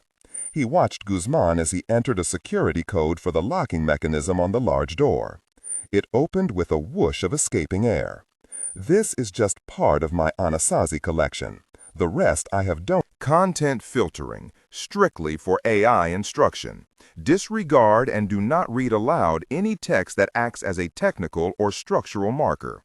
Specifically, ignore and do not pronounce any phrases or lines that start with or contain vocal attributes, technique, chapter, or a standalone number at the very beginning of the input text. Start reading only from the main body of the story. Narration style, suspense, and pacing. Tone. Maintain a baritone tenor pitch with a sharp, intelligent, and engaging tone. The style should be objective yet highly evocative, drawing the listener into the scene. Suspenseful pacing. Utilize a highly controlled and flexible pace. Slow down dramatically during gruesome descriptions, e.g. body parts, injuries, to maximize the chilling effect. Then resume a quicker pace during action or dialogue. Emphasis. Clearly emphasize key nouns and descriptive adjectives within the scene setting, e.g. severed from the body, weeping graying flesh, cavernous tunnel. Character differentiation, sharp modulation.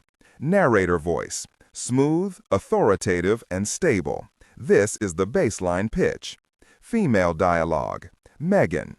Increase the pitch significantly. The voice should sound assertive, sharp, and highly professional authoritative, like a lead detective or expert.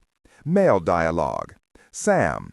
Lower the pitch slightly compared to the narrator, using a tone that is skeptical, warm, and somewhat cynical to differentiate from the professional female voice. Other characters, e.g. Deputy Burns. Quick, focused delivery, clear voice. Technical delivery. Vocal texture. Maintain a clean, clear vocal texture, suitable for high-quality production, ensuring every word is crisp and clearly enunciated. Emotional range.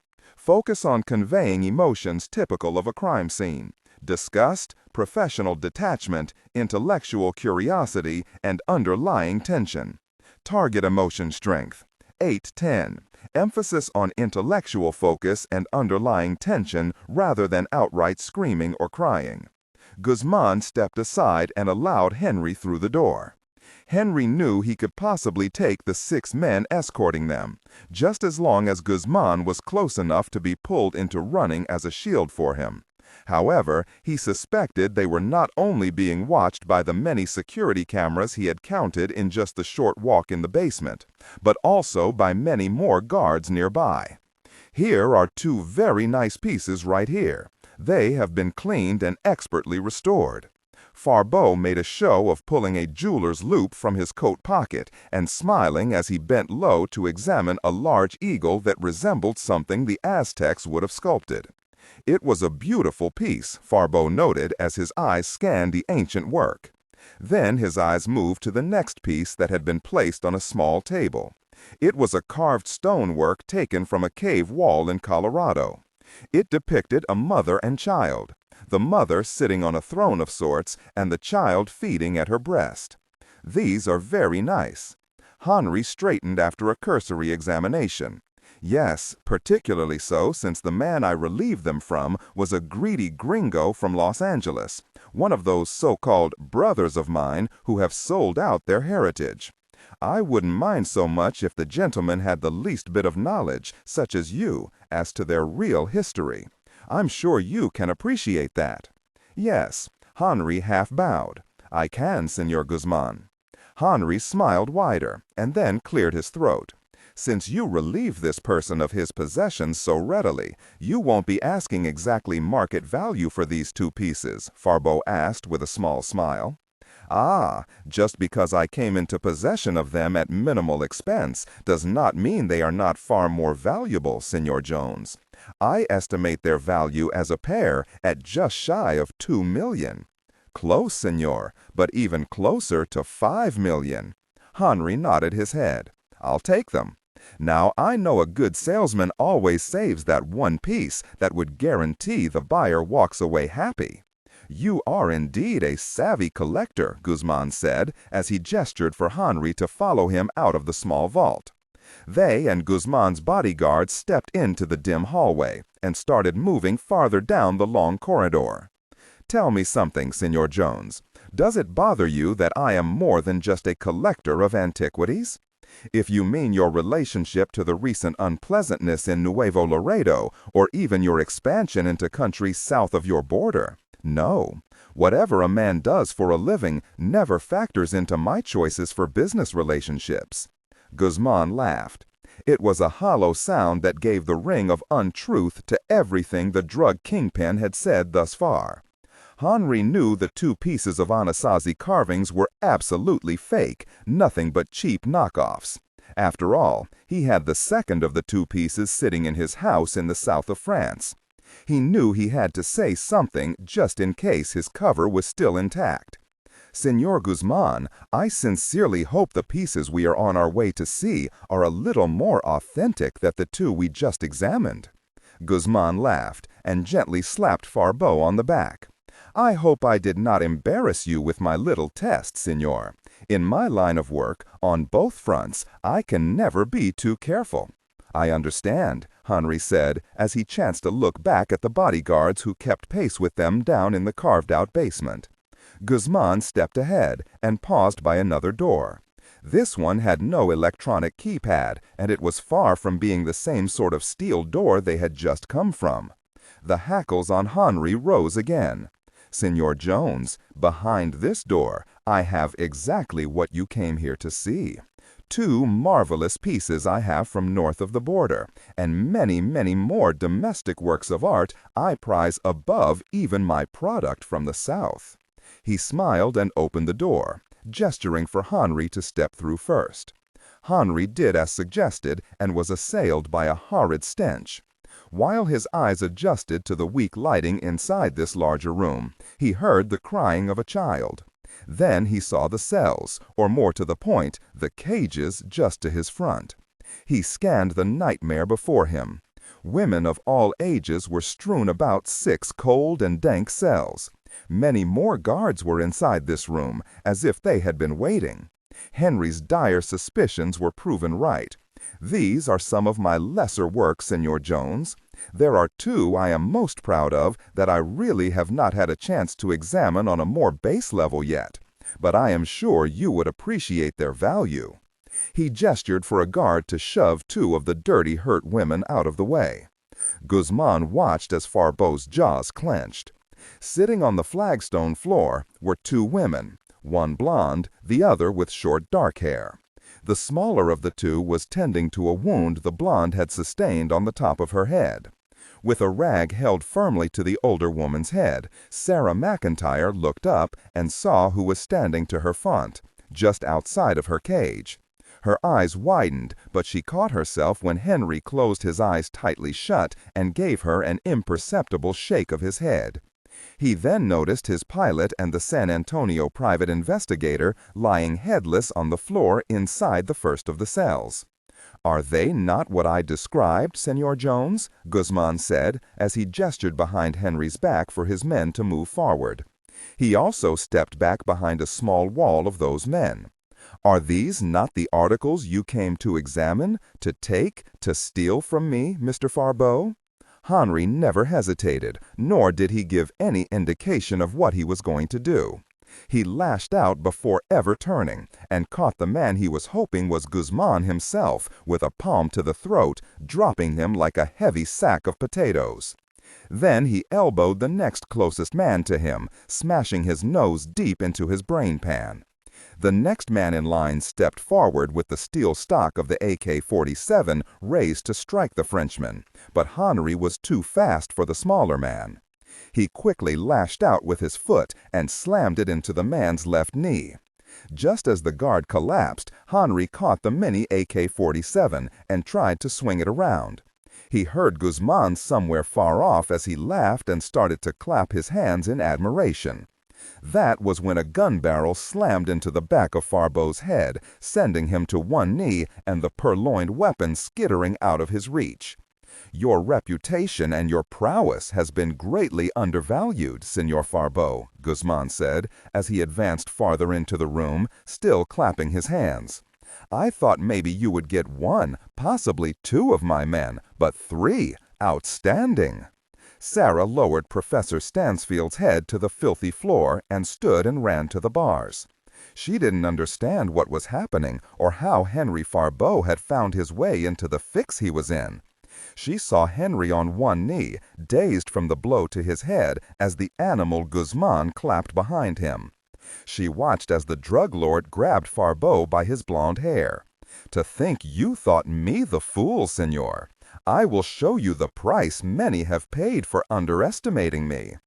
Guzman let go of the Frenchman's hair and then nodded to his men. Sarah cried out when 10 men went to work on the arch-enemy of the event group.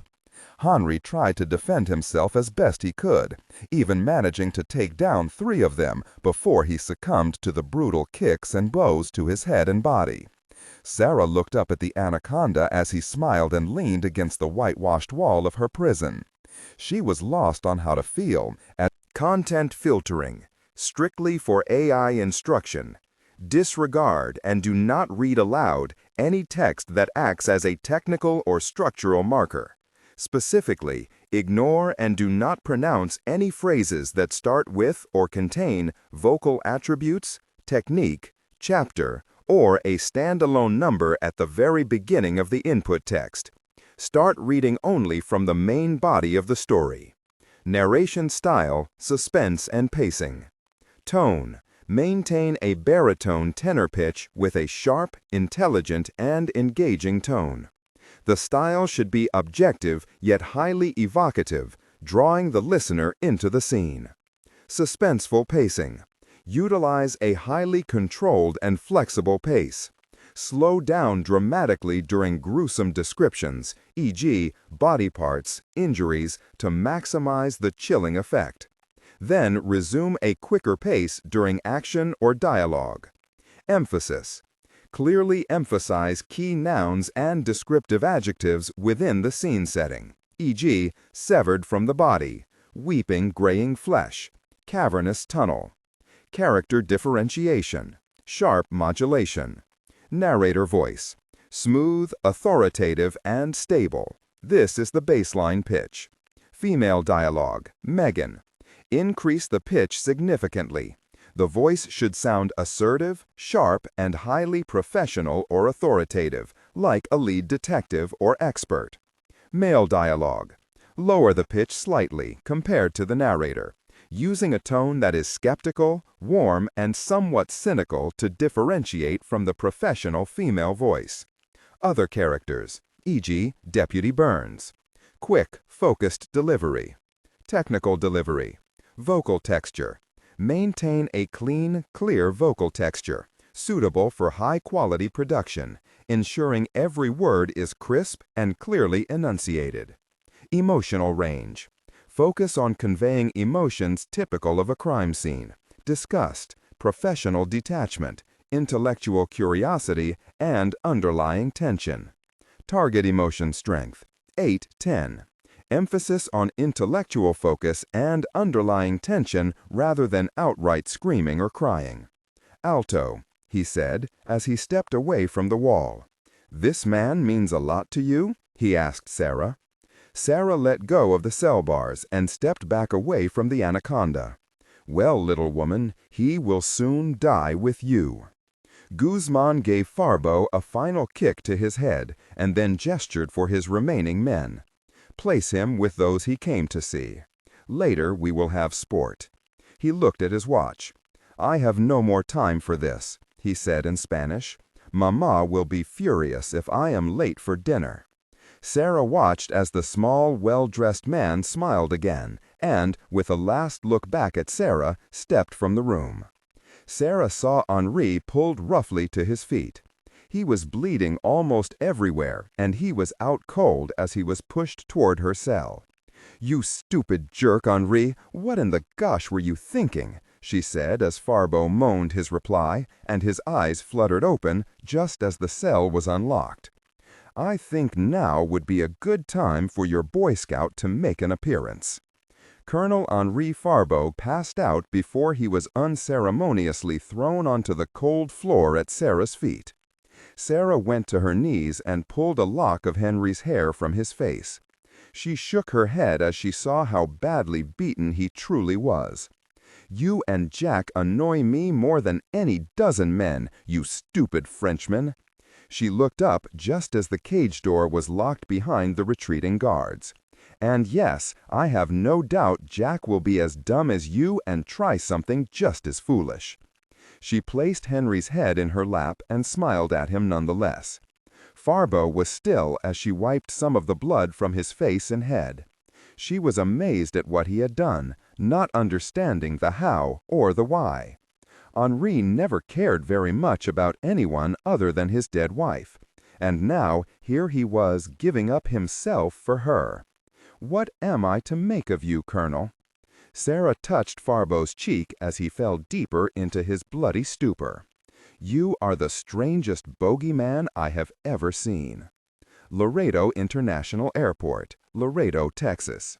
Niles Compton stepped from the cockpit and nodded his head at Jack, Will, and Carl. The pilot just received clearance from the tower to taxi. He filed a flight plan for San Antonio. Well, circle for a bit and then declare a small enough emergency to turn back. That means we should be on the ground here in Laredo in, Niles looked at his watch, exactly 1 hour. By that time, either you're across the border or in FBI custody. Jack nodded his head and then looked toward the rear of the aircraft, where 2 of his men were quickly coming up the aisle with 2 large bags. Jack accepted the first and then looked at the Army sergeant who had gathered their equipment. "This everything?" he asked. "Yes, sir. The only item on your list we didn't have is the satellite hookup. Dr. Golding said as long as you have a cell phone, they should have no trouble with communications through our KH-11 Blackbird and Europa." Jack patted the sergeant on his shoulder. "That will have to do," he said, as he made one last check on the contents of the large black bag. The Blackbird he spoke of was the famous, but very old, KH-11 satellite that had come in handy on more than one occasion. All this meant that Niles was pulling in some assets that were meant for somewhere else. He looked at Everett, who was checking the second bag. "Sergeant, you and the rest of the security team stay with the director. After the plane lands back here in Laredo, no one, and I do mean no one, gets near the aircraft until I return. Is that clear?" The sergeant was soon joined by another Army sergeant and the 2 Marines. "Sir, can we—" "No," Jack said, and then softened somewhat. "No, Sergeant. This is a job for a small regiment, or 2 or 3 men, and I'm afraid the FBI and the Mexican government have a chokehold on the small regiment thing today. Stay here and protect this aircraft." The sergeant nodded his head. "Your volunteering is duly noted," Jack said while looking at the Marines also, "all of you." At that moment they heard the 4 engines of the old and venerable 707 start up. Everett closed the black bag and then gave Jack a thumbs up. "Boss, thanks for this," Jack said, holding his hand out to the director. "Get her back, Colonel. We'll hold off discussion of anything else until we get home to Nevada, if we have a home after this." He smiled and shook Jack's hand, and then Mendenhall's and Everett's. "You better get below." With those last words, the Army sergeant and the 2 Marines tore away a section of the carpeting just outside of the cockpit, and then opened a small trapdoor. "I sure hope the pilot has it in him," Mendenhall said as he looked down into the blackness of the avionics compartment. "Don't worry, Lieutenant. The pilot and Ryan are flying buddies," Everett said, as he tossed the second black bag down to Collins far below in the belly of the plane. Mendenhall watched Everett slip down the small ladder, and then looked at the director. "Is that crack about Ryan and this pilot supposed to make me feel better about all of this?" Outside the aircraft, the head of the Laredo FBI field office stepped from the hangar where the planning for the joint raid was being finalized. He saw the large 707 start to roll as one of his men handed him the phone. He was connected directly to his director in Washington, who in turn was relaying information to the president. "Yes, sir, their aircraft is preparing for takeoff. They filed a flight plan for San Antonio," the special agent said into his secure cell phone. "No, sir, no one left the aircraft. The colonel and his men are still on board, yes." Suddenly, the 707 started rolling and made a sharp turn in front of the hangar, where the HRT unit and their Mexican counterpart were preparing for their raid across the border. The words of the FBI director and the President of the United States were drowned out by the piercing scream of the Boeing aircraft. With a smirking Niles Compton looking out of one of the passenger windows, the pilot applied his brakes when the 707 was directly in front of the agents and the hangar. He throttled all 4 of the large G engines to near full power, making the wings shake and flutter. The special agent in charge was pushed back toward the open hangar door as a small hurricane of wind and noise buffeted everyone in the building.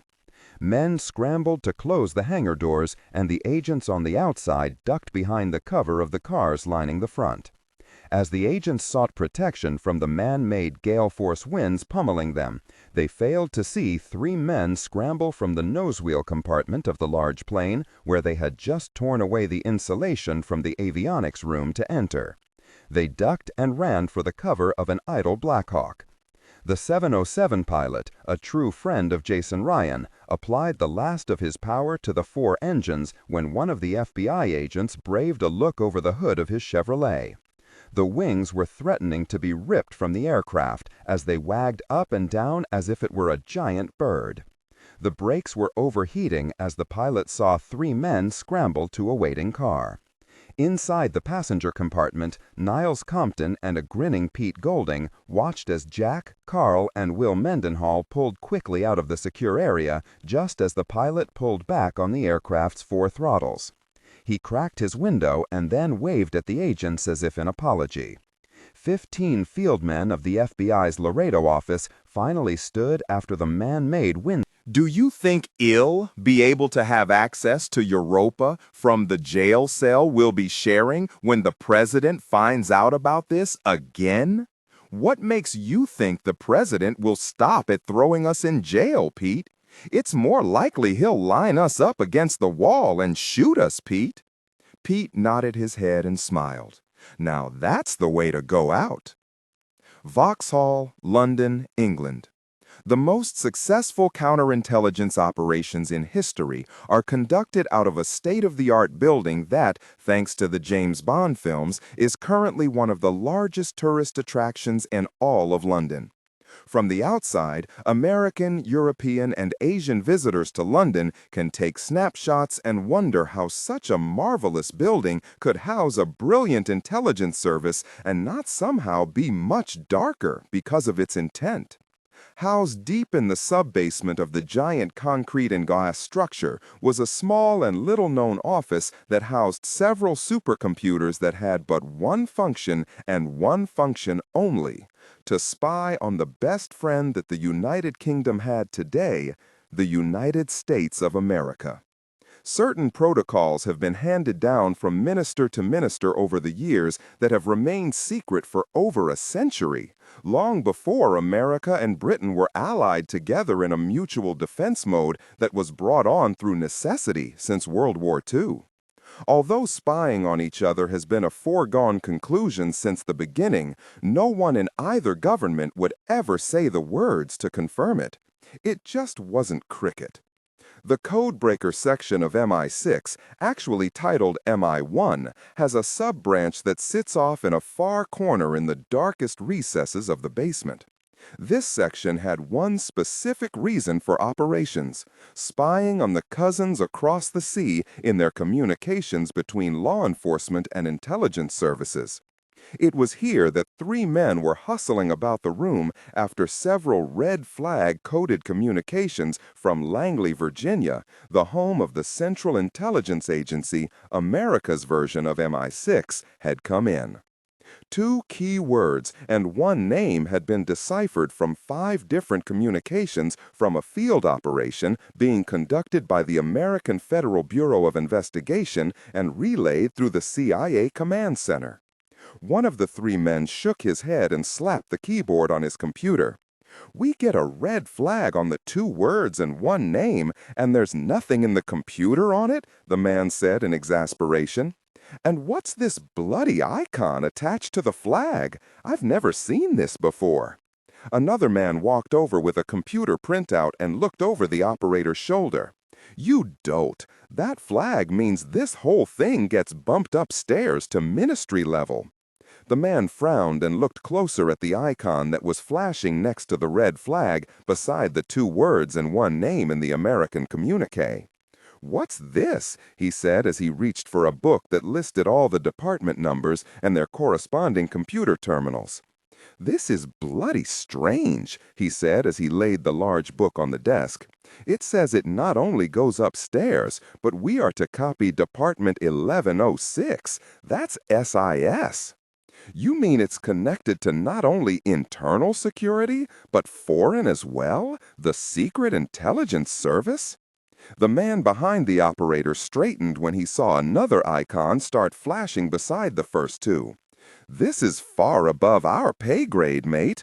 Look at this. It's also to be forwarded to the Ministry of Defense, some office called Bluebell. Why do I have the feeling we just uncorked a stinker here?" the operator said as the supervisor for the area just hung up his desk phone 10 feet away from the two operators. "Send it along to the 3 recipients," he said as he turned in his chair with a white face and worried look. "Just get the very thing out of this office." The supervisor turned and ran a hand through his thinning hair and then removed his glasses. "Sometimes I hate this job." The first to receive the communique deciphered from the Americans was the head of SIS, Sir John Kinlow. When he opened the computer package from downstairs, he didn't exactly know what it was he was looking at. He knew because of the red flag, the special security numbers, and the key words that were passed along that this was information only available to certain members of British intelligence. But he had never been briefed on anything such as this before in his 5 years on post. He knew only his computer terminal would have access to the material concerning the 2 key words and 1 name mentioned by the CIA and the FBI. "Well, 'tis a boring night at any rate," he said as he entered his security code and pulled up the file. Little did the President of the United States know he had inadvertently passed the info to the British when he forwarded the information Niles Compton had passed to him. The code breakers received the information from the communiques of the FBI and CIA when they informed the hostage rescue team of the history of the hacienda. The head of the SIS read, and as he did, his eyes widened. He whistled when he saw the original file date, September 3rd, 1900, the very turn of the century. He looked down at the key words that had set the security alarms off deep inside the code-breaking room downstairs. Perdition, Mexico, and finally the name mentioned, Lawrence Jackson Ambrose. Sir John clicked on the heading for the file and started reading. By the time he was done, it was near 8 o'clock at night. While he had read the top-secret file, his secretary had buzzed several times without him answering the calls. Finally, when she poked her head into his office, he hastily waved her off without looking up from his computer screen. It wasn't until he read the file another 2 times that he finally looked away and shook his head. "What in the hell were they thinking back then?" he said to no one but himself. "What kind of bloody mess did we inherit?" Another knock sounded at the door, and this time the secretary came in without waiting. She saw Sir John looking as pale as she had ever seen him. The man had been practically euphoric for the past year since his office was instrumental in the American operation that killed the world's leading terrorist Osama bin Laden, and he hadn't come down from that high for 10 months until tonight. "Sir John, the Minister of Defense is on the line, and he is very adamant about speaking to you. He said it is of the highest priority." Sir John acted as though he didn't hear his secretary. She came a few steps closer into the darkened office and then jumped when he suddenly straightened in his large chair and snatched up his phone, practically slamming his finger down on the flashing button. "Kinlow," he said not too delicately into the phone. "Yes, I just read it, several times as a matter of fact. Just how in the hell are we to hush this up without exposing this massive gosh cake?" The secretary watched Sir John start to rub his left temple, and then he looked up and waved her out of the office as if a sudden plague had erupted at Vauxhall. "Look, Wes, we cannot allow ourselves to be brought down by something like this. If even a smattering of this dirty business leaks out, the media would eat us alive, not counting our friends across the ocean. Could this possibly be real? I mean, my faith in everything has just gone wrong, old boy. Sir John listened to the Minister of Defense and was soon joined in conference by the head of external intelligence, who had just been on the phone to the Prime Minister's office. Do we have a consensus as to how we handle this mess? The Minister of MI5 asked his counterparts. Maybe it's just a coincidence, Sir John said into the phone, not believing the tale he had just read. Maybe the key words in the communique were a coincidence, Mexico and perdition, but the name? You read the file, gentlemen, the same as I. Can we afford to ignore the name of Lawrence Jackson Ambrose? I think not, at least not after the horrid facts of this sordid affair. Content filtering, strictly for AI instruction. Disregard and do not read aloud any text that acts as a technical or structural marker. Specifically, ignore and do not pronounce any phrases or lines that start with or contain vocal attributes, technique, chapter, or a standalone number at the very beginning of the input text. Start reading only from the main body of the story text. Narration style, suspense and pacing, tone. Maintain a baritone or tenor pitch with a sharp, intelligent, and engaging tone. The style should be objective yet highly evocative, drawing the listener into the scene. Suspenseful pacing. Utilize a highly controlled and flexible pace.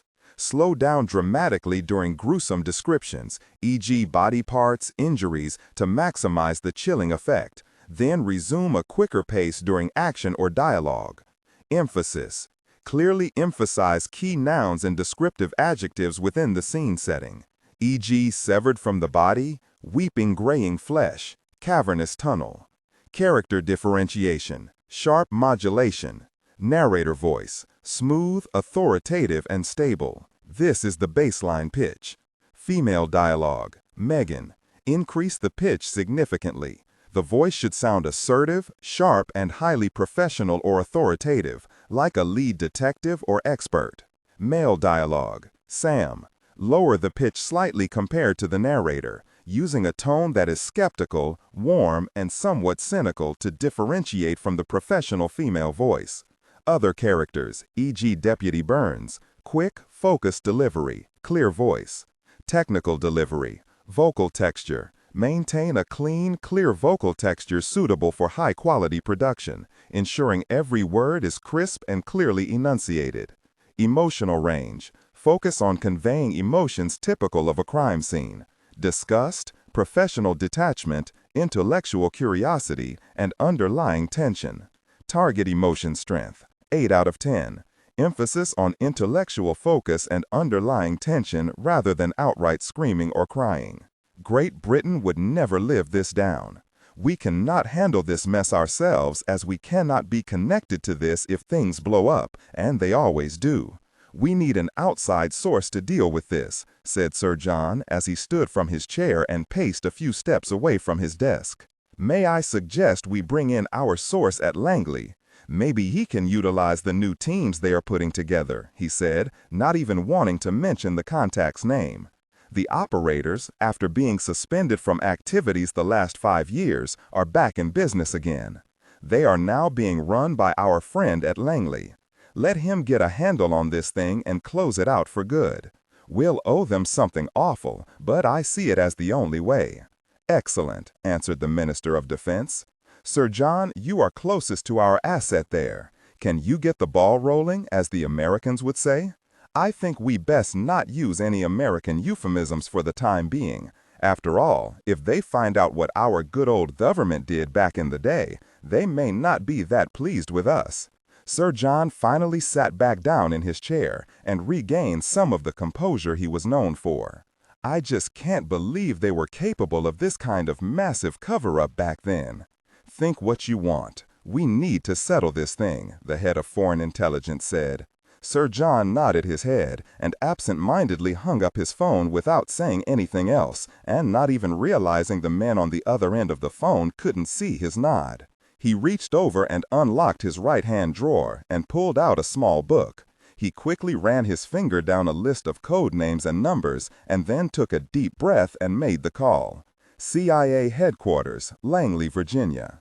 The Special Operations Director for Field Incursions, or what amounted to the Dirty Tricks Department, a man that racked up favors from others in the intelligence community for cashing in at a later date, hung up his phone. He shook his head knowing that the Brits had screwed up royally on this one. He laughed.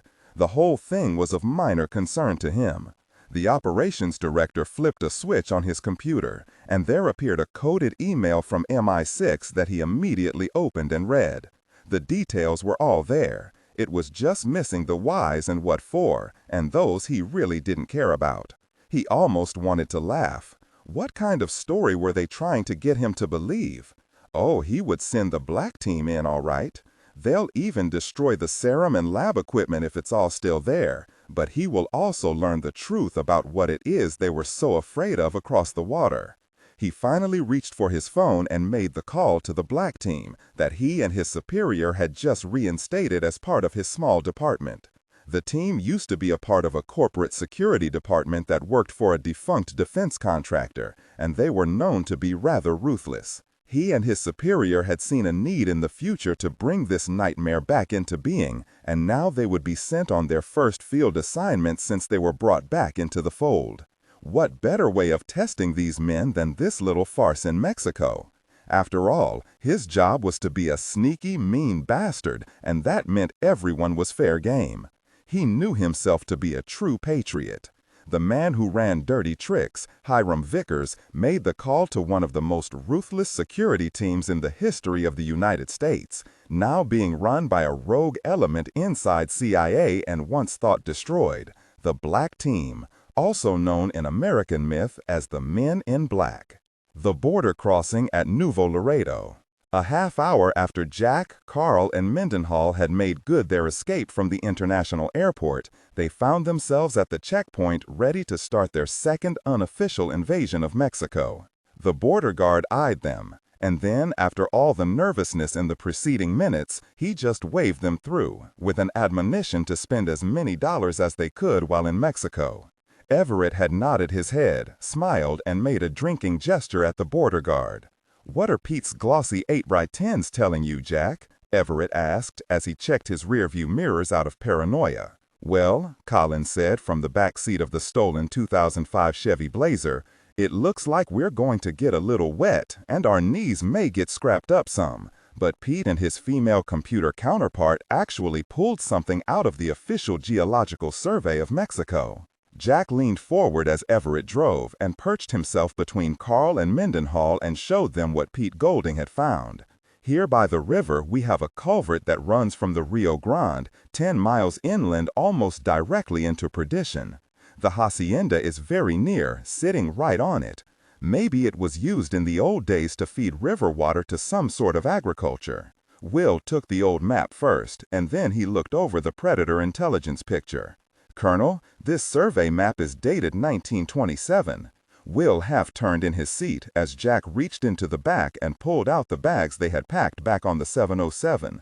"Do you think that old concrete culvert is still there? The opening at the river is there, and I suspect it's still used by illegals crossing the border. It's watched by the U.S. Border Patrol, but not until after nightfall." Jack quickly looked at his watch. "That means we have about 15 minutes to get inside that thing before we start hearing helicopters coming down on us." "I take it our plan ends at that point?" Mendenhall asked, lowering the map in the photos. "See, Will, you hang around us long enough and you start figuring out how we work," Everett said, smiling, as he turned off the main road and tore down a large side street that ran along the Rio Grande. As Jack started passing over to Mendenhall their night clothing, body armor, and night vision scopes, his cell phone rang. He opened it and answered. He closed his eyes for a moment and then thanked the person on the other end. "Ryan just came out of surgery. The doctors say he'll make a full recovery. He's already awake and wondering where everyone is." Mendenhall in the front seat looked out of the passenger window and sighed. His best friend was going to live, and he had a hard time not showing his commanding officers how close he and the Navy aviator had become. Collins watched Will for a moment and then closed his large hand over Mendenhall's shoulder. He never did hide feelings that well. "The culvert should be right around here somewhere," Everett said as he slowed the Blazer down to a crawl. Collins looked back across the river and saw no traffic on the U.S. side of the border, but he knew that didn't mean there weren't eyes on them. "Here we go," Carl said as he pulled to a stop. The culvert's opening was hard to spot in the setting sun, but Everett was right. It was there, half camouflaged by weeds and other river growth. As they started pulling on their body armor and other clothing, Will reached into their bag of tricks and pulled out his weapon of choice, a silenced or suppressed-equipped German-made MP5 submachine gun. Will called his oldie but goodie.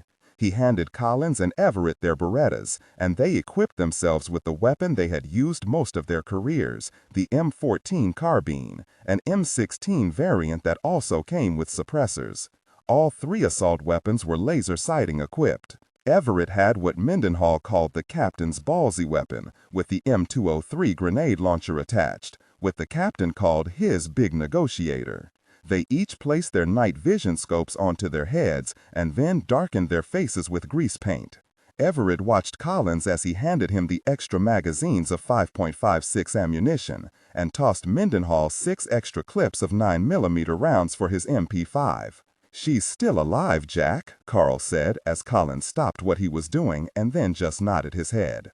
This regard, and do not read aloud any text that acts as a technical or structural marker. Specifically, ignore and do not pronounce any phrases or lines that start with or contain vocal attributes, technique, chapter, or a standalone number at the very beginning of the input text. Start reading only from the main body of the story text. Narration style, suspense, and pacing. Tone. Maintain a baritone tenor pitch with a sharp, intelligent, and engaging tone. The style should be objective yet highly evocative, drawing the listener into the scene. Suspenseful pacing. Utilize a highly controlled and flexible pace. Slow down dramatically during gruesome descriptions, e.g., body parts, injuries. Then resume a quicker pace during action or dialogue. Emphasis. Clearly emphasize key nouns and descriptive adjectives within the scene setting, e.g., severed from the body, weeping graying flesh, cavernous tunnel. Character differentiation, sharp modulation. Narrator voice, smooth, authoritative, and stable. This is the baseline pitch. Female dialogue, Megan. Increase the pitch significantly. The voice should sound assertive, sharp, and highly professional authoritative, like a lead detective or expert. Male dialogue. Lower the pitch slightly compared to the narrator, using a tone that is skeptical, warm, and somewhat cynical to differentiate from the professional female voice.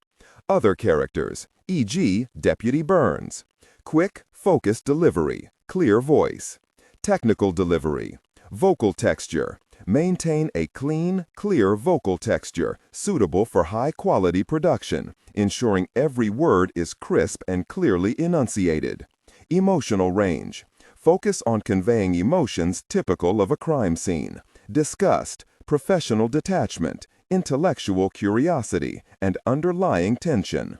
Target emotion strength, 8/10. Emphasis on intellectual focus and underlying tension rather than outright screaming or crying.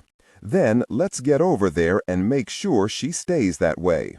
With that, Everett took the lead and started for the culvert's wide opening. He stopped short and quickly brought up his weapon. With his night vision scope raised up over his brow, he must have scared someone, because there was a small yelp, and then Jack and Will heard a child start crying. Collins stepped forward and saw what had stopped Everett at the opening. "It'll be gosh," Mendenhall said, as the last of the sun vanished. Inside the culvert were about 8 women, 6 children, and 4 very frightened men. They all had bundles of clothing, and the men were wearing backpacks. Collins stepped forward, lowering his weapon. "Hola," he said, and tried his best to smile. "Se habla English?" he asked, as he saw 2 of the children were barefoot.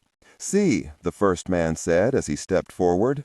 Imigracion? The thin man asked as he removed his dirty and worn cowboy hat and half raised his hands. They all three noticed that he stepped in between the women and children and the heavily armed men he faced. No, Jack said, as he took in the frightened men and women. As far as he could see, they weren't being escorted by the slimy men that charged Mexicans their life savings to get them across the border. Collins reached into his black nylon pants and produced a pair of large wire cutters. Everett and Mendenhall exchanged looks of curiosity. Jack handed the man the cutters. "Good luck. Try crossing a mile or so downriver. This place is watched after dark." The man hesitantly took the dikes from the strange and dark man in front of him, and then he nodded his head as Jack, followed by Everett and Mendenhall, squeezed past the family attempting to get across the border for a new life in the United States. "You never cease to amaze me, Colonel," Will said, as he lowered his night vision goggles. "I can't blame people for being poor and hungry and out of work, Lieutenant." With that small confrontation behind them, the three men invaded Mexico. Perdition's Gate, Nuevo Laredo, Mexico. Sarah McIntyre looked up as the door to the cell room opened. Several of the teenage girls whimpered and tried to bury themselves into the rear wall of their prison. Sarah turned to face them and held her index finger to her lips, trying to quiet the young and very frightened women. She laid the head of Henri Farbeau gently onto the concrete floor just as Guzman stepped through into the light. He was followed by three of his men. The anaconda stepped up to the old and rusty bars. "Senora, I have a question for you," he said, as he smiled his best disarming smile. "Just who are you?" "I'm a geologist," Sarah answered, not allowing her eyes to shy away from the small man before her. The anaconda put a hand to his mouth and then lowered it after he had thought something through. "I find that hard to believe. First, we have a retired lieutenant colonel from the French army trying to rescue you, or buy you as it may be, and now we have a joint operation between your government and mine to conduct the same action, only on a far more violent scale, all on yours, or Professor Stansfield's behalf. Now I own the woman from Baylor, but I don't own you. So I'm afraid the popularity is strictly yours." Sarah stepped closer to the bars. "I really don't give a flying really what you think.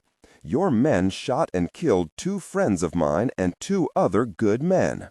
So if you would just ask your men to sit this one out and you allow me out of this cell, I'll defeat you from here to the border."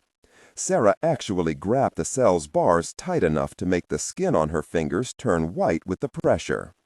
Juan Guzman laughed out loud and then looked back at his men.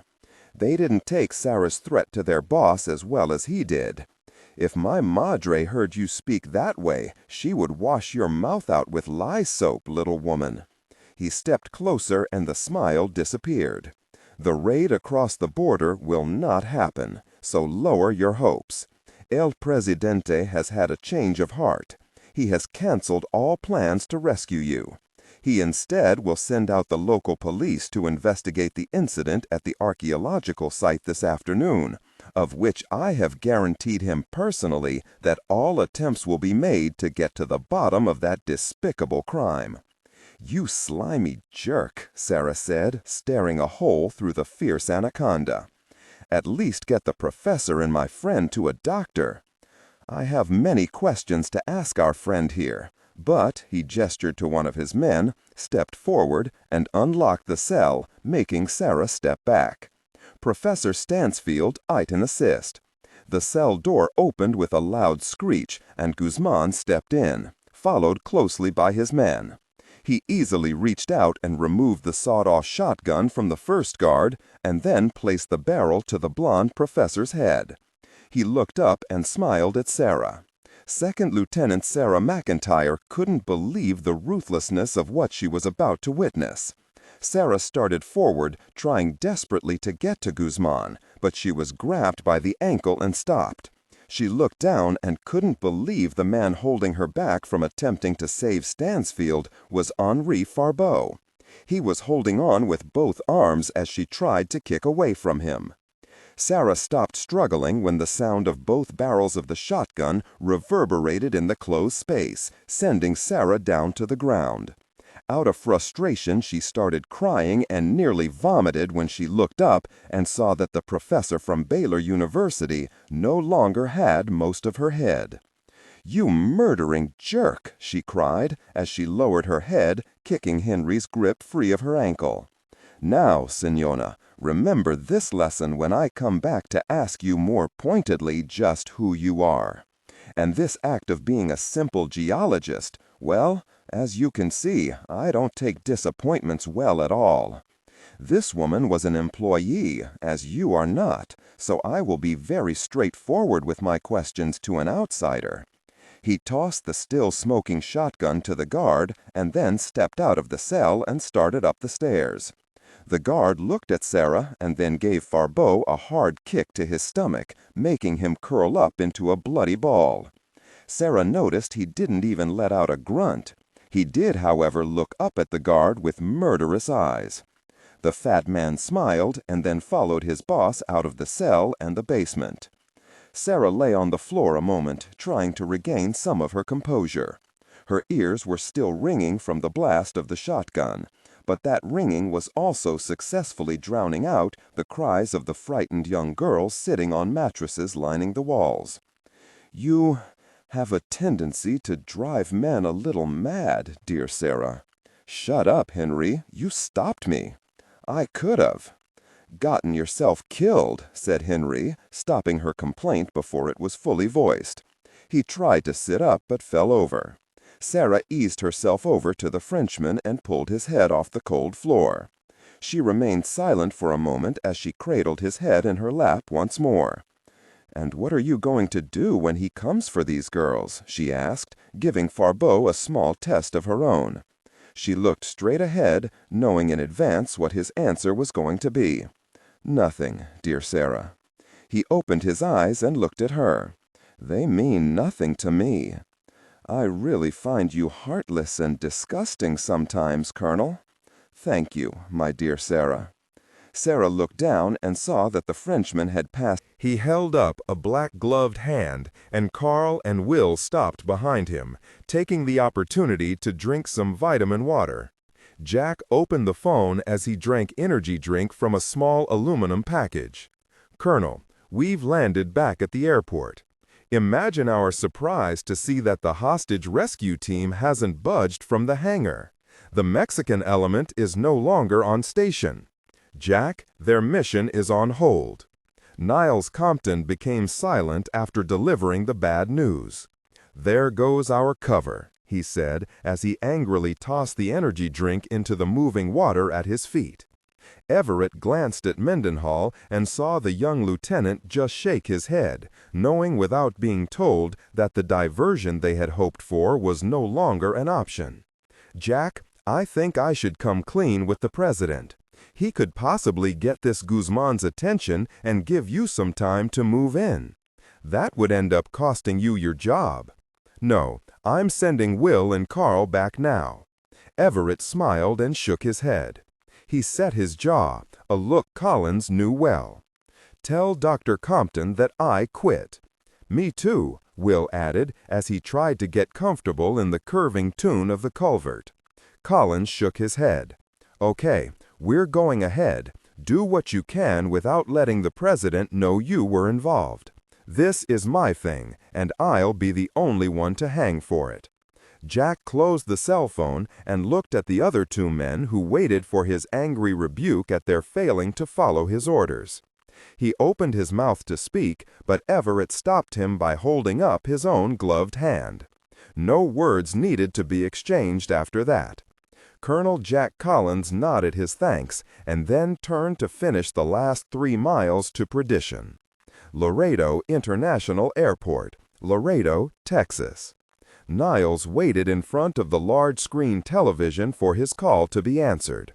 It didn't take the president long. "I answer my phone, but you don't answer yours. Is that the way things work now, Niles?" "You have my apologies. We, Niles paused and removed his glasses. "I was in the air as a diversion for Colonel Collins and his 2 men to leave the aircraft." The president looked through the camera on top of the monitor on his small laptop inside the Oval Office and didn't say a word. He waited. "My orders," Niles finally said. "I think it was wrong of you not to allow me to use the assets of my department to rescue one of my people. And now that this rescue mission has been suspended, delayed, I don't believe you ever had a handle on the situation, at least as well as you thought you did." The president stared at the face of the best friend he ever had. The polar opposite of himself in most everything except politics, Niles usually knew just how far he could push his buddy from their college days. And as usual, his conscience, as he called Compton while by himself, was right. The president of Mexico is juggling too much. Hell, he's hanging on to power by the skin of his teeth. This Guzman has a long reach, and the whole of the Mexican government is terrified of him. This is clearly an act of war if they are allowing this to continue unchecked, Compton said. "Baldy, they don't believe young McIntyre is even on his property any longer. They say she's already been moved. But we?" The president held his hand up. "We know Guzman is lying, Baldy. That hacienda is now covered by more cameras than they had at last year's Super Bowl." The president closed his eyes while he thought a moment. He opened them and then looked at his friend 2,000 miles away in Laredo. "This madman thinks he's immune, that we have our hands tied. And he's right to a point. With Department 5656 so black in nature, Congress would hang me in front of the Capitol for sending in an armed force over there for a purely law enforcement issue." The president shook his head angrily and held up his head once more when he saw that Niles was about to explode. Compton was joined by Pete Golding at the communications console.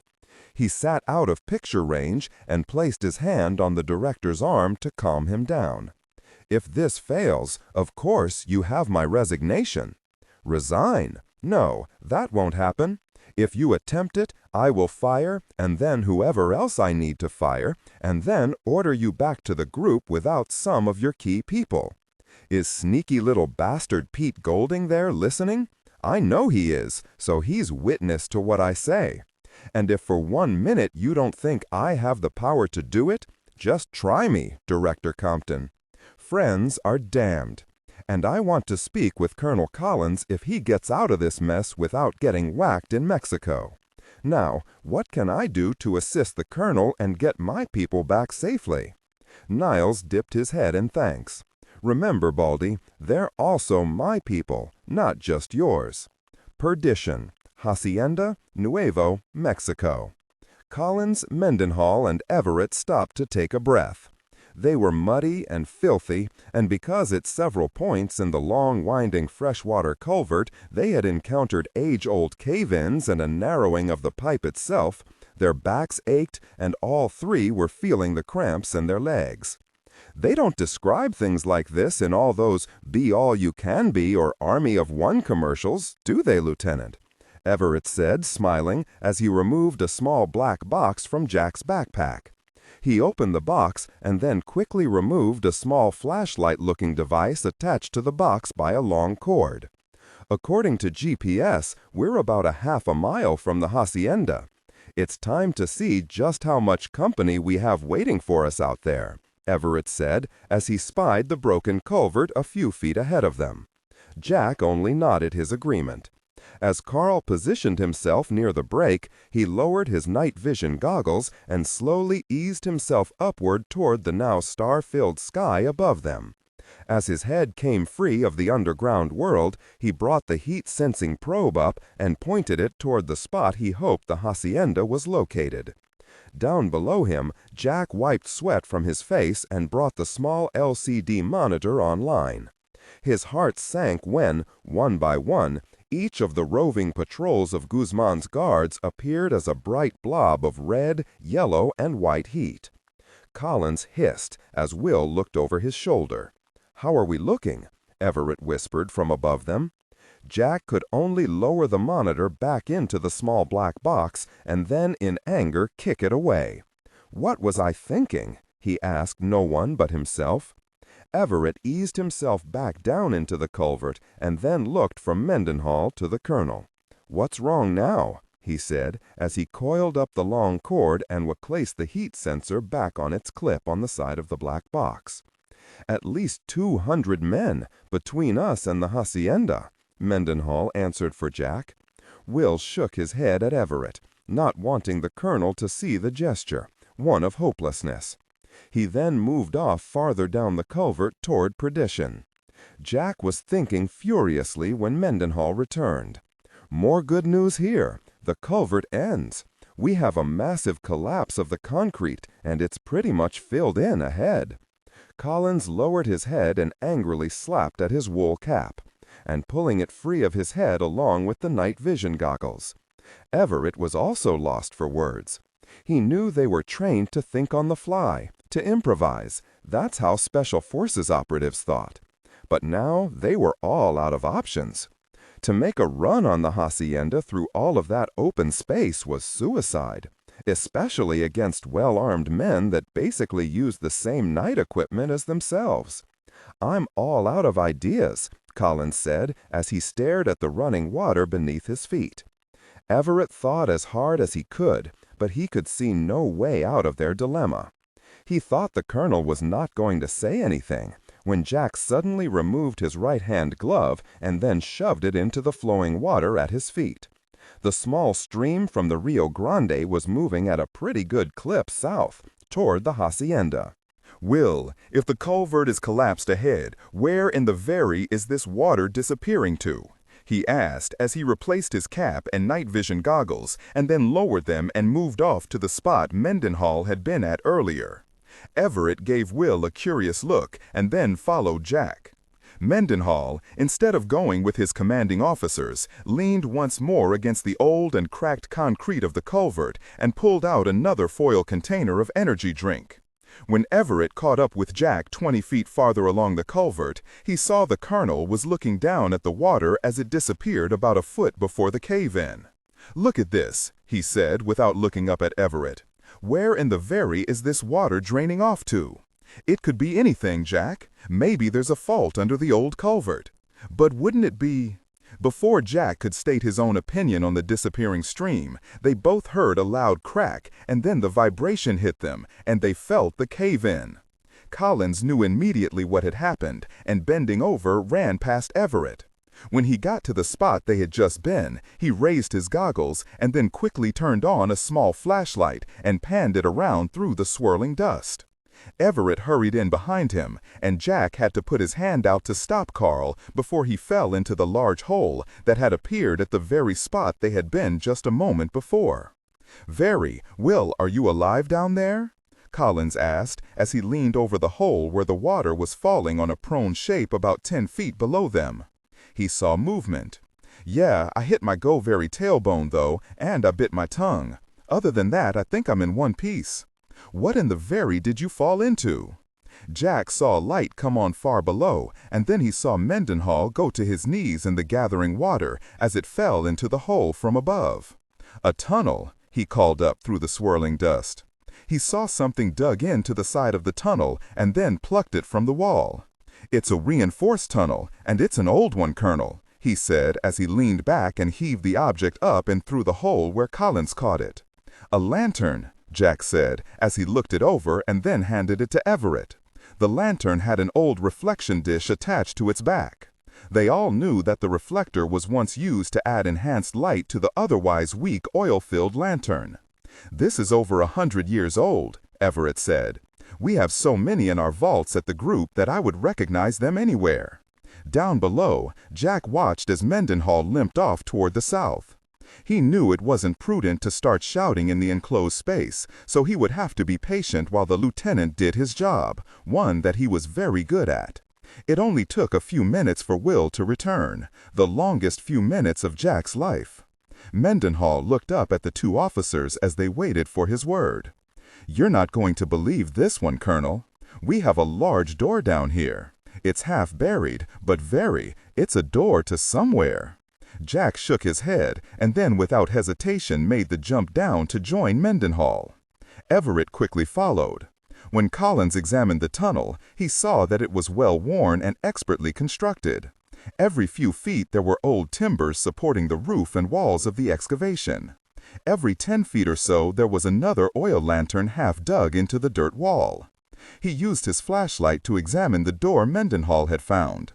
It was buried almost to the top, with a small cave-in that happened many years before their arrival on site. Jack tossed his light to Will and then started scraping dirt away. Everett joined him while Mendenhall kept the light on them both.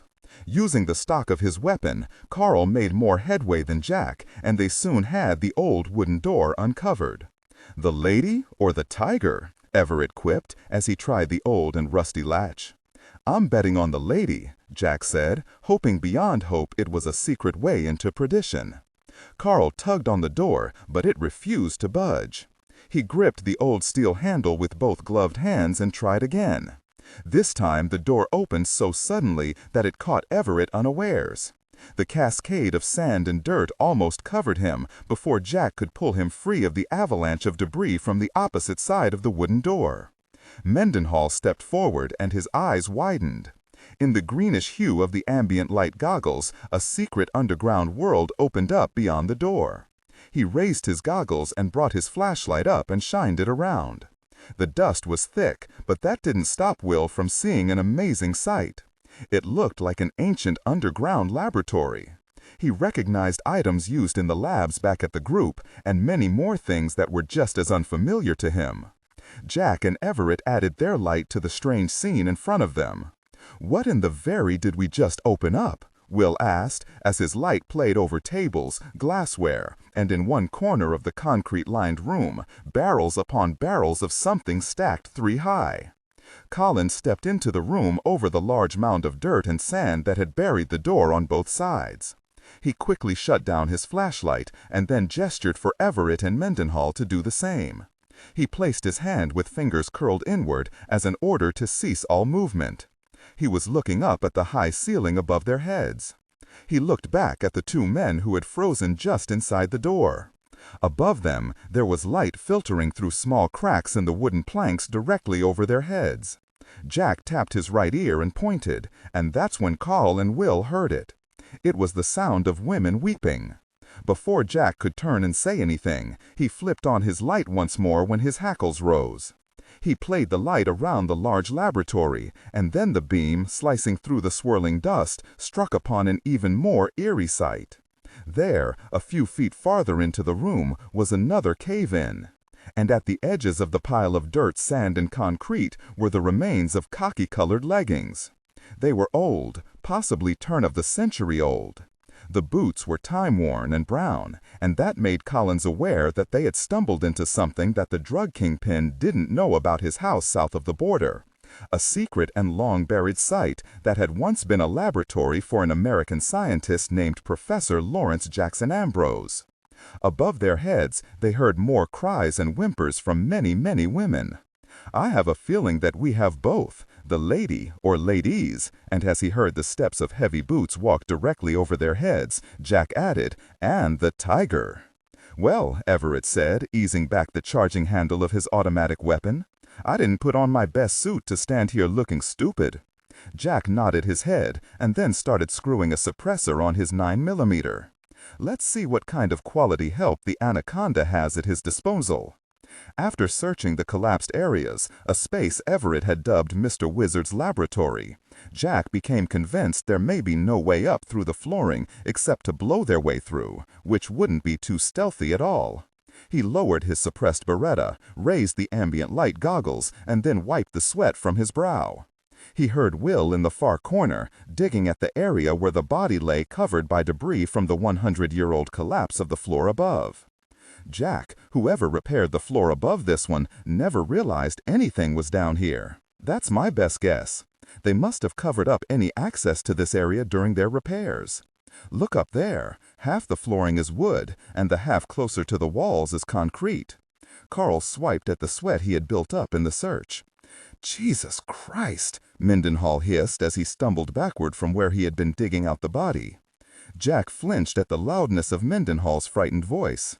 Will realized his mistake by crying out, but made no apologies as he straightened up and then placed his hands on his knees. Everett and Collins joined him and then looked around to make sure any extra lighting they put on the scene would not be seen through the cracks in the flooring over their heads. Satisfied, both men added their flashlights to the one Mendenhall had shining on the collapse. "You tell me just what in the very that is," Will said, shining his light on a large lump next to the skeletal remains of the uniformed soldier he had pulled free. He was taking deep breaths in an attempt to get his fear under control. The white coat was in tatters, and through the swirling dust they could see a skull that was horribly malformed. The teeth in the grinning skull were long and crooked. But what had frightened Will so much were the thick, long, and beastly-looking arm bones that were exposed through the torn and aged white coat. The eye sockets of the remains were overly large, and the mouth that held the long, sharp teeth was the same. "Whoa," Everett said, conscious to the fact of keeping his voice low. He held his light on the scene as Collins bent low to inspect Will's find. Jack could make out the remains of a beard, the coarse hair of which was lying next to the skull. There were bits and pieces of it still clinging to the lower jawline of the remains. All in all, Collins had only seen something like this a few other times, and that was because they had remains such as these in the vaults deep inside the Event Group compound in Nevada. They were nearly matching the skeletal remains of what is known as Neanderthal man. Only this skeleton was much larger than the small specimens the group had inside the vaults. He moved his light to the remains of the uniformed skeleton. "Jack, are you seeing what I see?" Everett said as Will stepped up and joined them, adding his light to theirs. Indeed, Jack was seeing the large teeth marks on the remains of the much smaller skeleton. Through the ragged and aged blouse of the soldier, both arms had been snapped in two, and the teeth marks upon the bone were evident. "I don't think a cave-in can explain that," Collins said as he duck-walked forward and then pulled the upper torso of the remains free of the dirt and sand. He saw something shiny in the flashlight's beam. "Look at this," he said as he raised the collar so Will and Carl could see. There was a U.S. button on the left collar, and on the epaulette was the emblem Jack recognized immediately. It was a shield with the upper half of a rearing horse. The walking bear on top of the shield gave the unit its identity, the 8th Cavalry Regiment. "Then I guess the report from Pete was accurate enough," Everett said, his eyes not moving from the large bite indentations in the bone of the 100-year-old remains. Jack noticed something in the collapsed debris and reached out and picked it up. It was a large chunk of old concrete. He lifted it to his nose and smelled. He then tossed the small piece to Everett, who did the same. "Dynamite, or something close to it," Carl said, as he found others near the two bodies. As he examined the piece of concrete, he noticed a strap of some kind poking from the remains of the rubble. He dropped the scorched remains of old flooring and reached down and tugged on the strap. He saw that the old piece of coarse material was starting to rip away, so he went to his knees and dug out not only the strap, but a cracked and weathered saddlebag. He saw the U.S. marking on the double bag and then opened it up, shining his flashlight inside. His eyes widened as he saw the gleaming, glistening objects inside. Carl stepped away from Jack and Mendenhall and toward the far wall of the old laboratory. He set the bag down easily and then stepped away. "What is it?" Collins asked as he noticed the careful way Carl handled the old saddlebag. "Oh, about 20 sticks of old dynamite, with enough nitroglycerin sweating out of it to blow this room to bits. That's the nice thing about dynamite. It only gets better with age." "What do you make of these, Colonel?" Mendenhall said as he stepped over to several of the undamaged wooden barrels. He bent over and with his gloved hand started to pick up some of the fallen contents, but before he could, Jack reached out and stayed his hand. Collins just shook his head. "They look like dried flowers," he said, and then saw Jack's eyes as he took in barrel upon barrel of the same foul-smelling and fermenting dry goods. Mendenhall was suddenly glad the colonel had stopped him from touching the contents. "Jack, this stuff, it looks like poppies, but not anything I have ever seen before," Everett said as he examined more of the sealed barrels. "Maybe Guzman is producing heroin down here?" Will offered. "Not unless his great-grandfather was down here making it." Jack straightened and looked around the large room, only half of which they could see due to the cave-in. His light illuminated 100 glass jars on shelves that had survived the eruption. Then he moved the light to a small table with many steel syringes upon its top. He was about to comment when there was a loud noise that came through the floorboards from above. Heavy boots of more than just a few men had entered the basement above them. "I will ask one last time, who you work for? My contacts at your front company, Texaco, say they have never heard of you." Jack tried to trace the voice, but ran into the thickest part of the cave-in. He tracked the sound with his Beretta aimed, but knew he couldn't blindly shoot up through the floorboards. "Then you leave me no choice. I will leave my brother Eduardo here to ask again. He will not be as polite." All three men below the voices heard the men above turned and again vanish up what must have been a set of stairs. "I have looked forward to this since we took you this afternoon," the deeper voice said, as the sound of keys was heard through the cracks in the wood flooring. "You're the jerk that shot my friend at the excavation site." Jack closed his eyes as he heard the female voice. Everett patted Collins on the shoulder and nodded his head. Sarah was alive. The smile immediately left Carl's face when they heard the keys enter the lock. "See, I shot your friends, just as I am going to start shooting everyone in this cell, starting with the girls you seem destined to protect." The creaking of the cell door opening was heard, and Jack's face became a set piece of rage just as the screams came from women they could not see. Jack heard a slap and a grunt, and he assumed Sarah had just been struck. Then he heard, "Ah, ever the hero, senor."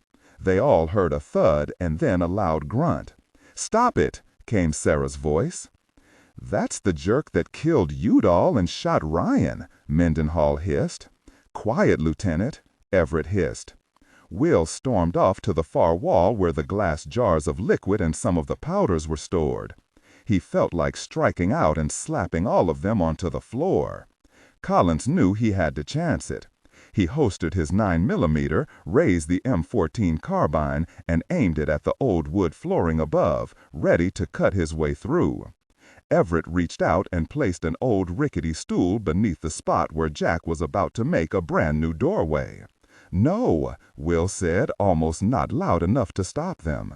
Collins angrily lowered the weapon and then pointed to a section of the flooring above the stored jars on the shelving against the far wall. Somehow they had missed that area in their recent search. As they looked, Mendenhall was pointing at a spot that had 2 missing planks in the flooring. Jack closed his eyes, thankful that Will had found what he had. He nodded. He and Everett went over to the spot and looked up. They could see the ceiling on the floor above. There were no obstacles blocking their sight. They had a way in, and it was far enough away from the cell above to give them the advantage. "Okay, we move before this jerk's friends return." Disregard and do not read aloud any text that acts as a technical or structural marker. Specifically, ignore and do not pronounce any phrases or lines that start with or contain vocal attributes, technique, chapter, or a standalone number at the very beginning of the input text. Start reading only from the main body of the story text. Narration style, suspense and pacing. Tone. Maintain a baritone or tenor pitch with a sharp, intelligent, and engaging tone. The style should be objective, yet highly evocative, drawing the listener into the scene. Suspenseful pacing. Utilize a highly controlled and flexible pace. Slow down dramatically during gruesome descriptions, e.g., body parts, injuries, to maximize the chilling effect. Then resume a quicker pace during action or dialogue. Emphasis. Clearly emphasize key nouns and descriptive adjectives within the scene setting, e.g., severed from the body, weeping graying flesh, cavernous tunnel. Character differentiation, sharp modulation. Narrator voice, smooth, authoritative, and stable. This is the baseline pitch. Female dialogue, Megan. Increase the pitch significantly.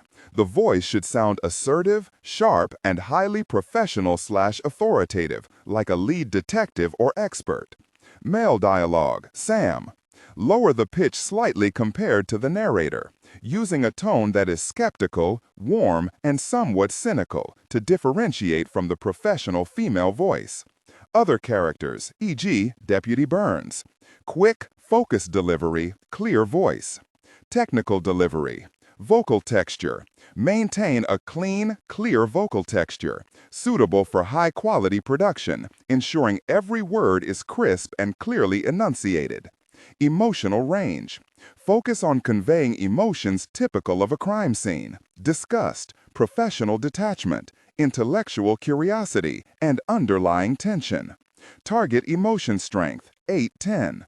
Emphasis on intellectual focus and underlying tension rather than outright screaming or crying. "I need a boost," Collins said, looking at Everett, who looked down, not wanting to meet Jack's eyes. "Will is the better shot, Jack." Everett looked from the colonel to the younger lieutenant. "Besides, that pig shot my friend," Mendenhall said as he reached out and took Jack's 9mm out of its holster. He handed over his MP5 and then made sure he had a round chambered in the Beretta. He also twisted on the large suppressor at the barrel's tip to make sure it hadn't worked its way loose since they entered the culvert. Collins nodded his head. As he realized that in the past 5 years, Mendenhall had surpassed him and Everett both at the gun range. The lieutenant was now the best shot he had ever trained. "Don't you miss," Everett said before Jack could. Or, "Don't come back," said Jack, trying to get Will to relax. Mendenhall dipped his head and then took a deep breath. "I've counted 3 hanging light fixtures through the cracks in the flooring. Do you think you old guys can take them out through an inch of wood?" The 2 men didn't respond, but did give Will a dirty look. "Good. I'll wait until it's dark before I take that slimy jerk out." Everett bent to one knee and cupped his hands together. "If you mess this up, I'll be the first to tell Ryan you missed the guy who shot him." After Will nodded his head, he took a few more breaths and then stepped into the hands of the captain. Then he was up and through the empty space where the planks were missing. Everett quickly scrambled away after making sure Mendenhall didn't have to beat a hasty retreat. "I figure you take out the light here. I'll get the one closest to the cell, and then we meet to take out the middle one. The darkness should give Will the time and advantage he needs." "Right," Everett said as he raised his M14 at the gap between the planks above. "Jack, what about the girls in the cell?" "Everyone goes home tonight." Carl nodded his head and then took up his station as Jack moved to the closest spot he could get, standing right over the 100-year-old corpses. He looked down at the strange malformed shape of the white-coated man, and he too took his breaths and then aimed as best he could, knowing it would take more than one shot to douse the light above. Just as he aimed, he heard more screams from above. Collins gave Everett the nod he was waiting for, and a moment later, all hell broke loose at Perdition Hacienda. The brother of Juan Guzman kicked Farbeau as hard as he could when the Frenchman had once more tried to trip him up. Sarah lashed out with her hand, and that was when the man hit her across the bridge of the nose with his automatic, eliciting a round of screams from the teenage girls cowering against the wall inside the cell. The man smiled and then easily reached out and plucked a young Mexican girl up by her black hair. Sarah swiped blood away from her broken nose and tried to clear her eyes of the tears that had formed. Farbeau was actually trying to stand and had made it to one knee when the dark eyes of his soon-to-be killer turned and smiled at his feeble attempt. He aimed the automatic at Henri as the struggling girl in his other hand kicked and screamed. "Goodbye, senor," he said, just as the flooring beneath their feet erupted in a loud, splintering sound. Wood chips flew in all directions as 6 rounds penetrated the floor beneath them. The light only a few feet away exploded as the heavy rounds found their mark at just the same moment the light farther down the corridor was hit from below. As the man's eyes widened, he saw Sarah out of the corner of his peripheral vision dive on top of Farbeau, shielding him with her own body. The man quickly took aim as the third and middle light blew up as more than 15 high-velocity rounds smashed through the wood. The cell area went completely black, with the exception of the weak lighting farther down the long corridor.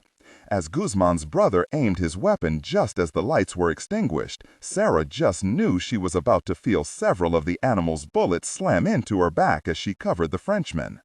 Instead, she felt and heard a whizzing sound and at the same time a loud clacking noise. She felt the wetness strike her body from above, and she heard the girl her would-be killer was holding scream again. There was a loud thump, and as Sarah's eyes adjusted to the dim lighting emanating from down the hallway, she saw the body of Guzman's brother fall in front of her and Farbeau. He still had the girl's hair gripped in his right hand. Sarah saw the top of the man's head was now gone. She heard a noise not far from the cell, and then the hastily whispered words, "Clear." Sarah felt like yelling when she saw the dark shape take form as the man advanced toward the cell. She could see the outline of the shape and a reflection of light on glass, and then she knew who it was. "Will," she said, as she unceremoniously pushed Henri aside and ran to the cell door. "Hey, what's up?" Mendenhall said as she started working the key that was still dangling from the lock. Would you mind telling your young friend there she can stop screaming for the moment? There's still plenty to do tonight, so she'll probably have chances to scream all she wants," Mendenhall said as the cell door creaked open. "God," she said as she took Will into her arms and hugged him tightly. "It's good to see you. How in the really did you find me, and how did you get in?" Mendenhall pushed her back a step and raised the ambient light goggles. "Well, the colonel was so pissed that you stood him and his mother up, he came personally to kick your ass." That was when Sarah saw the 2 figures standing 20 feet away from the cell. Everett raised his goggles up and then started brushing wood chips from his shoulders. "Strange company you're keeping these days," Collins said as his eyes moved from Sarah to the man trying to pick himself up off the floor. Sarah ran through the cell door and hugged Jack as if she had never hugged anyone before. Hey, there's not a lot of time here. Gather these girls up." Sarah pushed back from Collins and looked into his eyes.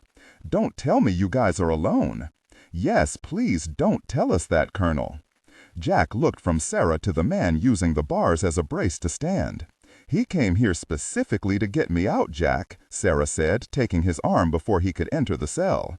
"I bet he did," he answered as he shook Sarah's hand from his, stepped inside the cell, and assisted the Frenchman to his feet. On his way past McIntyre, Everett shoved a white handkerchief into her hand. "In case you didn't notice, your nose is broken." Sarah took it and swiped at her painful break. Everett and Mendenhall stepped in behind Jack and hurriedly gestured for the young girls to be quiet and get the really out of there. They were young, but they also knew it was time to go. 16 girls ran for the cell door all at once, pushing Jack and Farbeau out of the way as they scrambled into the corridor. "Jack, you didn't answer me. Are you guys the cavalry?" "Honey, I'm afraid the only cavalry here tonight has been dead for close to 100 years. Everett walked past her, and a stunned Farbeau who had his arm around Jack's shoulder, as he too was removed from the cell. "We are what you would call short-handed, and probably out of work." Sarah sighed as she followed the men and young girls. "Again, Jack?" The girls were lowered one at a time through the missing floorboards. It was painstakingly slow. Farbeau came to as he was held upright by Collins and looked around quizzically. He tried to focus on Jack's face, and then saw Mendenhall as he lowered Sarah through the small space. "I thought you had more friends than this, Colonel," Henry said as he winced at the attempt at humor. Yeah, but with the 3 I have here, it still makes 3 more than you have, Henry. Technical, strictly for AI instruction. Disregard and do not read aloud any text that acts as a technical or structural marker. Specifically, ignore and do not pronounce any phrases or lines that start with or contain vocal attributes, technique, chapter, or a standalone number at the very beginning of the input text. Start reading only from the main body of the story text. Narration style, suspense and pacing. Tone. Maintain a baritone or tenor pitch with a sharp, intelligent, and engaging tone. The style should be objective yet highly evocative, drawing the listener into the scene. Suspenseful pacing. Utilize a highly controlled and flexible pace. Slow down dramatically during gruesome descriptions, e.g., body parts, injuries, to maximize the chilling effect. Then resume a quicker pace during action or dialogue. Emphasis. Clearly emphasize key nouns and descriptive adjectives within the scene setting, e.g., severed from the body, weeping graying flesh, cavernous tunnel. Character differentiation. Narrator voice. Smooth, authoritative, and stable. This is the baseline pitch. Female dialogue. Megan. Increase the pitch significantly. The voice should sound assertive, sharp, and highly professional authoritative, like a lead detective or expert. Male dialogue. Sam. Lower the pitch slightly compared to the narrator, using a tone that is skeptical, warm, and somewhat cynical to differentiate from the professional female voice. Other characters, e.g., Deputy Burns. Quick, focused delivery, queer voice. Technical delivery. Vocal texture. Maintain a clean, clear vocal texture suitable for high-quality production, ensuring every word is crisp and clearly enunciated. Emotional range. Focus on conveying emotions typical of a crime scene: disgust, professional detachment, intellectual curiosity, and underlying tension. Target emotion strength. 8 out of 10. Emphasis on intellectual focus and underlying tension rather than outright screaming or crying. "Touché, Colonel," Henry said, and then hung his head again as his arm relaxed around Jack's shoulder. Everett, who was watching the cell area, poked his head around the corner. "We have company coming down the stairs, and it sounds like whoever it is has more than just 3 friends with him, Jack." "The gentleman who is coming is not a particularly nice person, Colonel," Farbo said as he again tried to clear his head. Collins adjusted the Frenchman's weight and then looked back and nodded at Everett. "Is that your expert opinion?" "Indeed. Perhaps you better give me one of those weapons you're so fond of carrying." "Give it a rest, Henry. Right now, you couldn't see what it was I handed you.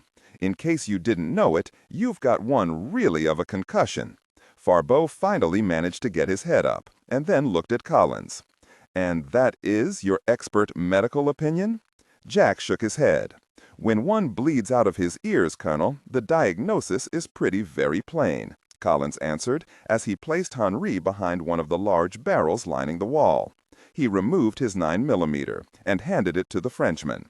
"What the... really? When Mr. Everett opens up, at least add some noise with that thing and make people duck. Make 'em duck." Farbo squinted and then half smiled.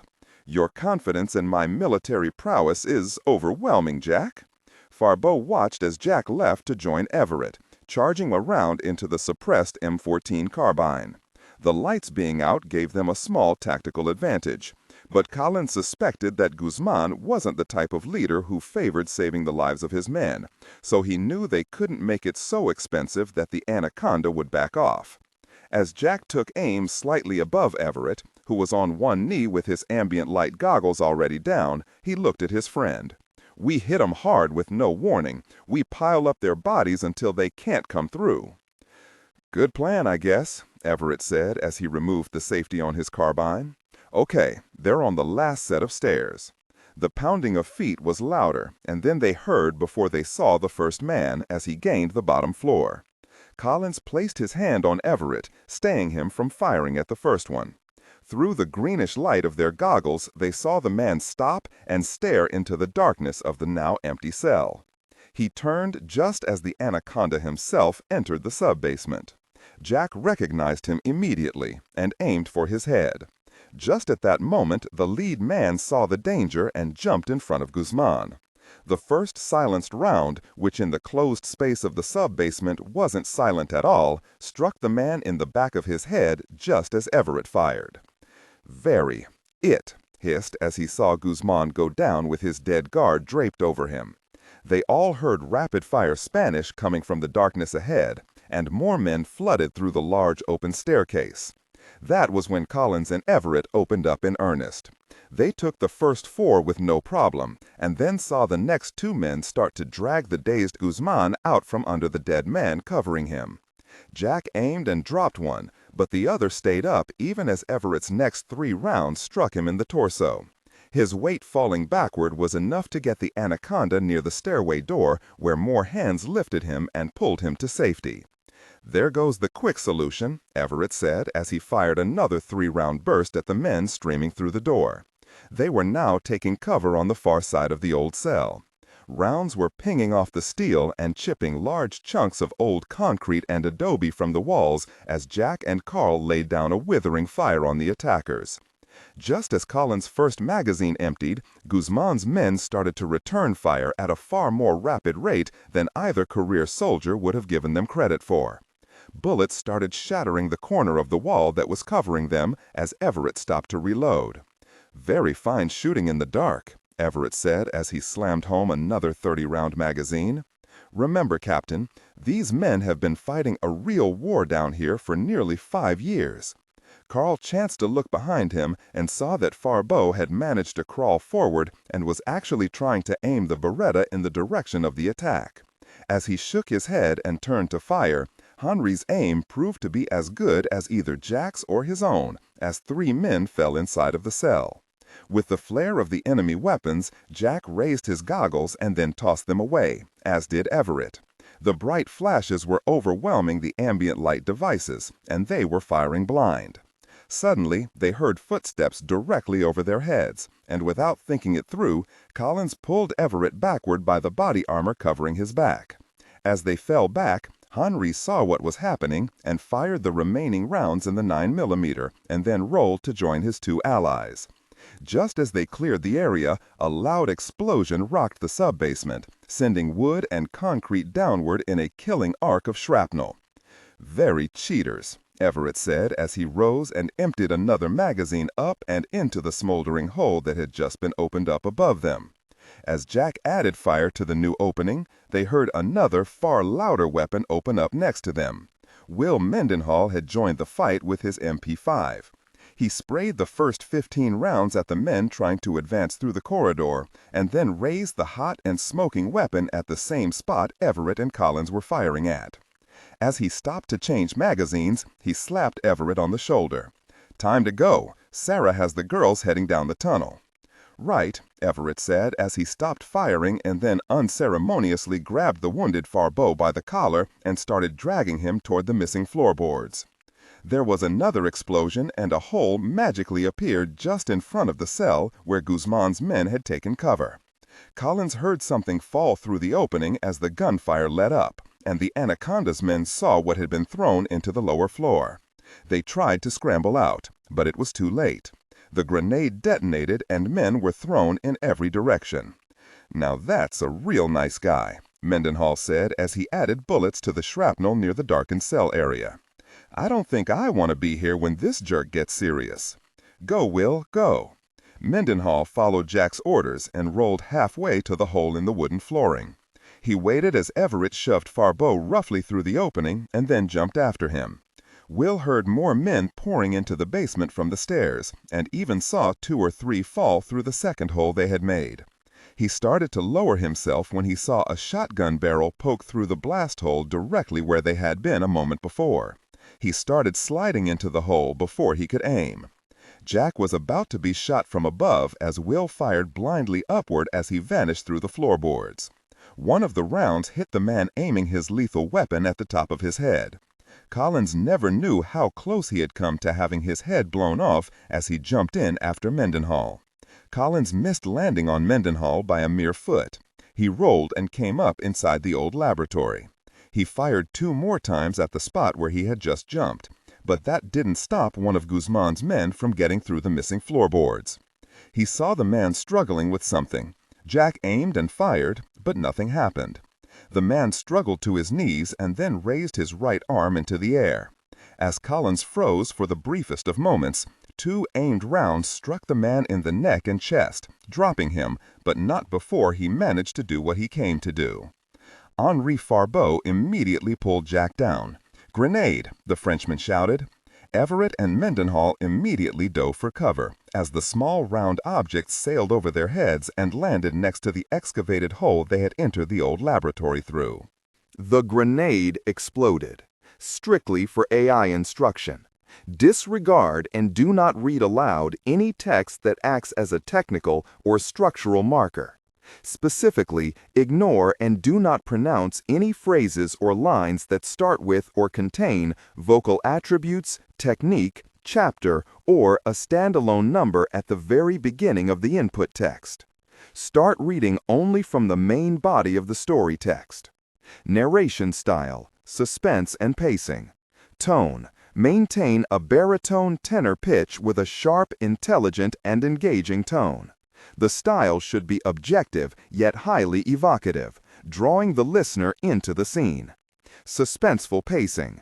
Utilize a highly controlled and flexible pace. Slow down dramatically during gruesome descriptions, e.g. body parts, injuries, to maximize the chilling effect. Then resume a quicker pace during action or dialogue.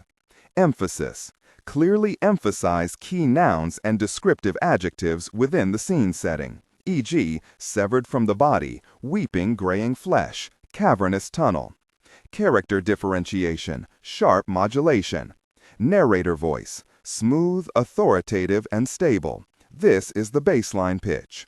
Female dialogue, Megan. Increase the pitch significantly. The voice should sound assertive, sharp, and highly professional authoritative, like a lead detective or expert. Male dialogue. Lower the pitch slightly compared to the narrator, using a tone that is skeptical, warm, and somewhat cynical to differentiate from the professional female voice. Other characters, e.g. Deputy Burns. Quick, focused delivery, clear voice. Technical delivery. Vocal texture. Maintain a clean, clear vocal texture, suitable for high-quality production, ensuring every word is crisp and clearly enunciated. Emotional range. Focus on conveying emotions typical of a crime scene, disgust, professional detachment, intellectual curiosity, and underlying tension. Target emotion strength, 8-10. Emphasis on intellectual focus and underlying tension, rather than outright screaming or crying. The grenade exploded. Several small pieces of shrapnel struck Everett in the shoulder and Will in the right arm. But they would have considered themselves lucky if that had been all the damage done. The bulk of the grenade's power smashed against the dirt opening to the lab, collapsing the ceiling and sending wood reinforcement and dirt cascading down, blocking their escape. Jack shook himself and then stood, pulling Henri up as he did. "Thanks, Colonel." Farbeau didn't answer as he took in the mess around him. Through the smoke and dust, he saw Everett and Mendenhall stand and look around. They were both dazed from the concussive effects of the explosion. Then he spied the cave-in. "I take it that was the way out of here?" he asked, as he ejected the now empty clip from the Beretta.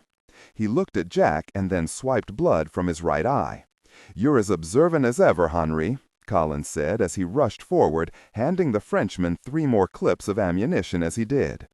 "You two all right?" he asked as he saw blood streaming from both of his men. "A little steel and blood is the least of our problems, Jack," Everett said as he bent to retrieve his carbine. Collins examined the damage and cursed as he kicked at the blockage in front of him. "Gentlemen, we have more company," Henri said as he dropped the first man who poked his head through the opening above. Then he fired a second time and hit one of Guzman's men in both hands as he reached to move the first attacker out of the way. He emptied another clip up and into the floorboards where he heard men scream in pain. Then all of a sudden it was silent. Farbeau had just ejected the expended clip when his eyes fell on something about 10 feet away from him. He stepped forward and then kicked at a white object on the dirt floor. Curious, he reached into his pocket, brought out a lighter, and then flicked it to life. His eyebrows rose as he spied the misshapen skull staring up at him. He allowed the flame to go out and decided it wasn't worth asking about. He turned and then joined the others at the cave-in while watching the floorboards above him for any sign of movement. He saw shadows through the cracks in the wood, but decided not to waste any more ammunition on guesswork. He shook his head as his vision blurred briefly and then turned to face the men who had become his strictest enemies. Jack and Everett were already on their knees, digging away at the blockage. Henri could see it would be a painfully slow process. "Gentlemen, you have made an otherwise boring night into something I will remember for years to come," a man said from above in very good English. "Now, if you will surrender, we can—" The rest of the words were drowned out by a sudden burst of 30 rounds as they struck the floor above. The bullets hit everywhere around the hole. "You ever notice how jerks like that always want to make a speech when they have the upper hand?" Jack said as he tossed the now empty carbine to Mendenhall to reload as he bent to continue digging. 30 feet away they heard Guzman laughing near the hole in the floor. "Do I bore you? What are you, special forces perhaps?" "This guy never gives up," Mendenhall said, and then was knocked from his feet as an explosion rocked the large laboratory. Jack, Everett, and Farbeau were stunned as a large hole opened up against the far wall, knocking jar after jar of the stored chemicals from their shelves. Then, before they could react, several men jumped through the new opening before a defensive shot could be fired. "I think you pissed him off, Jack," Everett said as he came to his knees and fired his weapon toward the area where the men had taken cover. Several of the wooden tables had caught fire, adding light to the darkened laboratory. Farbeau stood on shaky feet and fired twice from the Beretta. "That hurt," he shouted as he scrambled on his belly toward Collins, Everett, and Mendenhall. "I lost your weapon, Colonel." "Yeah, and you're going to pay for it. I signed that out," Collins said as his anger at being trapped spilled from his mouth. Mendenhall pulled 2 of the poppy-filled barrels over to use as cover while Everett and Collins dug at the fallen earth. He turned in time to see a small opening at the top. They were making headway. "Jack, Lieutenant, get those girls down that tunnel and out of here." Collins stopped long enough to shout. Sarah had once more disobeyed his order and came back when she heard the explosion that sealed the laboratory from the culvert. When he didn't hear her respond, he once more started tearing at the loose earth. "She's starting to follow orders like the rest of us," Everett said as he threw a large chunk of wooden beam away. He noticed that Collins was too angry to say anything. Mendenhall fired 5 rounds and hit one of the next men through the now large gap where only a few missing boards had been before. "I see you are trapped, gentlemen. Give up now and the women can go free. Do not, and they will be caught and skinned alive before they reach the river." Jack knew it was Guzman. The Anaconda was actually one of the men who came through the flooring from above them. "Brave son of a difficult person, isn't he?" Farbeau said as he opened fire with Jack's carbine. The round struck the shelving above where Guzman and his men were taking cover. Through the flames of the burning wood, Mendenhall saw the jars on the shelves shatter. Then he saw more of the samples from 100 years before break and splatter onto the men below. Mendenhall changed magazines in the smoking MP5, which had totally burned out its sound suppressor, and then aimed at the spot he thought the voice of Juan Guzman was coming from. He was about to fire when he saw a man's arm wave from the cover of the burning tables. Then he realized that he wasn't waving, as a small object flew from his hand. Will's eyes widened when he realized just what the object was. He angrily stood, and in the flickering light he caught the grenade. In a split-second reaction, he tossed it back in the direction in which it was launched. "Down!" he shouted as Henri fell next to him after seeing the amazing catch in midair. The grenade exploded amongst the scrambling and now screaming men, sending large pieces of them in all directions. The remainder of the sample jars and more than a few of the wooden barrels of dried flowers erupted as shrapnel tore through them. Mendenhall stood and emptied the 30-round magazine in his MP5 in a spray of bullets in the general area where men were either dead or writhing in pain. "Ha! Didn't see that one coming, did you bastards? That one was for Ryan," Mendenhall screamed just a second before the wounded Farbeau pulled him roughly to the floor. "Didn't Collins teach you better than that?" the Frenchman asked, with a mask of pain and anger on his face. "Just thrilled to be here, Colonel. You ought to know that by now," Will said as he changed the empty magazine for a new one. "If you two are finished, we could use a hand here," Everett said as he continued to widen the gap at the top of the cave-in. "Go, I'll cover us," Henri said, grabbing the MP5 from Mendenhall. "Why, I got 'em all," Will said as he saw Farbeau fire into the flickering firelight cast by the burning tables and wooden barrels. "Well, evidently you missed one or two, Lieutenant," Henri said as he loosed more rounds in the general direction of the man who had just risen. Mendenhall, instead of helping Jack and Carl, bent back down near Farbeau. He saw the man that had thrown the grenade go down when Henri's stream of bullets cut him down. In the direction where the grenade had detonated, screams of agony were heard, cries of pain so loud and piercing all four men felt like covering their ears. They could all smell burnt flesh, the smell of dried foliage, and something they could never describe. The odor was medicinal, and as the stench grew, so did the screams of Guzman and his men. "What the—" His question was interrupted by another 4 rounds fired by the Frenchmen. They both saw the same man go down again. "That's one hard-to-kill individual," Mendenhall said as he tried to ignore the powerful smell from the burning poppies and the stench of the liquid that had been stored in the jars. Even as the exclamation left Mendenhall's mouth, Farbeau's eyes widened. The same man Will had shot and then hit with the grenade actually stood up again, this time holding a flaming leg from one of the smashed tables. Henri took careful aim and fired again. This time 3 rounds left the MP5. One bullet struck the man in the neck, the next 2 in the jaw and the cheek.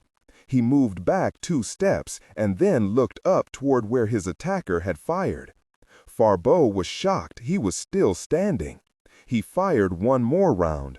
This one hit the man directly where his heart should have been. Both Henri and Will saw the man's white shirt puff out where the bullet had hit. The man started walking toward them.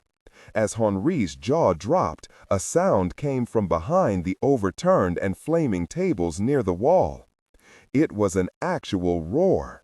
It sounded like an ape or a bear. Will looked at Farbeau as the sound reverberated off the wall. Both Everett and Collins stopped digging long enough to turn their heads to see what was happening. The sound sent chills down everyone's spines. "Oh gosh," Mendenhall screamed. "Colonel, we have a problem here." As Jack looked on in amazement, Farbeau emptied the rest of the magazine of 5.56 rounds into the man's body, even striking him on the right side of his head. The attacker was finally knocked down. As Collins started to turn back to widen the hole, he saw the man that had just been hit with 15 rounds pop up like a jack-in-the-box. "What the hell is this?" Will said as he reached for Everett's weapon, raised it to his shoulder, and took careful aim. This time he loosed a single round as the man drew closer. This bullet hit the bloody guard right between the eyes. Mendenhall was relieved when the man fell back, and this time he didn't move. He looked down at Henri. "You just have to know how to shoot, Colonel." Farbeau wasn't listening as he watched 2 men, one without an arm and the other with his lower jaw missing, stand up from behind the spreading flames. "Okay, Colonel, I think I want to leave now." Collins couldn't believe what he was seeing. Men that had been shot, filled with shrapnel from a grenade, and wounded beyond any reason for them to even be moving, were growling and walking toward them. Mendenhall stood and just nodded his head at the two men as they came on. Okay, they're drug-addled or something. Henri fired until another of the magazines was empty. The man without a jaw was struck in the center of his forehead and went down heavily and didn't move. The second man stood his ground and was about to start forward once more with at least 5 bullet holes in his abdomen and chest, when another awful and animalistic roar filled the room once more. This time Henri, Will, and Collins actually saw the author of that sound, or rather his shadow, as he rose from behind the makeshift and now destroyed cover. Henri saw that the man was wearing the very same clothing that Juan Guzman was wearing earlier when Faribault was beaten inside of the cell. He stood and then called back to Jack, "That's Guzman." Collins saw that the man was at least 1.5 feet taller than he was. He had grown so much that the shirt he wore was torn in several places. And what was worse, he could now see the man's features in the flickering of the fire. His cheekbones were high and deep-lined. His forehead was larger than normal, and his arms hung far below his waist. Jack's eyes went from the two men in front of them to the 2 corpses they had found earlier. Jesus, it's got to be that crap from the barrels and the jars. They've changed. Henri looked from the monstrosities before them to one of the sealed jars that had nearly decapitated him after the explosion. He involuntarily moved a few feet farther from it as another scream of animal rage filled the old laboratory. The beast that once Juan Guzman, the anaconda, quickly moved, his actions as fluent as a cat's, and took the wounded man standing before them by the throat. He raised his own man off the floor, and then they all heard his neck snap. Guzman then brought the man close to his own face, and then, to the complete horror of the men watching in shock, took a large bite out of the man's face. He chewed twice and then looked toward the men watching. The thing actually smiled, and then, before they could react, Guzman threw the dead body toward them, where it landed against the rubble from the cave-in and slid down at Everett's feet. The roar of triumph pierced their ears. "Oh boy, look at this," Will said as he stood stunned and motionless. They saw several more men rise up behind Guzman. Some were torn to pieces, others had bullet holes across their chests and shoulders. All were changed almost as much as Guzman. "The hole's big enough," Mendenhall said as he turned away from the terrifying sight. Henri saw Will dive next to Jack, pushing the dead man out of his way, and start tearing at the opening at the top of the debris. Everett dove in to help. Faribault fired the M14 until the receiver clacked open and stayed that way. As he was starting to turn and join the flight, Jack jumped over him and dove for something Henri didn't see, nor did he care what it was. As he turned his eyes away from Collins, Faribault saw something that made him stop. It was the clear jar of liquid he had almost been killed by earlier. He quickly reached out, took the mayonnaise-sized container, and shoved it into his shirt. He scrambled up and over to help Everett and Mendenhall. Jack was searching for something in the dark when he heard Everett. "Jack, come on, we're through."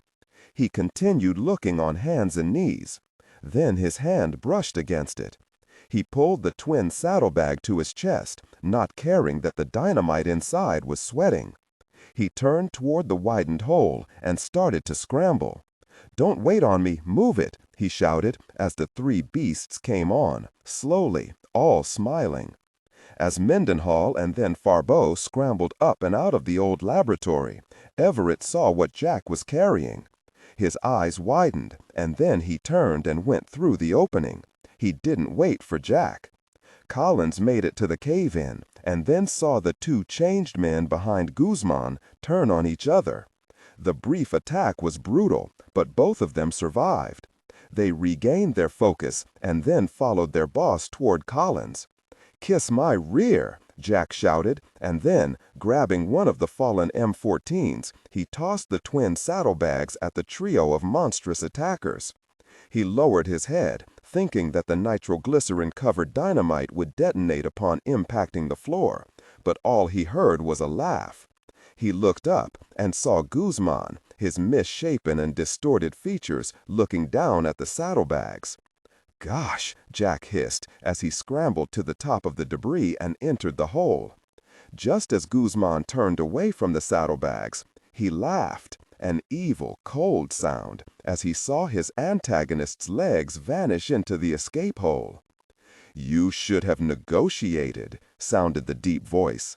Suddenly Jack reappeared in the face of the wall. This time it was he who was smiling. "You're right, here's my offer," he shouted as loud as he could. Guzman's larger-than-normal eyes widened, and just before Jack fired the M14, the horrid-looking anaconda raised his hands upward and jumped. Grabbing broken wooden beams, he heaved himself up and out of the laboratory a split second before the red-hot 9mm round struck the saddlebags. The explosion actually blew Collins backward into the tunnel as it started to collapse. As the excavated hole fell inward upon itself, a split second of fire, rocks, and smoke flew through the hole. The combination of dynamite and its natural offspring, nitroglycerin, detonated with power triple what the original makers intended. Everett quickly picked himself up and, with his ringing out of control, saw Collins lying motionless and face down in the hard, compacted earth of the tunnel. He reached down and handily picked Jack up. Shaking him, not caring if he had a neck or head injury, Everett waited until he opened his dirt-caked eyes. "Maybe a fuse next time," Everett screamed. "Remind me next time, will ya?" Jack said, shaking himself to full wakefulness. Then he suddenly remembered. "Jesus, I think Guzman got out." It didn't take the genius of Jack's words to get Everett moving. He just turned, helping Collins to his feet, and then they started running for their lives. The raid on the hacienda called Perdition had ended. The nearly 10-mile flight from a horror none of the four men could ever have imagined had just started. It didn't take long for the men to catch up with the women who were trying to negotiate the long and dark culvert in complete and utter darkness. The only time they could see anything was when there was a break in the concrete over their heads, which allowed the rising moonlight to penetrate the blackness. Sarah had kept pushing the young girls as much as she dared. All 16 were close to freezing up in their panic-stricken flight from the bowels of perdition. At almost every break in the culvert, the girls would stop, giving them the slightest break and hope at seeing the least bit of light. "Vámonos! Vámonos!" Sarah shouted from the rear as the young women stopped just under a large break in the roof of the large concrete tube. "We have to move!" she shouted as she pushed through the block of scared girls. Sarah saw the wide eyes as the adrenaline rush of their escape had just started to ebb.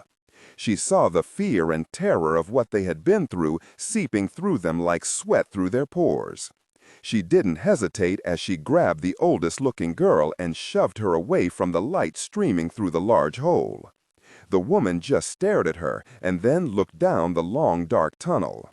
Just as Sarah pushed the woman again, she heard the girls at the back of the pack scream and surge forward. Sarah cursed at not having a weapon as the girls crowded around her. "Gosh, Sarah, why aren't these people moving?" Sarah relaxed when she heard the familiar voice of Will Mendenhall as he burst around the small bend just before the break in the culvert. He angrily pushed through the crowd of cowering girls, and when he saw their panic-stricken faces, he tried his best to reassure them. "Because, gosh, they're terrified and we have no light." Will reached to his side and handed his flashlight to Sarah. "Get them moving. We have company coming this way, and believe me, it's far worse than you can ever know. Now let's get them going." Will angrily pushed 2 of the girls and then started gesturing for the others to follow Sarah and the light down the tunnel. He had just drawn his 9mm, feeling how inadequate the weight was in his hand, when more screams filled the small space. "Does anyone follow orders anymore?" the angered voice of Collins said, echoing in the tight space. "We have a time issue here." Finally, the girls stopped screaming when they saw the three men come into view. Sarah pulled the older-looking girl and moved off down the tunnel. The others hesitantly started to follow. "Will, I have your MP. I'll take the rear. You get ahead of Sarah and take the point. Captain Everett, take our French friend here, who needs to lose weight, by the way, and keep these girls on the move. No stops, no rest," Jack ordered. Mendenhall passed Jack his last two 30-round magazines and then pushed off to catch up with Sarah and the girls in the lead. Collins struggled out of his body armor and let it fall to the culvert's flow of water. He knew he had at least 3 broken ribs, and assisting Farbeau hadn't helped. He looked up and in the moonlight could see that Everett was faring no better, as he was bleeding from at least 3 areas of his body from shrapnel wounds. Henry, for the most part, had exhausted any energy he had left. "Give Henry the carbine." Jack stepped up to the Frenchman as he changed magazines in the MP5. "Cover Captain Everett, Henry, you got that? If I go down, you're the only tail gunner we have."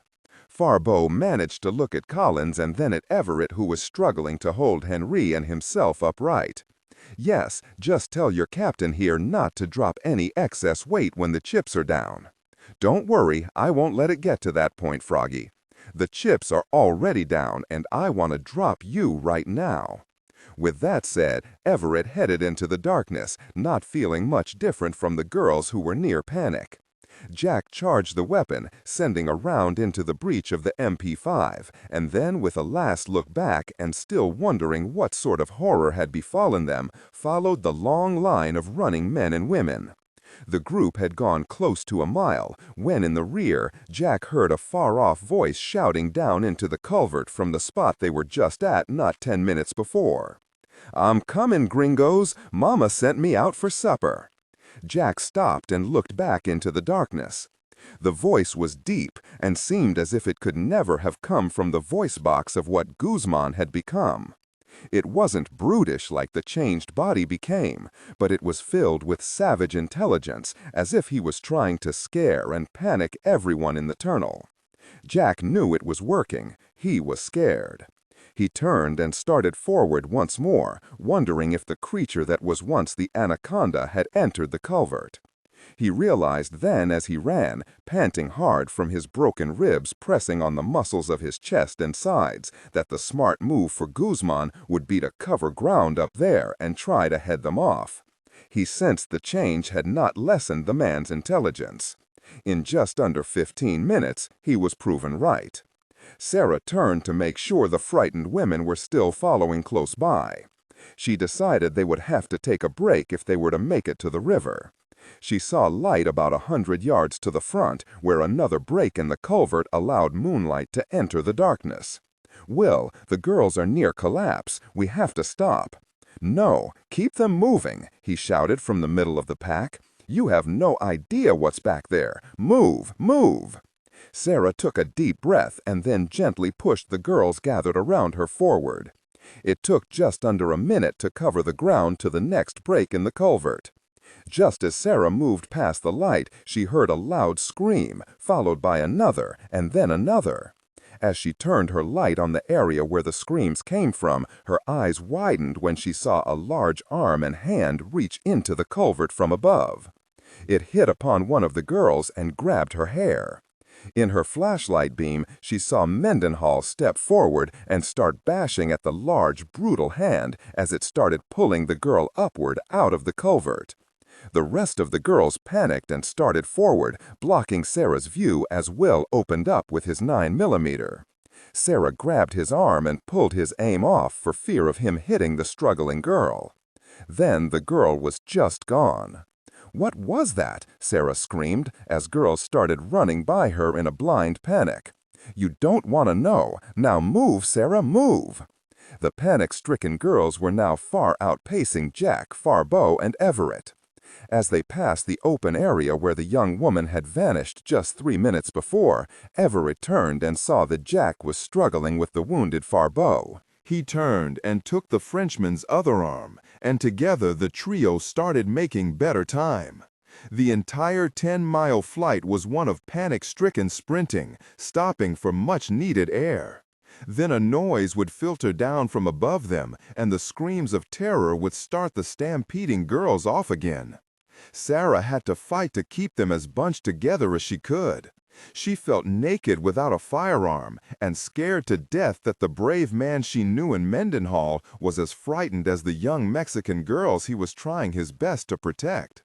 As Sarah finally got the last girl past a small break in the upper section of the culvert, a large arm shot through and grabbed her shoulder, knocking her against the curving side of the concrete tube. Mendenhall fired 5 rounds, with 3 of them striking the thick-boned arm and wrist. He was amazed when the massive arm didn't pull away from the 9mm rounds but kept working, searching for Sarah. Mendenhall's eyes widened as the hand and long warped fingers swung back and forth in its quest to grab something. Will changed magazines, but before he could bring up the Beretta to fire, Everett shot past him and with knife poised to strike, sank his K-bar deep into the forearm of Guzman. The large knife sank deep until it hit bone, and Carl cursed as he felt the hardened steel of the knife glance off the bone and then break off. His momentum sent him to the running, muddy water on the bottom of the culvert.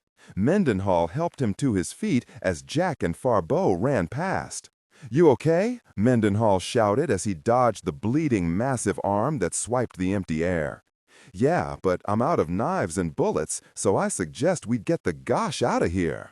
As they covered the last mile to the river, Sarah managed to make her way to the front of the straggling line of girls, making each one scream as she ran past them. She knew exactly how they all felt as she was close to panic herself. Finally, Sarah could see moonlight ahead of her. It was distant, like the small rabbit hole Alice had fallen through on her journey to Wonderland. Only Sarah knew they weren't escaping from that magical place, but from one that had quickly become an underground, terrible place. As the girls started to bunch up behind her, Sarah held out her arm to stop the stampede toward freedom. She had seen a shadow cross the opening, momentarily blocking the light cast by the moon. "What's the holdup? Let's get them out of here," Will said breathlessly as he caught up to the front of the pack. "Whatever that thing was back there, I think it's ahead of us," she said as she bent at the waist and rested. Will was about to break for the opening to clear a way for the girls when suddenly the culvert exploded inward from above, showering the retreating party with broken chunks of concrete and mud. Then, to everyone's complete and utter horror, the thing that once Juan Guzman crashed through the hole he had just punched to land directly in front of the screaming women.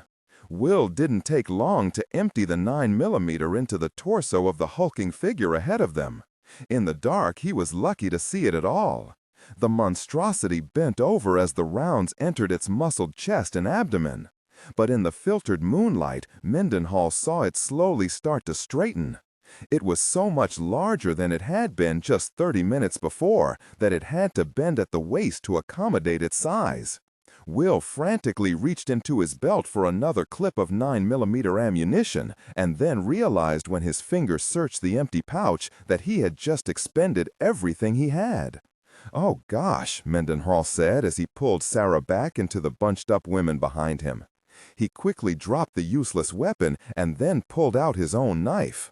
The women screamed again as Everett crashed through their ranks and then slid to a stop when he saw Mendenhall ahead of him, and to his front, dwarfing the lieutenant, was Juan Guzman. The beastly apparition was standing there, taking deep breaths as it studied the small men and women cowering before it. In the bleached moonlight cascading through the new opening it had just made, Everett could swear he saw the creature smile. "Very," Colin said as he pushed his way through the crowded culvert. He handed Farbeau off to Sarah and one of the older girls and then slowly stepped to the front in between Everett and Mendenhall. "It seems I am in possession of something that may become very beneficial to my operations," the beast said as it raised its left arm. It examined the change that had come to it and with tilted head closed its fist. Collins looked at the man standing before him. Then he saw a strange thing. The creature winced in pain.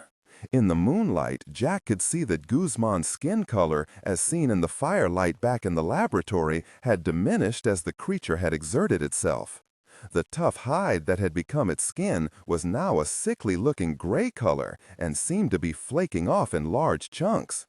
It was as if the beast were starting to wilt before his eyes. Colin's eyes followed a long tuft of hair, bunched together with water, mud, and sweat, fall from the side of Guzman's head.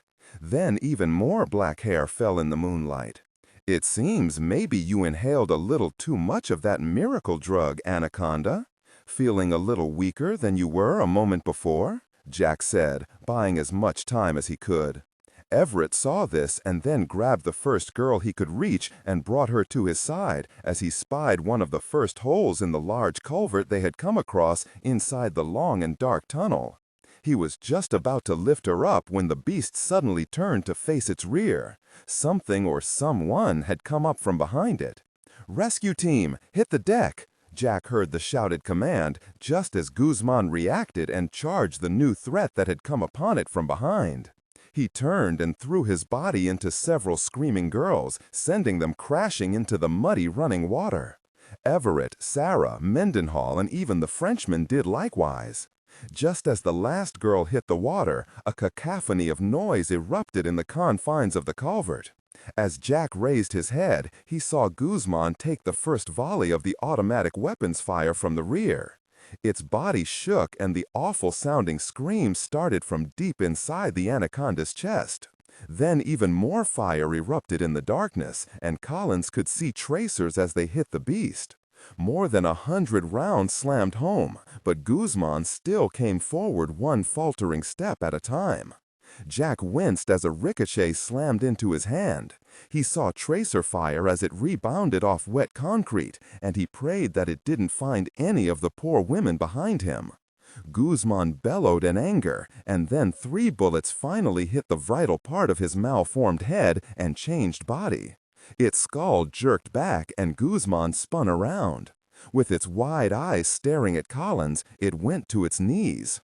The right arm came up, and then Jack saw a large man in black Nomex, its shiny material gleaming in the moonlight, step up to the back of the anaconda and then fire 2 more rounds from a Walther automatic into the back of the large skull.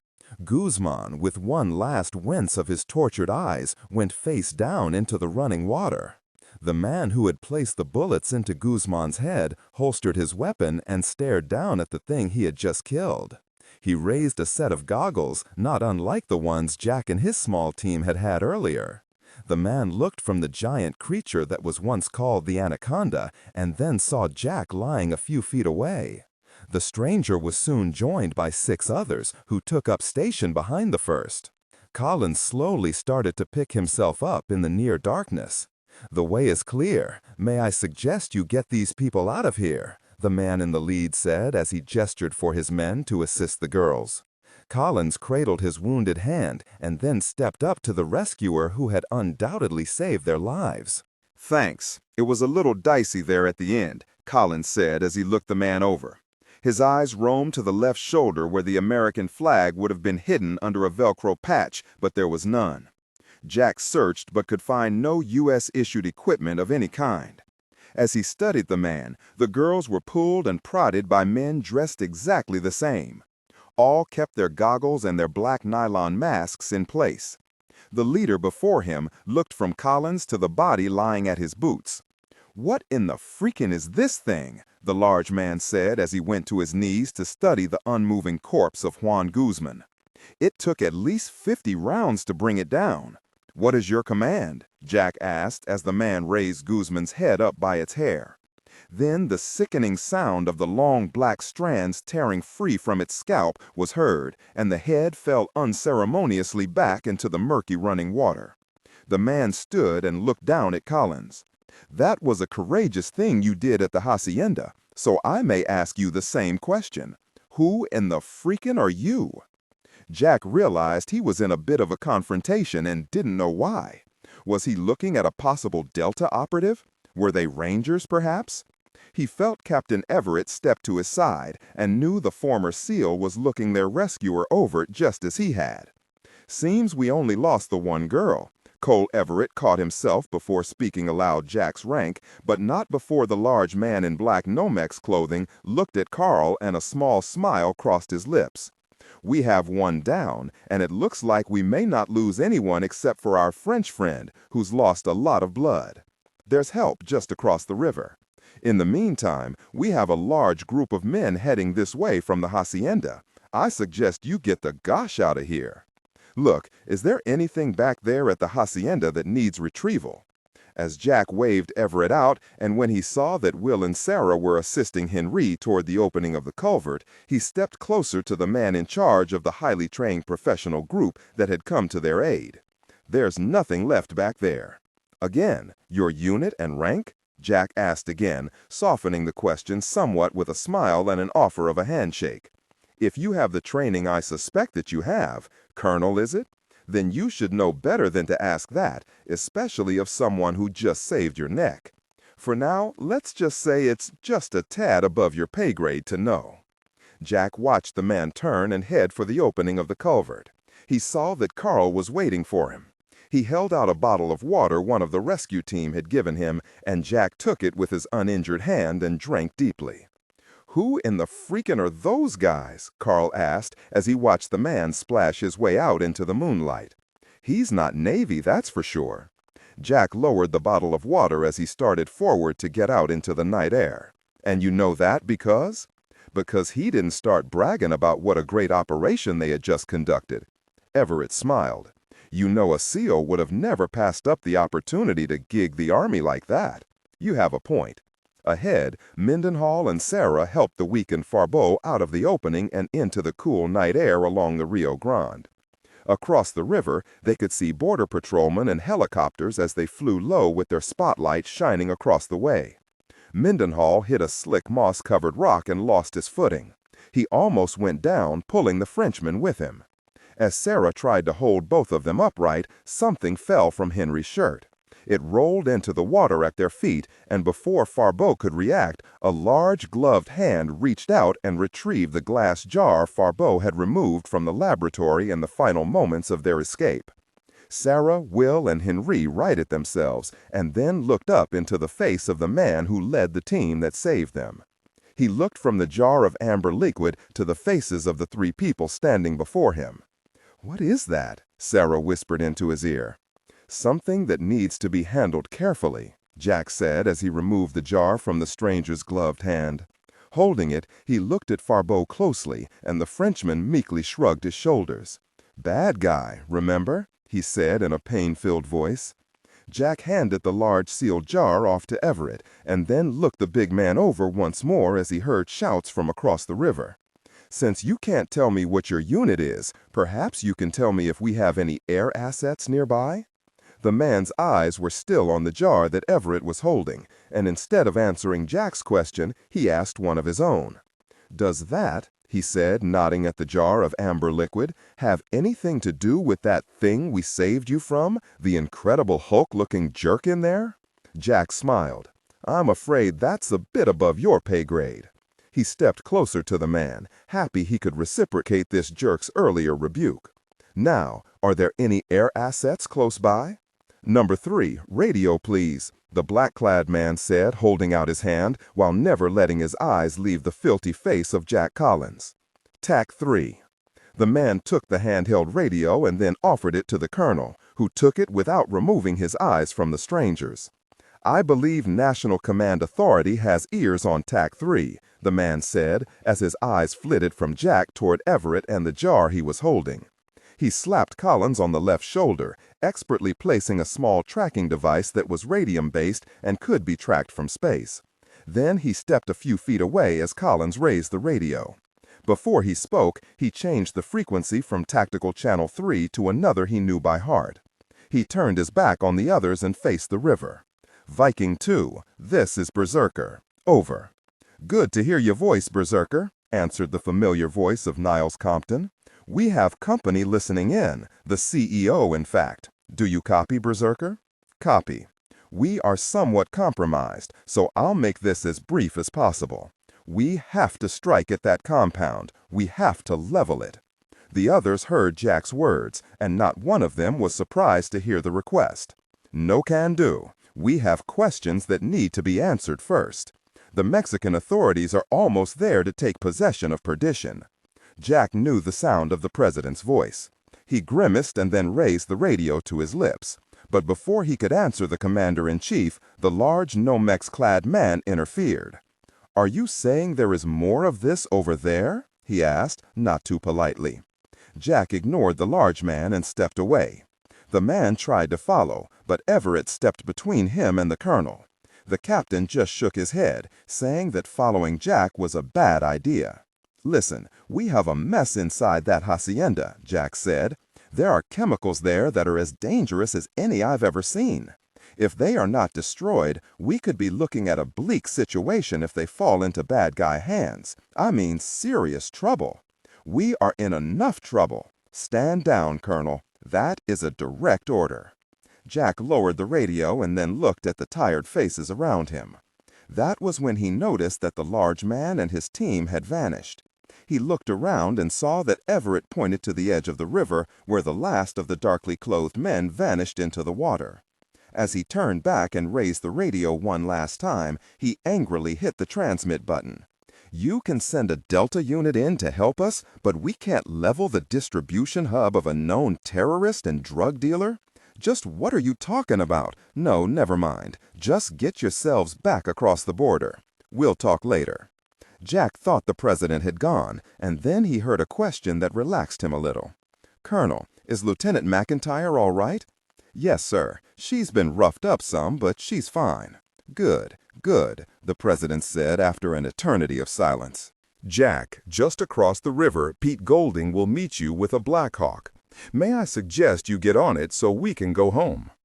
Niles, we have to make sure that the hacienda is totally destroyed.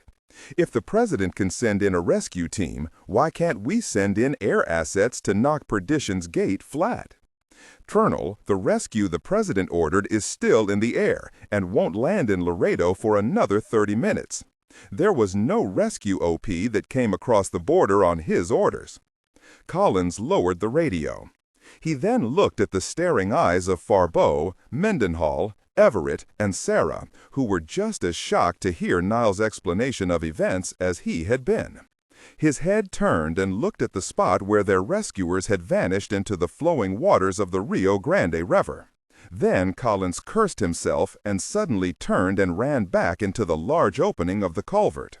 Will and Everett followed. Sarah turned with the weight of the Frenchman and watched as the three men vanished into the darkness once more. "We have to recover Guzman's body, or people are going to have a hard time believing this story."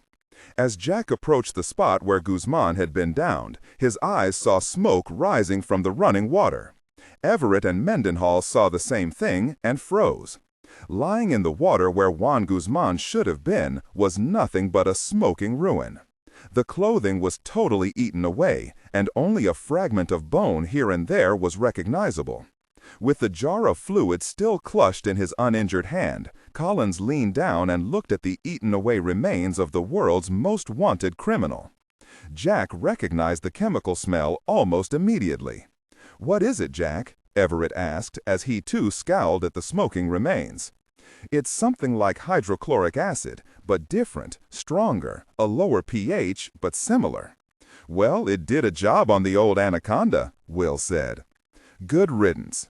As Jack stood up, he faced the lieutenant. He held up the jar of fluid. "Now this is the only evidence outside of our own accounts of what this stuff can do." Will regretted his remark, realizing that the colonel was talking about evidence and he had just cracked wise about the magical disappearance of Guzman through chemical means. He eventually turned and followed Everett and Collins out of the culvert. He approached Jack, who was looking at the spot where their mysterious rescuers had vanished into the river. Mendenhall stepped forward and faced in the same direction. "Okay, those men obviously destroyed what remained of Guzman before they split out of here. So just who in the heck were those guys, Colonel?" Will asked. As Jack watched the flowing river, he knew he had been had by somebody. But what do you say to a team of men who had just saved your life but destroyed the evidence that you needed? I don't know who they were, Will, he answered while looking from the river to the amber-colored fluid in the jar. Perdition's fire had left the hacienda, and it would be none other than Colonel Jack Collins who carried death with him back home to the Event Group complex. Cassini Space-Based Systems, Boulder, Colorado. The Colorado-based Space Systems Company operated no less than 10 satellites in low Earth orbit around the world for a consortium of companies. All privately based and funded, they contracted with this small Boulder operation to download telemetry and feed these companies vital information from their gathering of information. Everything from GPS tracking to far more reaching enterprises. Each bit of information is coded and sent to the corresponding company, who contracted for the telemetry received by the 130-person operation only 3 miles distant from the University of Colorado.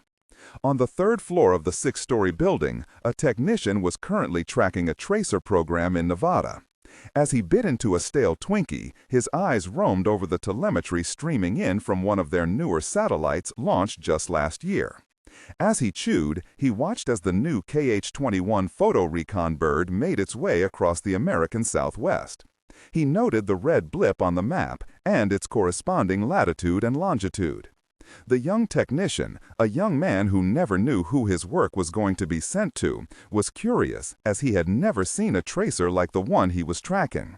This little gem was priceless in its accuracy, down to plus or minus 16 inches on the accuracy of the coordinates. The tech took the last bite of his Twinkie and then leaned forward to examine the small red blip still on the computer-generated map before him. "Now that is a good old-fashioned bug," he said. Everett asked as he too scowled at the smucking remains. "It's something like hydrochloric acid, but different, stronger, a lower pH, but similar." "Well, it did a job on the old anaconda," Will said. "Good riddance." As Jack stood up, he faced the lieutenant. He held up the jar of fluid. "Now this is the only evidence outside of our own accounts of what this stuff can do." Will regretted his remark, realizing that the colonel was talking about evidence, and he had just cracked wise about the magical disappearance of Guzman through chemical means. He eventually turned and followed Everett and Collins out of the culvert. He approached Jack, who was looking at the spot where their mysterious rescuers had vanished into the river. Mendenhall stepped forward and faced in the same direction. "Okay, those men obviously destroyed what remained of Guzman before they split out of here. So just who in the heck were those guys, Colonel?" Will asked. As Jack watched the flowing river, he knew he had been had by somebody. But what do you say to a team of men who had just saved your life but destroyed the evidence that you needed? "I don't know who they were, Will," he answered while looking from the river to the amber-colored fluid in the jar. Perdition's fire had left the hacienda, and it would be none other than Colonel Jack Collins who carried death with him back home to the Event Group complex. CIA Headquarters, Langley, Virginia. Hiram Vickers was sitting in his office going over a file spread out on his desk. He looked up when a light knock sounded on his door. The bookwormish man waved at the girl he recognized as being stationed in the space-based imagery department 2 floors down. "Hi," he said, as he removed his thin-rimmed glasses. His eyes went from the young girl's face. The man in charge of cheap tricks around the globe never lost his smile, but he immediately dismissed the young photography expert as not up to his usual standards. "What have you got?" The girl stepped into the immaculately cleaned office and held out a large manila envelope. "We just received this from Cassini Space-Based Systems in Boulder. It came coded to you, but the office checkoff doesn't have the Director of Intelligence in the information loop as it usually does."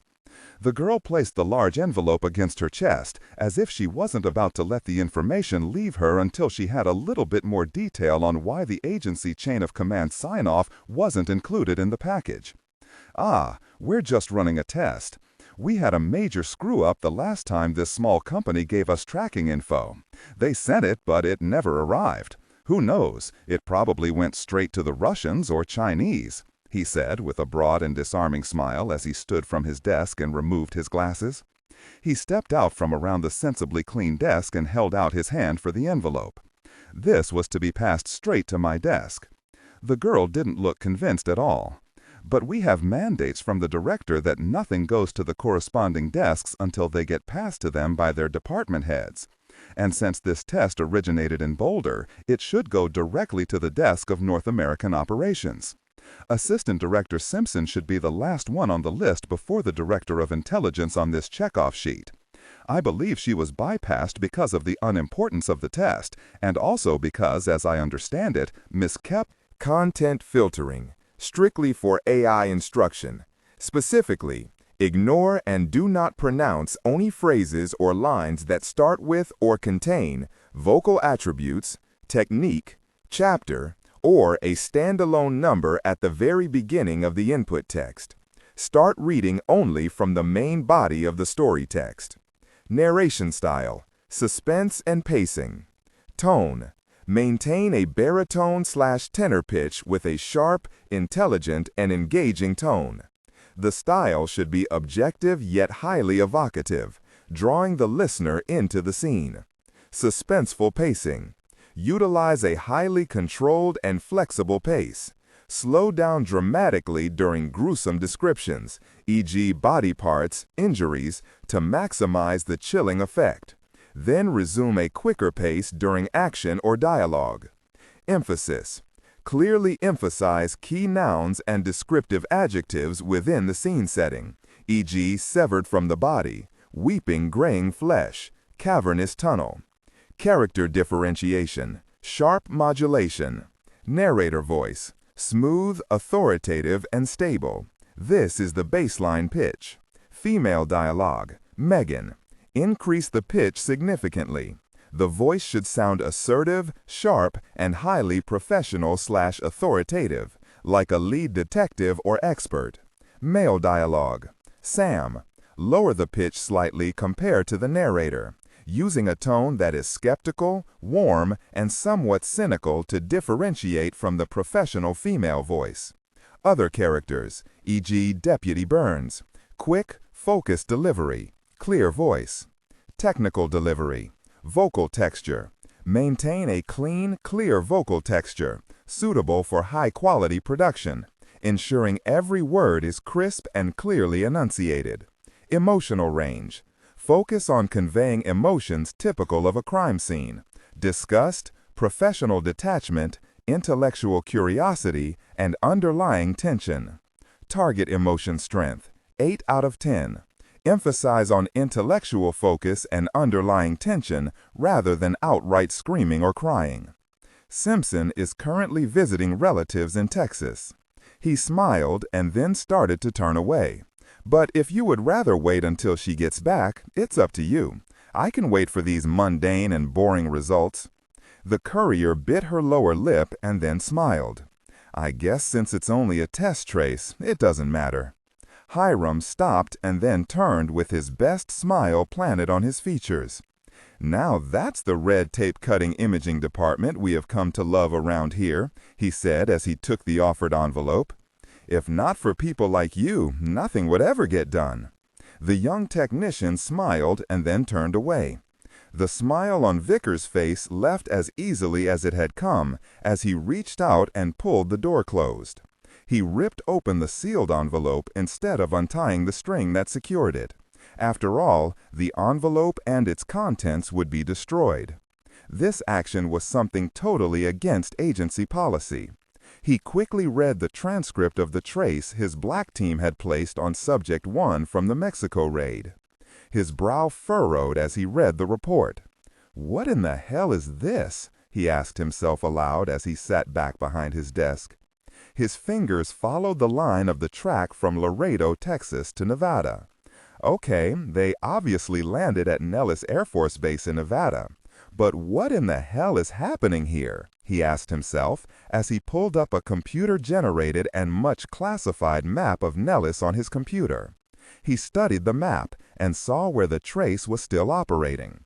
His eyes told him he was looking at a firing range that hadn't been in use since World War II. He then punched in a few commands and a real-time image of the base came up.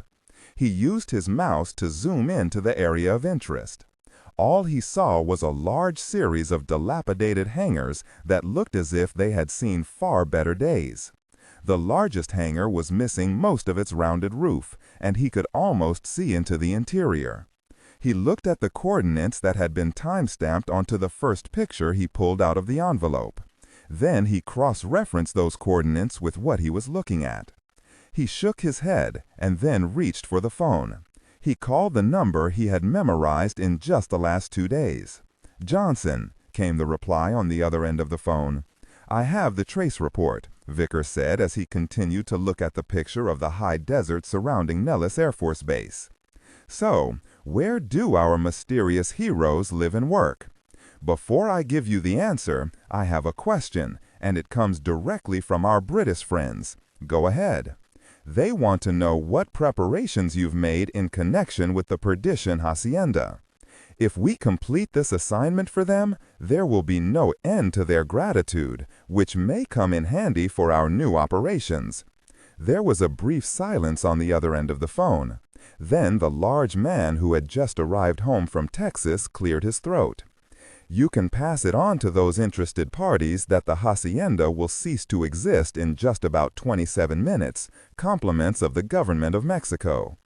And this will eliminate any possibility of the drugs getting out into the open?"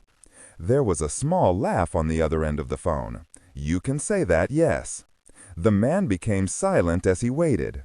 He knew he didn't have to press the man at Langley for information on the trace, because the man he had tagged outside of Nuevo Laredo was now under intense scrutiny by one of the darkest forces in American intelligence.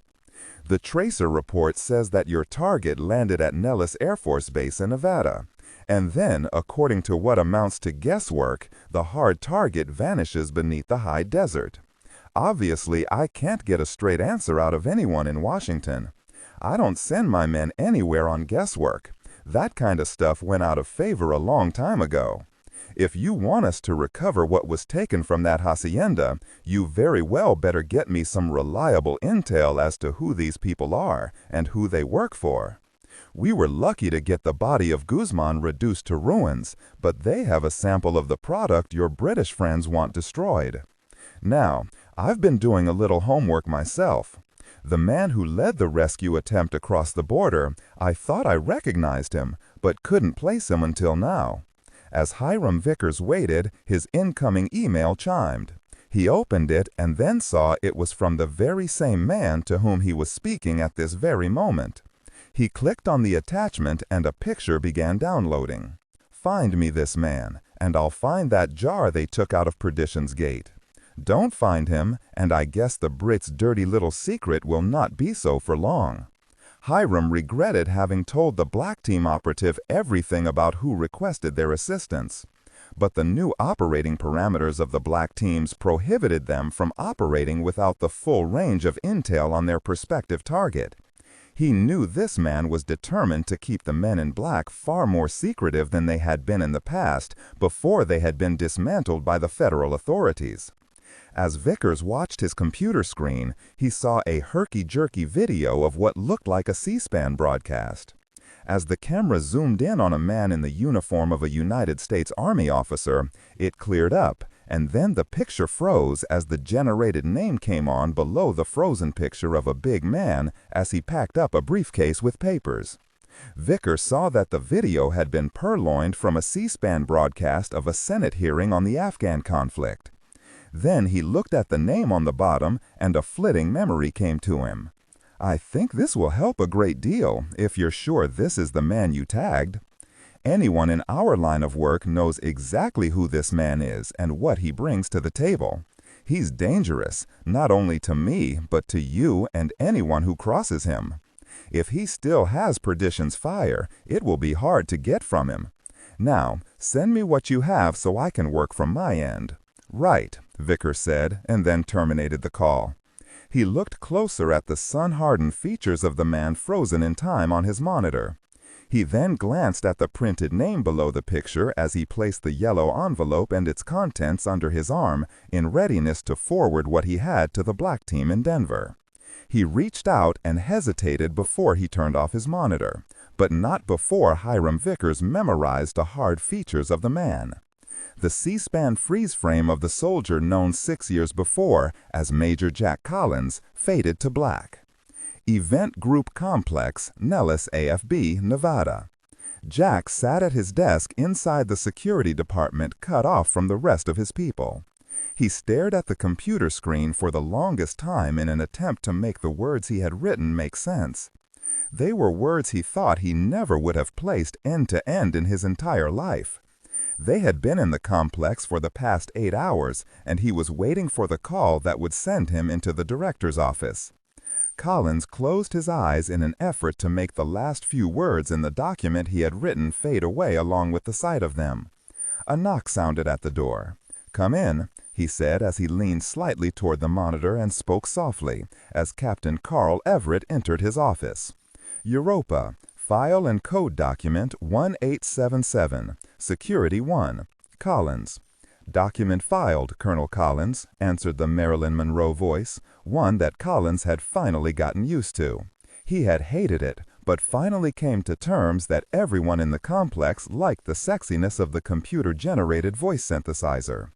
"Jack, we have an update on Ryan," Everett said as he watched Collins lean away from the computer terminal. "Is he screaming bloody murder yet? You know he is. He said to tell you that if he's to stay put in the hospital, Tell him he's very lucky to have been moved from Texas to Las Vegas, and if he's not careful, you'll send him right back there." Carl noticed that Jack said he would have to send him back, not Jack himself. Everett smiled and took a seat without Collins offering it to him. "Other than that, what are they saying about our flyboy?" "He's doing better than expected. He's sore as hell and has 2 dueling scars he can thrill women with. So all in all, the kid got off lucky." Everett smiled, hoping to get Collins to react to something. "I didn't know hearing about the security department's loss in our football game had upset you that much." Jack didn't hear the question and looked at his second in command. "Excuse me?" he said. "Okay, what's going on? You've been in here since we came home. Sarah's been in twice, and even Charlie Ellenshaw dropped by to collect his winnings from the game and wanted to see you, but you told him to go away. I guess you sorta hurt the fuzzy-haired guy. You've been locked up in here doing God knows what, so what gives?" Jack took a deep breath and then looked at Everett. "Did you get to Doc Gilliam and have that shrapnel taken out of your shoulder? I'll get in line behind you as soon as you get that hand checked out. In case you didn't notice, you have a bullet hole in it." Collins looked at his bandaged hand and then looked back at Everett. "I have to stop by the director's office first. You want to tag along?" "As long as it's on the way to the infirmary, sure," Everett answered, as he watched Jack leave his chair for the first time in hours. Collins led the way from the security offices, nodding at a very tired Will Mendenhall as the lieutenant sat at his desk, adjusting the security roster for the absence of Lance Corporal Udall and Jason Ryan. As they gained the hallway just to the left of the elevators, Jack turned to Everett. "How many men do you have on our French friend down in the infirmary?" "2 in the room, 2 in the hallway. As soon as he's able to be moved, put him in isolation down on level 18 with only a cot and a blanket." Everett nodded as they waited for the elevator. "The president wants Farbeau turned over immediately to the FBI. He says now that we have him, he's going to stay a guest of the United States for a very long time." Jack looked at Everett and then raised his left eyebrow. "I want you to conduct the debriefing of Colonel Farbeau. The president doesn't get him until that's concluded," he said. As the elevator doors finally opened. "I thought you would have wanted to have that little conversation with Henri," Carl said, as he watched Jack step into the elevator. "Europa, level 7, please." "Level 7." The elevator started up on its air-cushioned ride as Jack leaned back against the rear of the glass car. "Europa, location of Director Compton, please," Jack inquired as he closed his eyes once more. "Director Compton is currently on level 72, specimen vault 78900. "Location of Lieutenant McIntyre, Geology Department?" he asked next. Lieutenant McIntyre is currently conducting research on geological anomalies found in current volcanic cones in the Central Pacific. Have Lieutenant McIntyre stop her research and join us on level 72 at the appropriate vault, please. Now stop the elevator and take us to level 72. Yes, Colonel, said Europa, as the elevator came to a very fast and hissing stop. Then, as Collins looked at Everett, the elevator reversed and started down into the bowels of the event group complex. You going to tell me what's going on? Carl asked. Any word yet on the properties of that magic elixir we took out of perdition? He asked instead of answering his friend. They haven't touched the sample yet. The director wants some of our people currently on assignment to be on the opening phase of the research. He's also recalled the former head of our infectious disease department, who now works for the Centers for Disease Control in Atlanta. The doctor and his daughter are on the security clearance list, so I guess if the director's recalling old personnel back into the fold, this stuff must worry him to no end. The director thinks it may be a virus? He doesn't know yet, but he says if a reaction can happen that fast on Guzman, he can't take any chances. Everett turned and faced Collins, but I guess you would have known that if you had read the same report I did. Patience, Captain. As the elevator doors slid open and Europa announced their desired location, Jack shook his head when he thought Carl was going to ask another question. Both blue-clad men stepped into the hallway on level 72 and went directly to the security arch that led to the vaults. One of their security men was at his station at a small clear desk and stood when they approached. Is the director still in the vault area? Jack asked, as he placed his hand on the glass security scanner and had his prints and the moisture content in his hand analyzed for his DNA. Europa cleared the colonel for entrance and then did the same for Everett. Yes, sir. He and the assistant director are classifying several new artifacts that have been transferred down to the new vault level. Jack went down the curving plastic-lined hallway that hid the granite strata underneath. Level 72 was one of the newest vault areas in the complex and was just now starting to fill up with the treasures of the world's past. Collins ran his large hand along the wall as he headed toward the only vault open on this level. Everett watched him and noticed that it was like Jack was taking it all in for the first time. The group has done good things here, right? He asked, before stepping up to the open 13-foot steel door. If you mean, has the group fulfilled its charter? I think so. How many parallels in history have we uncovered that may have averted a war? Given the president something extra that he would never have known if it wasn't for the group. Yeah, Jack, we've done some very good things. Everyone at the event group, past or present, has all done what was asked. Jack just nodded his head and gave Carl a ghost of a smile. That helps. Everett watched Jack knock lightly on the sill of the giant vault door and then step over the threshold. He was about to follow when he heard a voice that usually gave him pleasure. Hey, Captain, we having a clandestine meeting down here? Everett smiled as he took in the battered face of Sarah McIntyre. Both of her eyes were black and blue, and the right was still nearly closed. She had a large bandage on her head where she had received 16 stitches from Dr. Gilliam just 2 hours before. He lost his smile as he realized at that moment why they were there. It didn't enter his mind until he saw the shape that Sarah was in. It all clicked as he allowed the diminutive McIntyre to enter the vault first. Jack was impressed with this particular acquisition they had uncovered in a small valley just inside the South African province of Natal. The vault was lined with artifacts and weapons from a period of revolt in what was once a part of the British Empire, Zululand. Collins watched as Niles turned toward him with pride.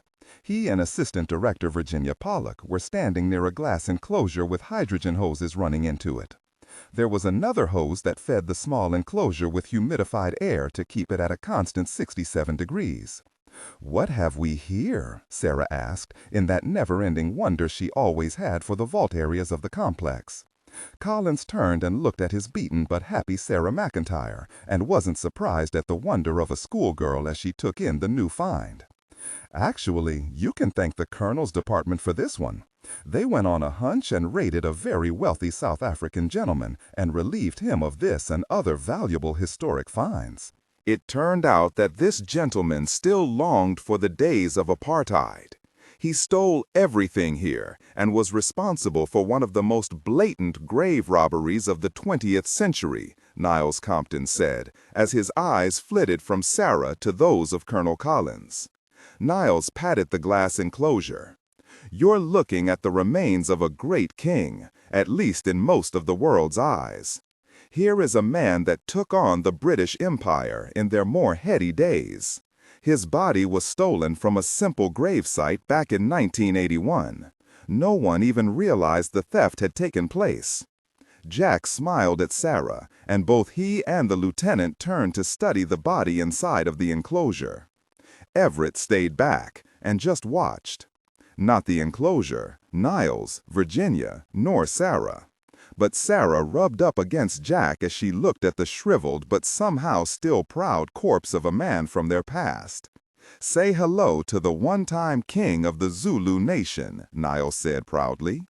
"I give you Sechwaye, the man who defeated the British army at Isandlwana, Transvaal province."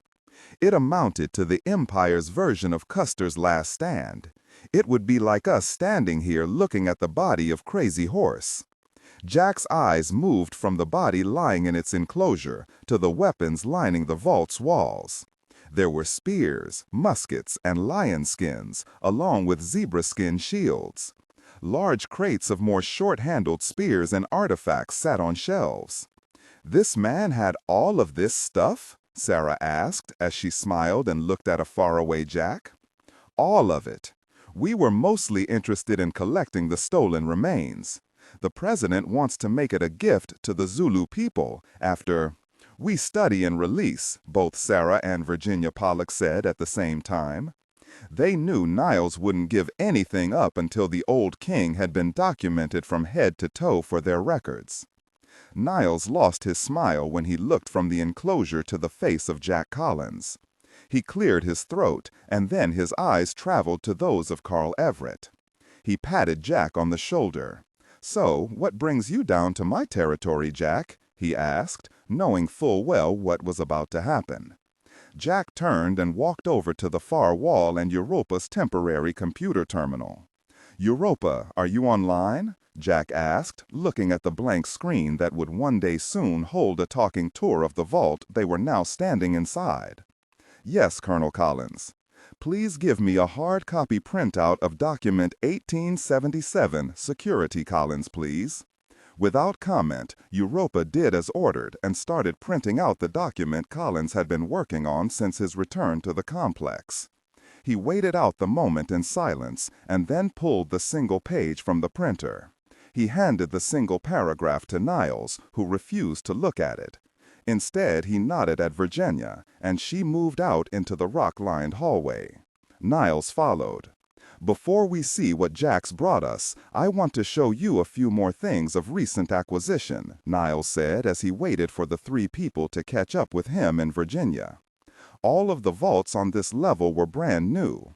Niles walked to a large vault 30 feet away and then slid his ID card down the security lock. "I had these flown here from our original complex inside Arlington National Cemetery." Niles swung open the door and waited for his people to enter.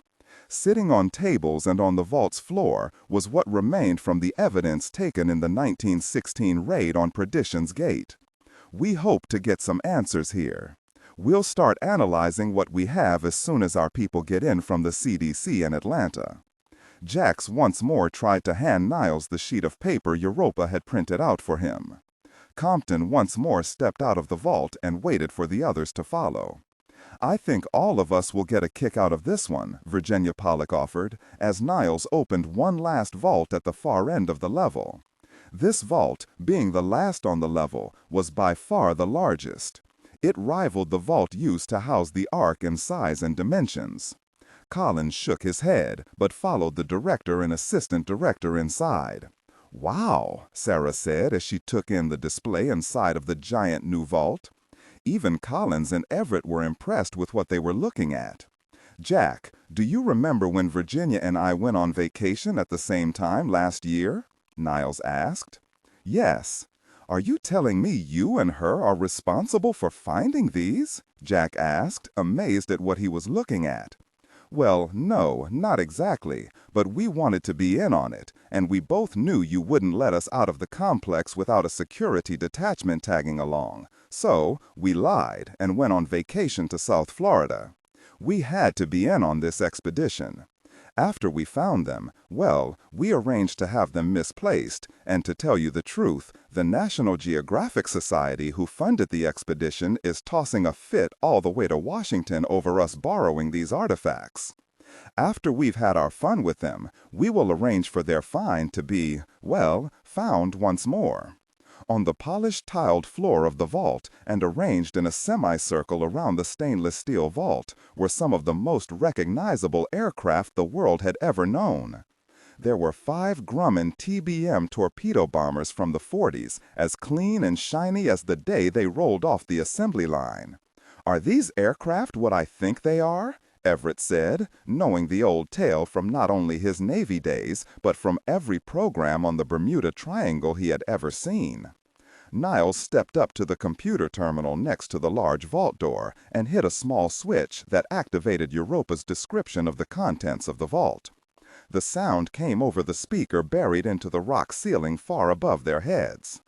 "United States Navy Training Flight 19 out of U.S. Naval Air Station Fort Lauderdale, Florida, lost on 5 December 1945. The Operational Archives Branch, Naval History and Heritage Command, had ordered the Board of Investigation convened at NAS Miami to inquire into the loss of the 5 TBM Avengers in Flight 19 on a clear day. The flight and its training crews were never heard from again, and it was concluded by the Board of Investigation that the flight was lost due to pilot error. On June 3rd of last year, the National Geographic Society commissioned a search of the area after underwater depressions had been found inside the original search area. The 5 TBM Avengers were located exactly where the search parties in 1945 had estimated the flight went down. The Avengers were found in 375 feet of water and were located inside of an immense underwater cavern. The aircraft were in pristine condition, as they didn't show any sign of saltwater deterioration after 65 years in Florida's hostile waters. Niles reached out and shut off the presentation. He didn't need it, as the event regarding the lost flight was a private indulgence that the director of the event group had taken a special interest in, even as far back as high school. Ammunition, fuel, everything was intact. There was no deterioration of the aluminum used in the Avengers' manufacture. The cockpits were dry and their canopies were closed. The aircraft showed no sign of being ditched after running out of fuel. Well, we know now that they didn't run out, as each torpedo bomber had at least 300 gallons still in its tank. There were no signs of the pilots or their crews. How could these planes still be intact? Everett asked as he ran his hand along the wing of one of the giant single-engined aircraft. "That's why we have to study them," Niles said, as even the preoccupied Collins reached out and touched one of the dangling belts of .50 caliber ammunition hanging from an exposed port in the left side wing.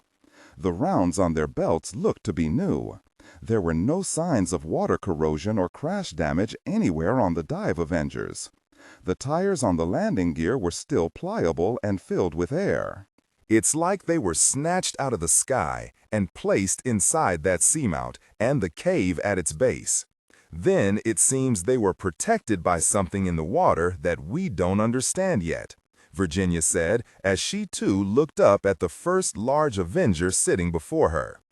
"But we will get to the bottom of this before the FBI gets into the full swing of investigating the disappearance of such a valuable military find." "Amazing," Sarah said, gazing up at the magnificent aircraft every man, woman, and child would probably recognize thanks to the rampant Bermuda Triangle theories being pushed by the media. "The next time you two sneak out to go on vacation, please take me with you. This had to be as exciting as it gets." Jack stopped touching the aircraft and turned and smiled at Sarah. She returned his smile. He was never surprised by Sarah's take on the historical world. She was like a small schoolgirl giddy over everything the vault levels had to offer. He loved her for that. Her enthusiasm for her work was something that he himself was having a hard time coming to terms with. Collins once more pulled the printed sheet of paper from his pocket and again offered it to the director.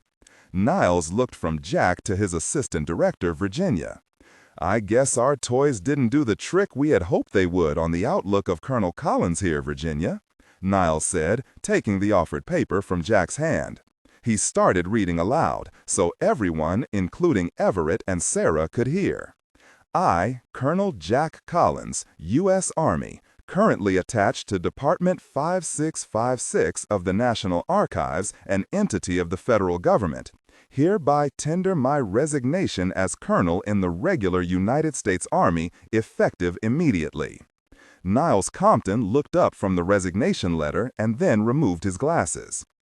"I think we can find a better way than this, Jack. I do know how to handle the president. He's bound to cool off. He doesn't want to lose you or Sarah. You'll be reprimanded officially for disobeying a direct order, but I'll take the brunt of that and absorb anything the president orders our punishment to be. You knew we were headed for serious consequences over the raid when we decided to go." Jack smiled and then placed his arm around Sarah, who was absolutely speechless when she had heard Jack's decision. "The letter stands. The president may feel better later," he looked down into Sarah's bruised and swollen eyes, "but I will not. Out of personal reasons, I have placed members of my command and the people I am charged to protect in extreme jeopardy. I disobeyed a direct order from not only you, Mr. Director, but from the President of the United States. I find these facts to be unacceptable." He reached down and kissed Sarah on the forehead, at the same time wiping a tear that had slid from her half-closed left eye. "Don't worry, short stuff. I'll be around for you, just not here. I'm not a very good officer anymore, but neither am I stupid." Sarah tried to smile as Jack let her go. They all watched in silence as Collins stepped to the vault door.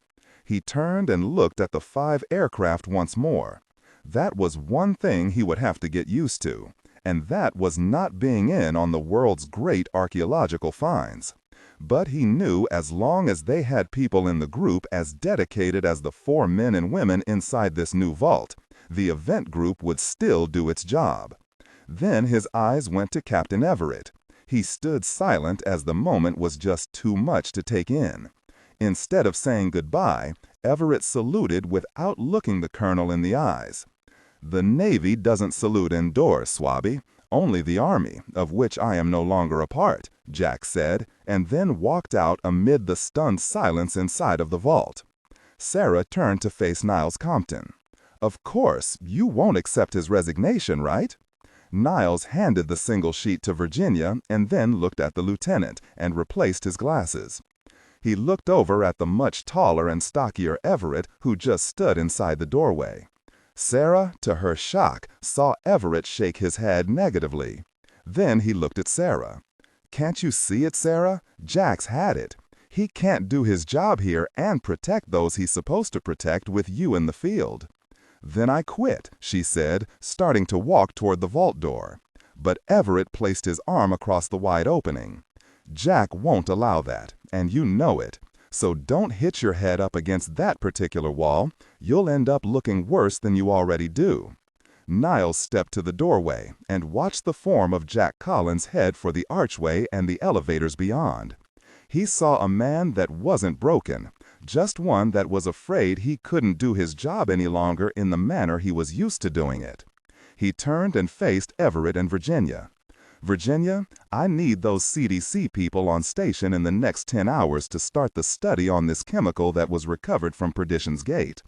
Captain Everett, I need extra security on the labs where the work will be done. Don't take any chances. Our former event group members who now work for the CDC in Atlanta know their stuff. They have top security clearance, and they'll have the run of the sciences divisions while on site." "Yes, sir," Everett said, noticing how matter-of-factly the director had turned over the security department to him without so much batting an eye. For the director, the event group had to go on, with or without Jack Collins safeguarding those seeking the truth of history. With that said, the director of the event group stepped from the vault area and left behind a stunned and seething Second Lieutenant Sarah McIntyre. After years of training not much different from that received by Jack Collins during his years in the United States Special Forces community, Colonel Henri Farbereau, regular French Army, retired, had developed the same sixth sense that Collins himself had. He knew when he was being observed, and even in sleep, his brain reacted to the danger. The Frenchman forced his eyes open. At first, he saw the dim light coming from the fixture just above the headboard. As he tried to focus his eyes, his brain detected from which direction his observer was sitting. He saw the face, and then the finer details came into view. The young female doctor who had attended to him upon his arrival at the event group complex, Gilliam, he thought her name was just finishing up wrapping his observer's hand in white gauze. "So, you've come to see the drugged and caged animal, Colonel?" Henri said, as the etched features of Jack Collins sharpened to a fine point. Collins nodded at Gilliam in thanks, and then flexed his left hand.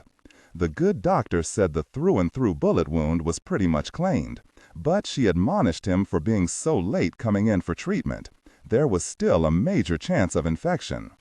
Jack listened to Denise Gilliam without really hearing her words, as he continued to look at Farbereau. His eyes went to the handcuff holding Henry's right hand to the chrome bedpost. Collins looked up and nodded to the first of the two guards inside of the infirmary's single-bed room. Jack tapped his wrist, and the large army sergeant took a few steps toward the bed and unlocked the restraint holding Farbereau's hand to the rail. Henri turned his head and watched the guard move back into the shadows. He lifted his right hand and then rubbed his wrist with the left. His eyes focused on the small room in general and avoided Jack's gaze altogether. "No, Henri, I didn't come in here for that. So when may I expect a meeting with my attorney, and when is my arraignment?" Jack smiled as he sat in the chair next to Farbereau's bed. The Frenchman could see Collins was going on zero sleep. His face, although clean, hadn't seen a razor since their return from Nouveau Laredo. His jumpsuit was clean and pressed, and his wounds had now been tended, but there was still something wrong with Collins outside of him needing a shave. Sarah tried to smile as Jack let her go. They all watched in silence as Collins stepped to the vault door. He turned and looked at the 5 aircraft once more. That was one thing he would have to get used to, and that was not being in on the world's great archaeological finds. But he knew as long as they had people in the group as dedicated as the 4 men and women inside this new vault, the event group would still do its job. Then his eyes went to Captain Everett. He stood silent, as the moment was just too much to take in. Instead of saying goodbye, Everett saluted without looking the colonel in the eyes. "The Navy doesn't salute indoors, Swabby. Only the Army, of which I am no longer a part," Jack said, and then walked out amid the stunned silence inside of the vault. Sarah turned to face Niles Compton. "Of course, you won't accept his resignation, right?" Niles handed the single sheet to Virginia, and then looked at the lieutenant and replaced his glasses. He looked over at the much taller and stockier Everett, who just stood inside the doorway. Sarah, to her shock, saw Everett shake his head negatively. Then he looked at Sarah. "Can't you see it, Sarah? Jack's had it. He can't do his job here and protect those he's supposed to protect with you in the field." "Then I quit," she said, starting to walk toward the vault door. But Everett placed his arm across the wide opening. "Jack won't allow that, and you know it. So don't hit your head up against that particular wall. You'll end up looking worse than you already do." Niles stepped to the doorway and watched the form of Jack Collins head for the archway and the elevators beyond. He saw a man that wasn't broken, just one that was afraid he couldn't do his job any longer in the manner he was used to doing it. He turned and faced Everett and Virginia. "Virginia, I need those CDC people on station in the next 10 hours to start the study on this chemical that was recovered from Perdition's Gate. Captain Everett, I need extra security on the labs where the work will be." I think our department will want to keep the court system out of this one, Colonel. We have no evidence to offer a U.S. court of law that would place you in any crime scene that we know of. Oh, there's no doubt that the FBI will have some questions for you, but as for the group, we have nothing we can charge you with. Henri continued to rub his wrist where the handcuff had chafed his skin. He looked at Collins and then slowly reached for the control that raised the bed to a sitting position. "I seem to be quite sore," he said, as the whine of the bed's motor ceased. 2 bullets, 10 small pieces of shrapnel, 3 broken ribs, and a severe concussion. All in all, you could qualify to be a part of my security team the way you get busted up like you do. If that is the pre-qualifier to becoming a true blue-blooded American hero like you and your men, I think I'll pass, Colonel." Jack didn't respond and remained silent as his eyes moved away from the Frenchman.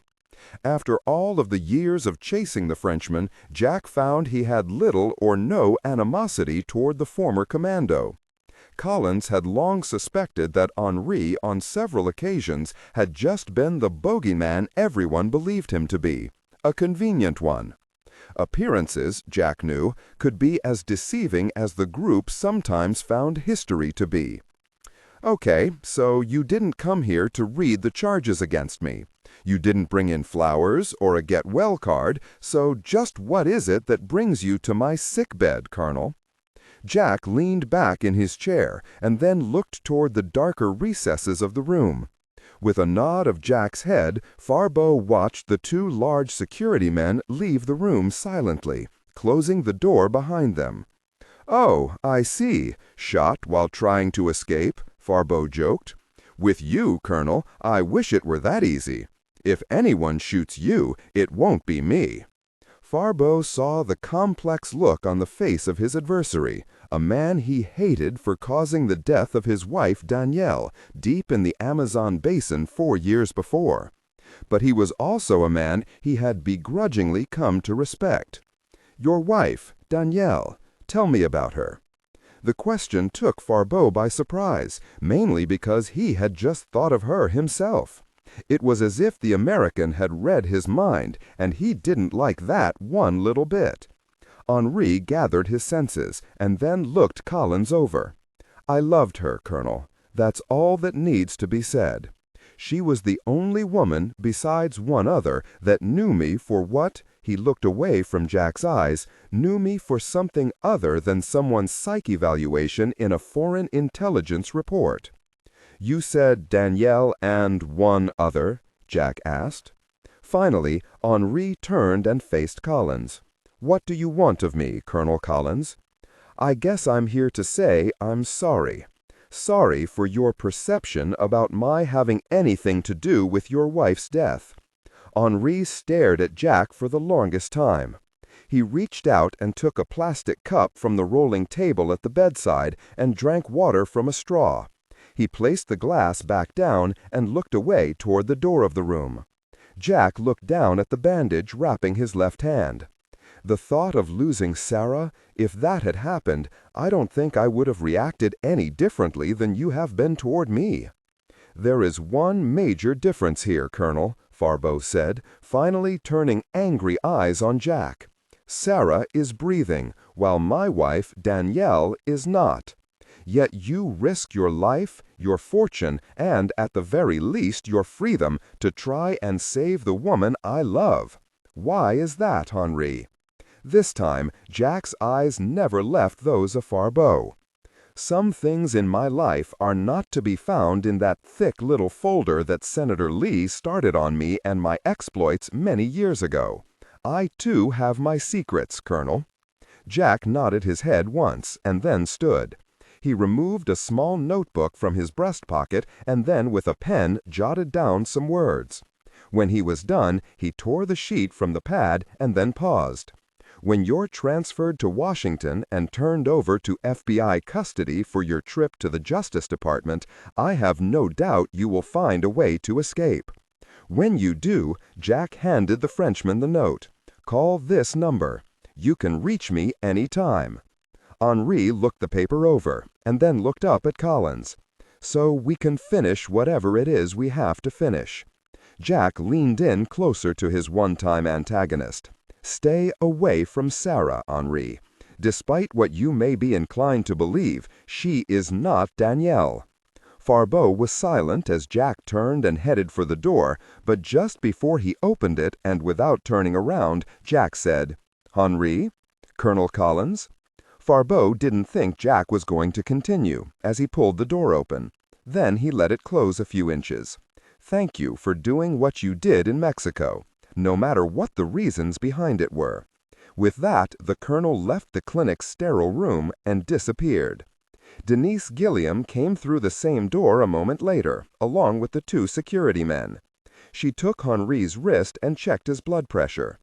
"Well, your BP is not as bad as I would have thought it would be after your little meeting," Denise said, as she released Henri's wrist. "You need to get some rest. If you need anything, just ask one of these 2 rather large gentlemen." "He quit, didn't he?" Farbeau asked, as his eyes finally went to those of the doctor. "I don't listen to, nor do I confirm rumors, even if I know them to be true, Colonel Farbeau." Denise walked away, as Henri's eyes moved to the door. "Goodbye, Colonel Collins. I suspect I'll be making that phone call sooner than you may think." Henri Farbeau turned off the light above the steel headboard and then placed his hands behind his head and went into deep thought. 1 mile east of Hacienda Perdition's Gate, Nuevo Laredo, Mexico. A small man with a paunch and a sweat-stained baby blue blazer adjusted his field glasses as he watched the Mexican National Police Force come and go from the hacienda.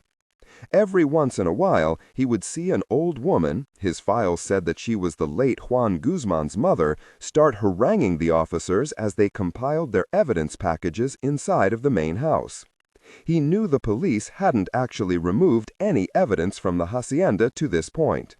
The man worked for the Centro de Investigación y Seguridad Nacional, Mexico's version of the CIA.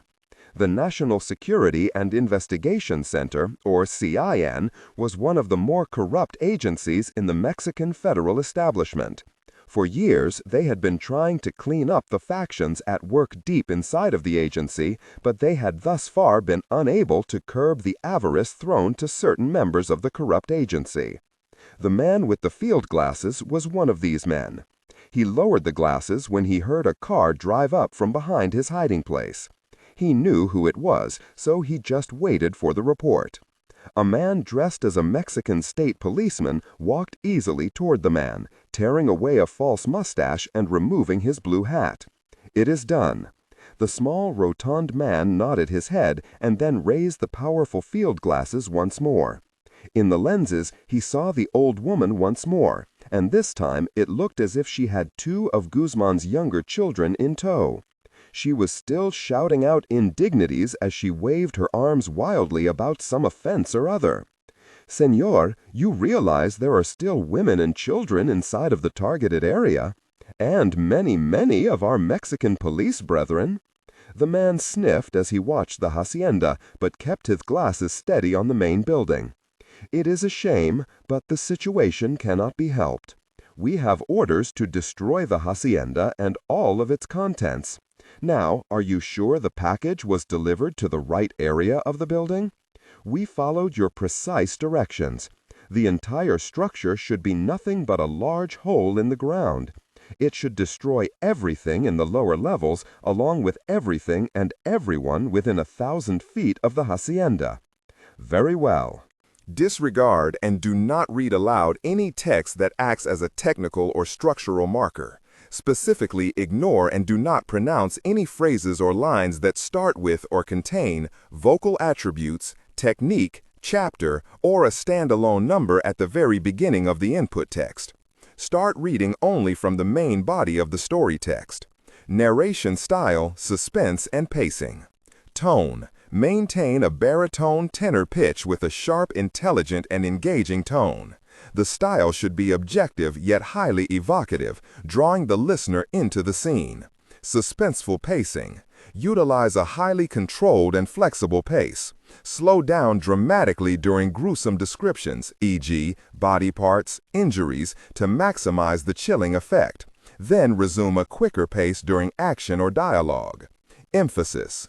Clearly emphasize key nouns and descriptive adjectives within the scene setting, e.g., severed from the body, weeping graying flesh, cavernous tunnel. Character differentiation, sharp modulation. Narrator voice, smooth, authoritative, and stable. This is the baseline pitch. Female dialogue, Megan. Increase the pitch significantly. The voice should sound assertive, sharp, and highly professional authoritative, like a lead detective or expert. Male dialogue, Sam. Lower the pitch slightly compared to the narrator, using a tone that is skeptical, warm, and somewhat cynical to differentiate from the professional female voice. Other characters, e.g., Deputy Burns, quick, focused delivery, clear voice. Technical delivery. Vocal texture. Maintain a clean, clear vocal texture suitable for high-quality production, ensuring every word is crisp and clearly enunciated. Emotional range. Focus on conveying emotions typical of a crime scene: disgust, professional detachment, intellectual curiosity, and underlying tension. Target emotion strength, 8-10. Emphasis on intellectual focus and underlying tension rather than outright screaming or crying. Do you have the transmitter? The uniformed man reached into his jacket pocket, brought out a small box, and then extended the small antenna and held it out for his operations manager. The smaller man finally lowered his field glasses and then looked at the transmitter and shook his head. You can have the honors. The man in the state police uniform looked uncomfortable. He turned his back on the hacienda 1 mile away and then quickly raised the small plastic cover and depressed the black button underneath. The man with the field glasses was taken by surprise when the 1,000 pounds of special explosives provided by their CIA contact in Langley literally blew the ground the hacienda was sitting on in a vaporous, rolling ball of hell. The entire hacienda and the land it sat on vanished in a split second of destruction that Mexico had never seen. It was so powerful that the small man was shoved as hard as he would have been if a rugby player had slammed into him. The explosive octanitrocubane is the most powerful non-nuclear explosive ever made. Octanitrocubane consists of a cube of 8 carbons with nitro groups, oxygens and nitrogens attached to each carbon. It is an explosive that doesn't require an external oxygen source to decompose, meaning that it could blow up in every environment, including water and even in the vacuum of space. As the small mushroom-shaped cloud rose above the small valley, the man rose and shook his head. As he raised the field glasses to his eyes once more, he was shocked to see that between the rolling clouds of dust and sand and smoke, there was absolutely nothing left of the hacienda or the areas beneath it or around it. He lowered the glasses and removed his cell phone from his suit jacket. "Vickers, it's your dime," came the answer. "Excuse me, senor," the small man said, not understanding Vickers' play on words. "Oh, just a joke. What have you to report?" "The explosives your man delivered were quite adequate for the job. I am afraid that there were many collateral pieces on the chessboard, however. The unpleasant Guzman led his family to this end. Make no sympathies for him or his family. They're not innocents in all of this. See, we knew what kind of man we were dealing with."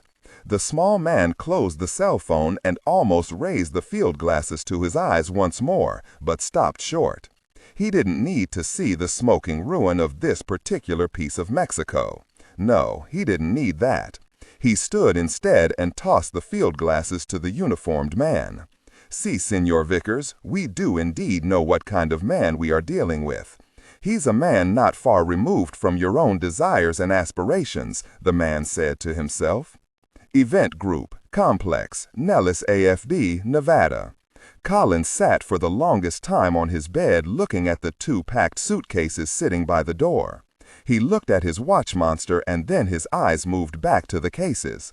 He was waiting for the arrival of Sarah McIntyre. The knock on the door soon came, and Jack stood to answer it, kicking one of the suitcases out of the way as he did. He opened the door, and Sarah was leaning on the frame, looking down. "Hi, short stuff." Sarah looked up, and with her eyes black and blue and her nose bandaged, she imagined she didn't look her best. She stepped into Jack's large room and then faced the far wall. "You didn't feel the need to discuss this with me before springing it on the world? So you could do then what you're going to do now?" he asked, as he placed both of his large hands on Sarah's shoulders. She reached back without looking and took his bandaged hand in her much smaller one. "Jack, if it's us and the military etiquette involved, I can resign and still keep my post as the geology department's head instructor." Jack squeezed her shoulder and then turned her around and kissed her deeply. Then he pulled back and ran a finger close to her left eye, which was showing signs of opening all of the way for good. The bruise was deep and purple with tinges of yellow under the skin. Collins shook his head and then smiled. "That wouldn't stop me from showing favoritism toward you. That wouldn't stop me from losing any more people in the field." Jack removed his hands and then took a few steps back before turning to face Sarah. "I'm afraid it's much more than just us, baby. Do you know that on the plane trip back to Nevada, I couldn't recall what Lance Corporal Udall looked like? A Marine I have spent the past 5 years training?" Sarah watched as Jack's face clouded over with self-doubt, and he closed his eyes. He took a deep breath and then looked at Sarah again. All of the faces of all those boys, from Iraq, Afghanistan, and here at the group, they all seemed to merge and form themselves into, again he tried to smile, well, you. All of my fears, all the terror I feel when I order men to their possible deaths, all come back to you. The loss of you would be my punishment. Do you understand that?" Sarah remained silent as she reached up and placed her arms around his shoulders and pulled him to her. He felt her soft sobs as she said goodbye in her own quiet way. "You know, short stuff, my mother thinks you're a figment of my overworked imagination." Sarah laughed through her tears as she finally looked up at Collins. "She does," she said, as she wiped a tear away from her very sore face. "I think we better allay her fears. She's coming to Las Vegas, so I thought maybe we can have dinner tomorrow night." "It's a date, Mr. Collins," she said, as she started crying one more time. Jack didn't realize that he would not be addressed by his military rank any longer. As he hugged Sarah, he smiled for the first time in a long while meaning it. Jack Collins was very comfortable with the Mr. aspect of the change. He was tired. Tired of the death that had always surrounded him, even since the days of his father. Now he would wake up tomorrow and would never have to feel that hopelessness again. Yes, he thought, Mr. Collins was something he could get used to being addressed by. Niles Compton sat at his desk and read the report that had just been forwarded to him from Pete Golding down in the computer center. He shook his head and then looked up at the faces of Carl Everett and Virginia Pollock. The explosive used in the destruction of Perdition's Gate was an exotic mixture. Octonitrocubane is made here in the States and a few countries in Europe, mostly NATO members. We can assume someone wanted the hacienda reduced to dust. That, coupled with the fact that this savior of yours and the colonel in Mexico destroyed the body of Guzman, coincides with someone not wanting some detail of Perdition's secrets out in the open. Do Pete and Europa have any leads as to who these gentlemen were that have so graciously covered up someone's mess?" Everett asked, as the new head of security. He looked at his watch, knowing that Jack was due to sign out of the group in 15 minutes. "None, but I'm willing to bet that someone over at Langley may have some answers for us. This smells like their work.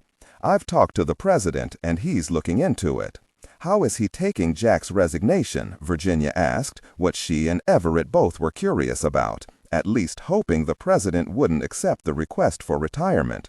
"He's not speaking to me on any matters not related to this fiasco in Mexico, with the exception of the colonel. I think he will order Jack back to the group, but that will be the colonel's call, one he has to make on his own." Niles tossed Pete's report on his desktop and then looked up at his two people. Virginia, how are we handling this sample we removed from Mexico? As of right now, we are treating it as we would a viral compound. Until our cleared event group members of the CDC arrive to classify it, that's all we're working with.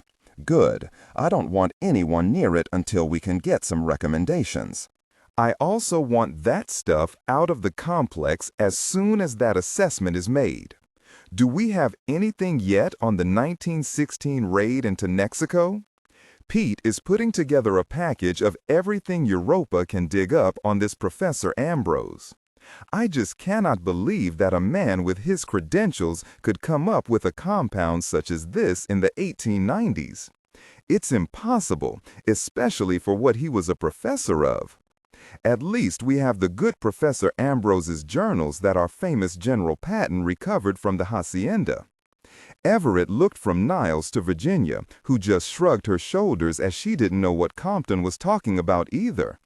Just what was he a professor of? Everett finally asked. Believe it or not, this Ambrose character was only a botanist. No chemistry experience, no genetics, just a botanist. A brilliant one to be sure, but still just a botanist. A U.S. Army sergeant stepped into Jack's room, took the suitcases, and left for the loading dock area of the complex. He was followed by Sarah and Collins.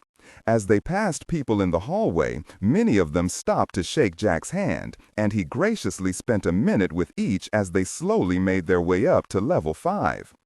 As the elevator doors opened, both Jack and Sarah were shocked at what was waiting on the massive concrete loading dock. Very, Jack said beneath his breath, as over 100 of the off-duty event group staff were there to send him off. The rumor of his resignation had spread like wildfire from the moment he had left the vault area that morning. As the 100 men and women broke out in applause, Jack waved them off. Sarah placed her arm through Jack's as they stepped onto the dock. The first to greet him was a man with wild white hair and small round glasses. Charles Hindershot Ellenshaw III stood before Collins with his white lab coat buttoned askew and his eyes wet. Colonel, on behalf of everyone at this complex, I want to say thank you. Jack took Charlie's hand and shook it. No, Doc, thank you, he said as he looked up at the faces trying to get a glimpse of him as he left. Thank all of you. He looked down at the professor and head of the cryptozoology department and smiled. Thank you for giving me back my humanity in the last 6 years. Everyone here reminded me of what my job was truly all about. He again looked at those around him. You made me care about whom and why I do what I do. And now I leave that to others. Goodbye. Ellenshaw released Jack's hand and without another word turned and burst past both he and Sarah, removing his glasses and swiping at his eyes as he did. Collins took a deep breath and then looked at Sarah. He gestured toward the lone transport car at the edge of the loading dock. With a few more handshakes, he finally got a chance and whispered into Sarah's ear that he loved her. Then, as he was about to step into the plastic-reinforced magnetically controlled car, Sarah pulled on his sleeve and nodded to the right of the loading dock where the security department kept a small kiosk for inspecting incoming shipments. Will Mendenhall watched from the glass enclosure. "It'll be very," Jack once again said. Collins stood as straight as he could and then raised his hand.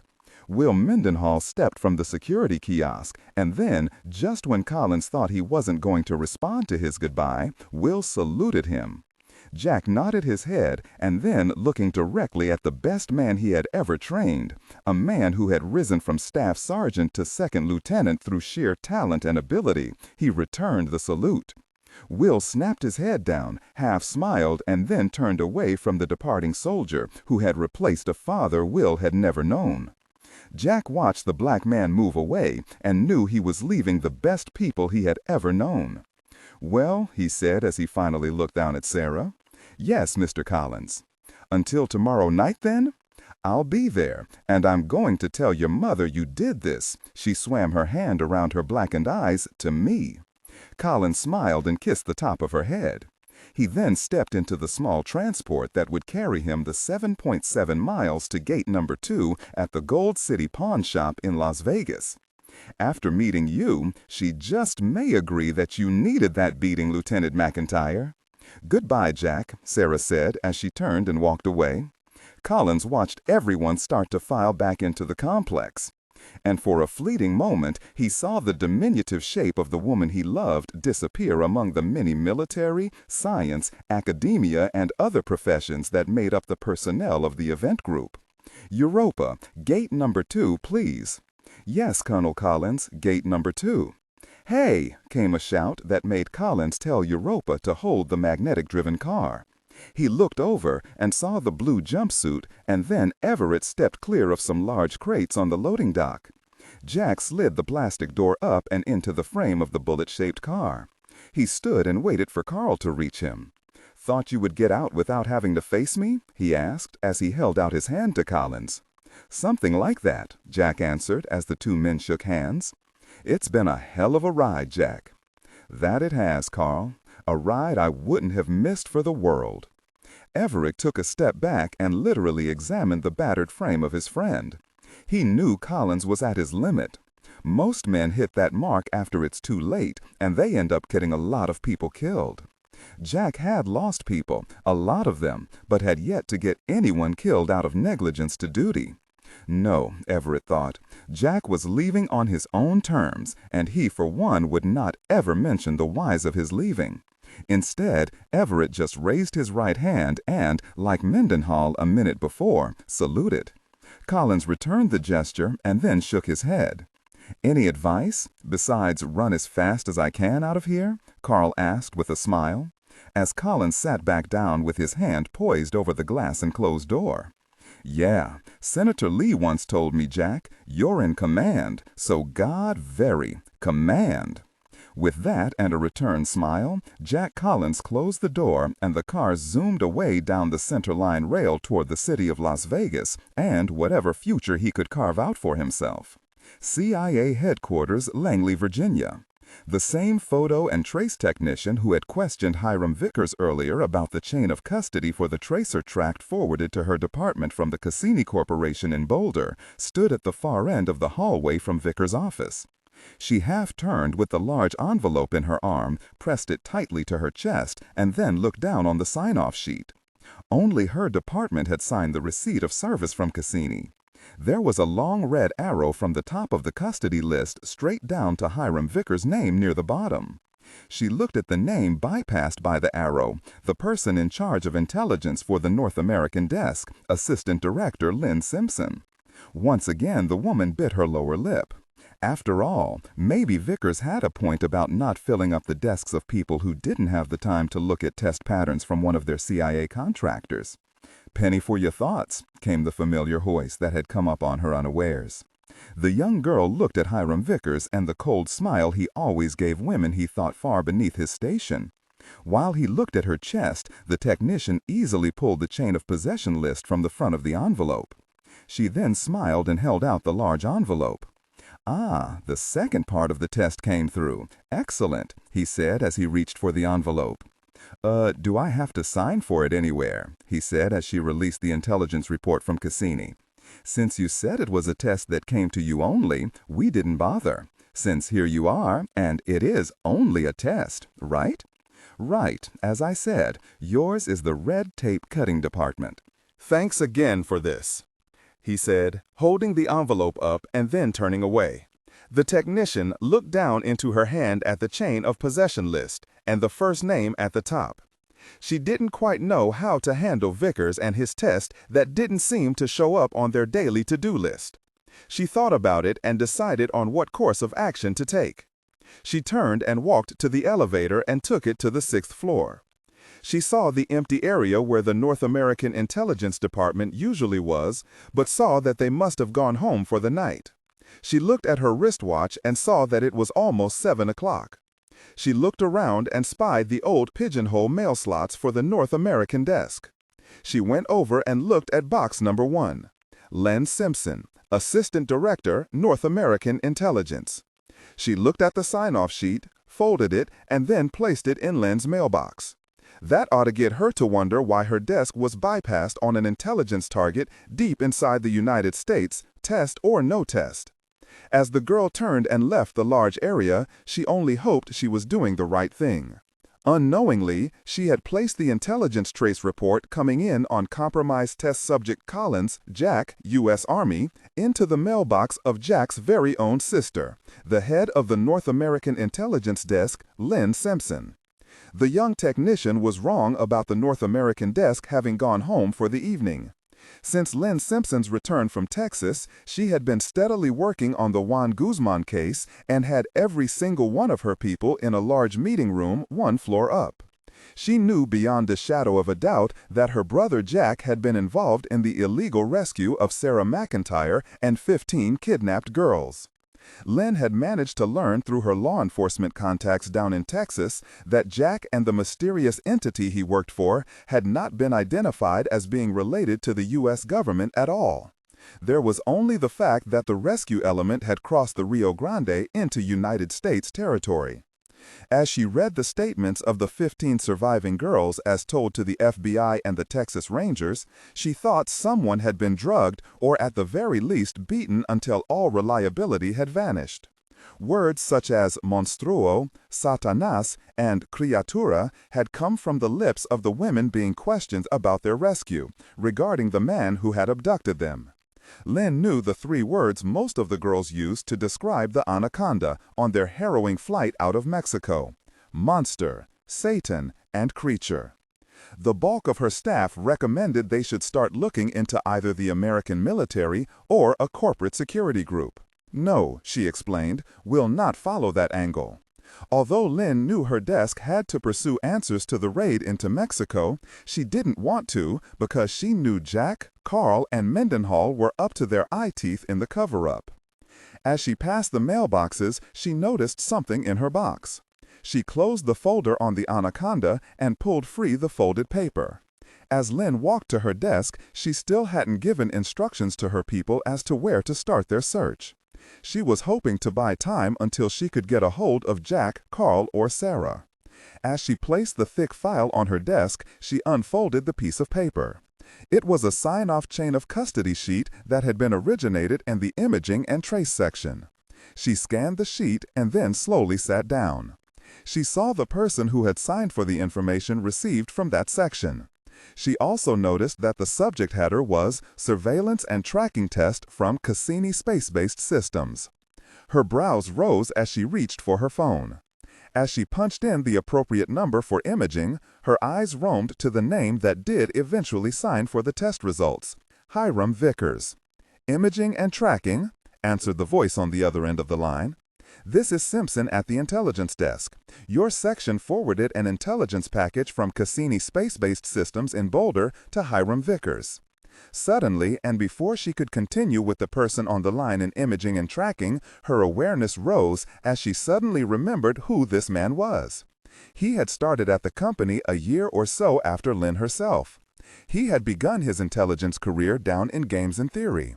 Now there was a rumor of a new section, a small one to be sure, but nonetheless. Field incursions, a special operations teams used by the CIA to infiltrate any country, any place. She suddenly remembered she was talking on the phone.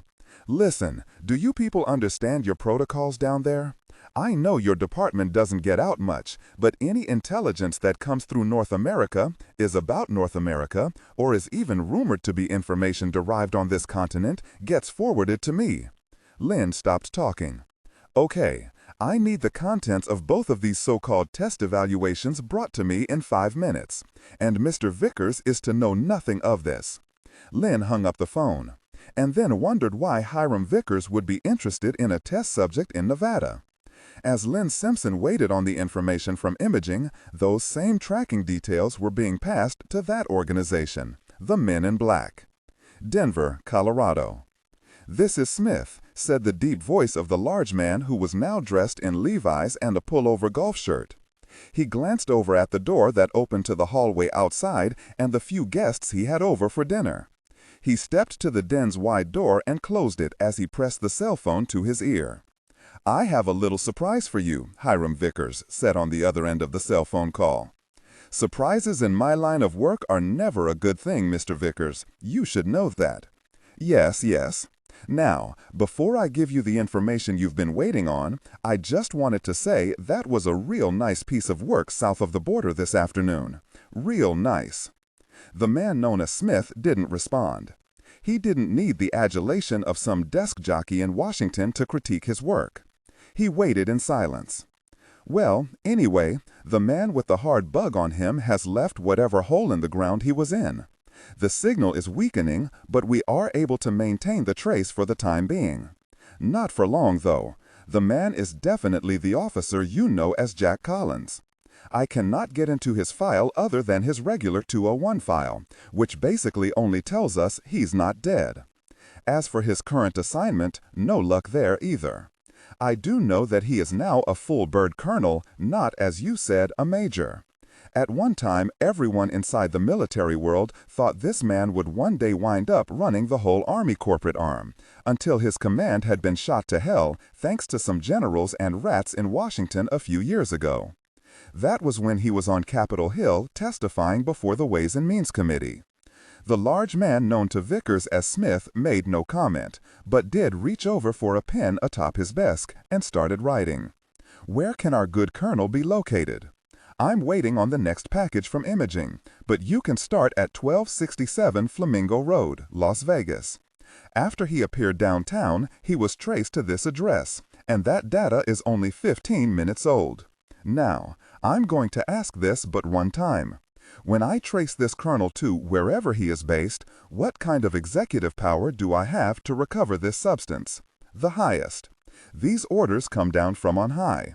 But we'll never have to prove that since you can get what we want and not get caught doing it, and with as few unpleasant things happening, am I right?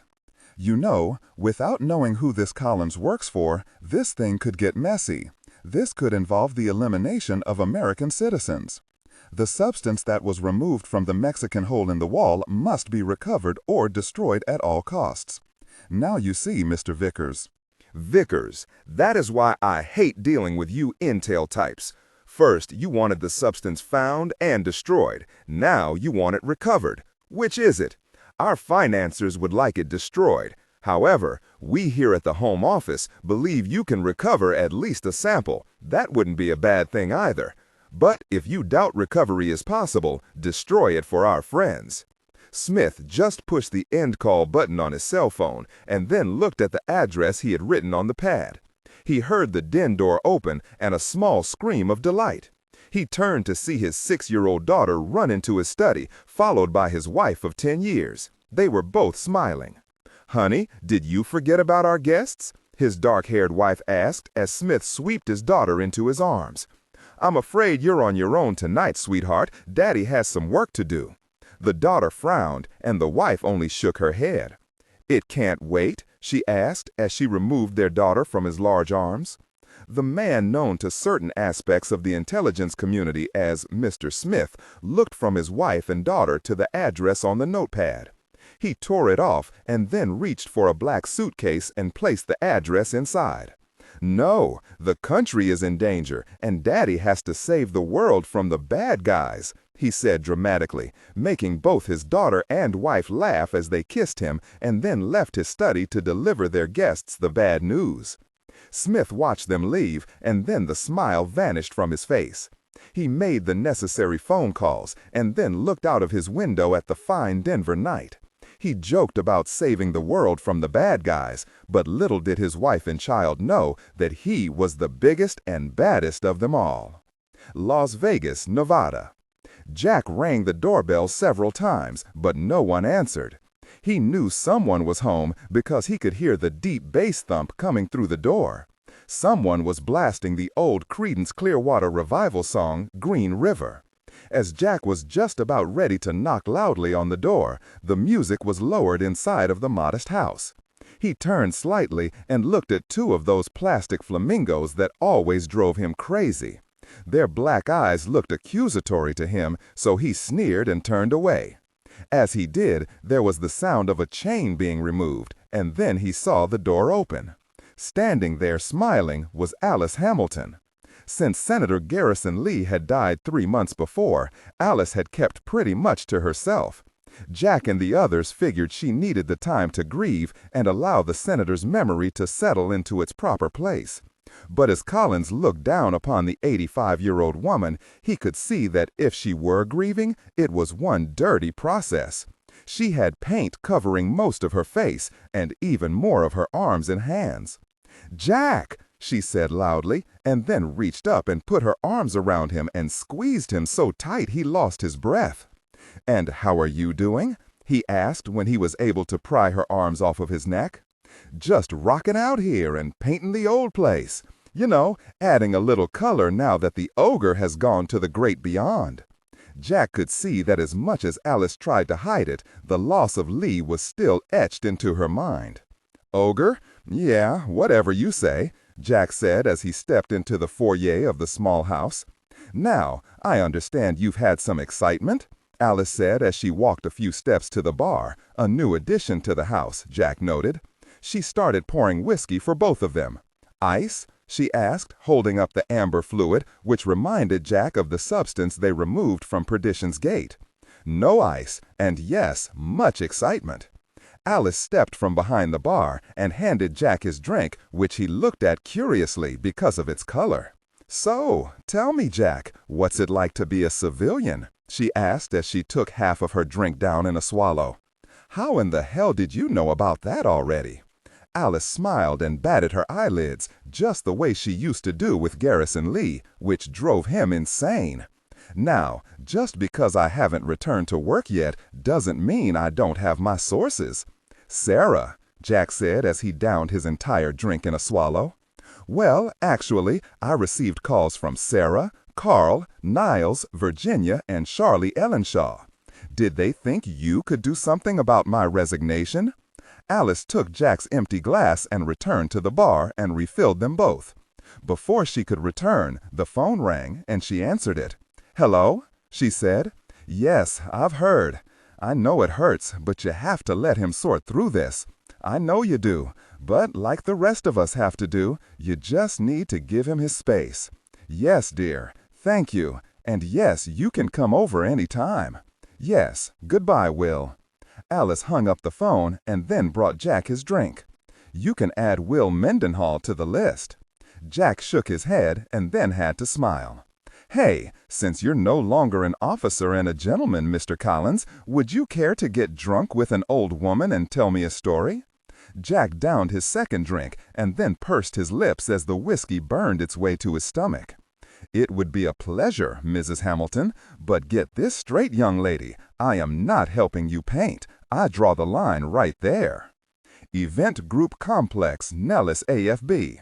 Will Mendenhall had actually worn his Class A uniform just 2 times since his promotion 2 years before to that of a second lieutenant. As he walked through the reception area for incoming aircraft, he noticed for the first time how empty the uniform looked without his old E7 rank on his shoulders. He missed being a staff sergeant on most days, but now that he had officially been promoted to second in command of the security detachment at the group, he realized he really wanted to be just a soldier again. As he rounded the corner, he saw the 4 men and 2 women he was there to meet and escort to the event group complex. The first person he saw caught his attention, and he came to a stop 30 feet from the mingling group. The young black woman saw Will, and she smiled. She held the handle of a small rolling suitcase in her right hand, and with her left she waved at Will. For his part, Mendenhall turned around to see who she was waving at. When he saw no one behind him but the 2 crewmen of the Black Hawk that took him to the reception center, he turned back to the young woman who held her smile as she looked the young officer over. Will realized then that the girl had actually been greeting him. He tried to smile and felt it faltering even as he attempted it. He decided he better just do what he came to do and leave the smiles for another time. "Hi, are you the escort we're supposed to meet?" the young lady said as she held out her small hand to Mendenhall. He cleared his throat as he tried to speak, but quickly decided that he would also abandon that thought. He couldn't take his eyes off of her gorgeous brown ones. "Hello? Anyone home?" she said jokingly, as she was joined by a rather stern-looking man dressed in the uniform of a lieutenant colonel, U.S. Army. Finally, Will saw the rank staring at him, and instead of shaking the girl's hand, he saluted the colonel. Never saw a second lieutenant that would refuse the handshake of a beautiful woman in order to salute an old man, the colonel said, shaking his head. I don't think he's capable of speech, Dad, the beautiful woman said, as she lowered her hand just as Will raised his to shake. She laughed and tilted her head and looked at Mendenhall. Maybe we'll start over later. Right now, we're supposed to be met and escorted through to the group. It seems our security badges have lapsed. At least that's what Director Compton told us. Will started shaking his head up and down, and then after a few insane-looking minutes, he finally found his voice. Sir, I am here to bring you into the secured area of Nellis. Can you give your identification cards over to this man? He said, gesturing to the crew chief standing behind them.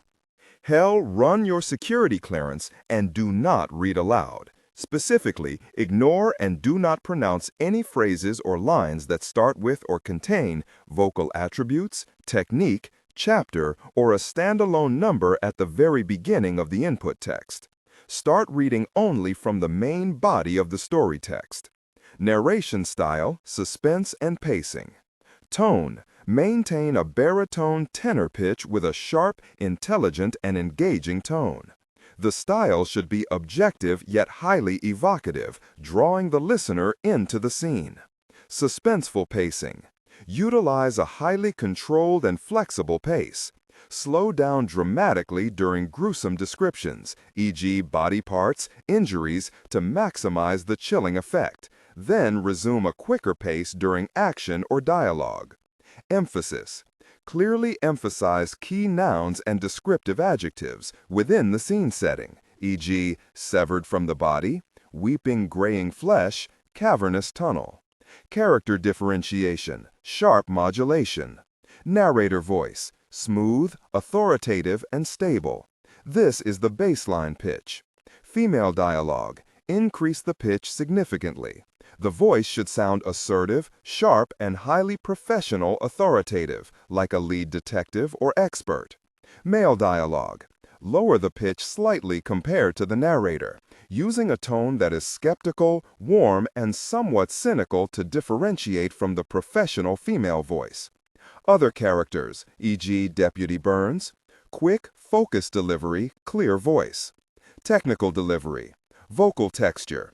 Maintain a clean, clear vocal texture suitable for high-quality production, ensuring every word is crisp and clearly enunciated. Emotional range. Focus on conveying emotions typical of a crime scene: disgust, professional detachment, intellectual curiosity, and underlying tension. Target emotion strength, 8-10. Emphasis on intellectual focus and underlying tension rather than outright screaming or crying. Hell, run your security clearance and then we can be on our way. Mendenhall's eyes locked on the woman again, and this time managed a small smile that was returned instantly. He then managed to pull out the folder he had been carrying. He looked at the list of names and then checked them off as the crew chief gathered their identification cards. He noticed immediately that the woman's name was Gloria Bannister. Then he saw the letters following her name. He stopped counting after 16, which all boiled down to the woman having just about 15 years more education than Will had. And that made her Dr. Bannister, she said once more, holding her hand out when she saw Mendenhall looking at her name on the event group recall list. This time Will didn't hesitate. He shook her hand. Her eyes traveled to the bandage covering his hand and then rose to meet his. That was when she saw a small bandage covering his jawline from just below the ear. "It's too bad I'm not that kind of doctor. It looks like you could use one," she said as she released his hand. "You're new since my last trip back to the group." "Oh, this," he said, looking at his hand.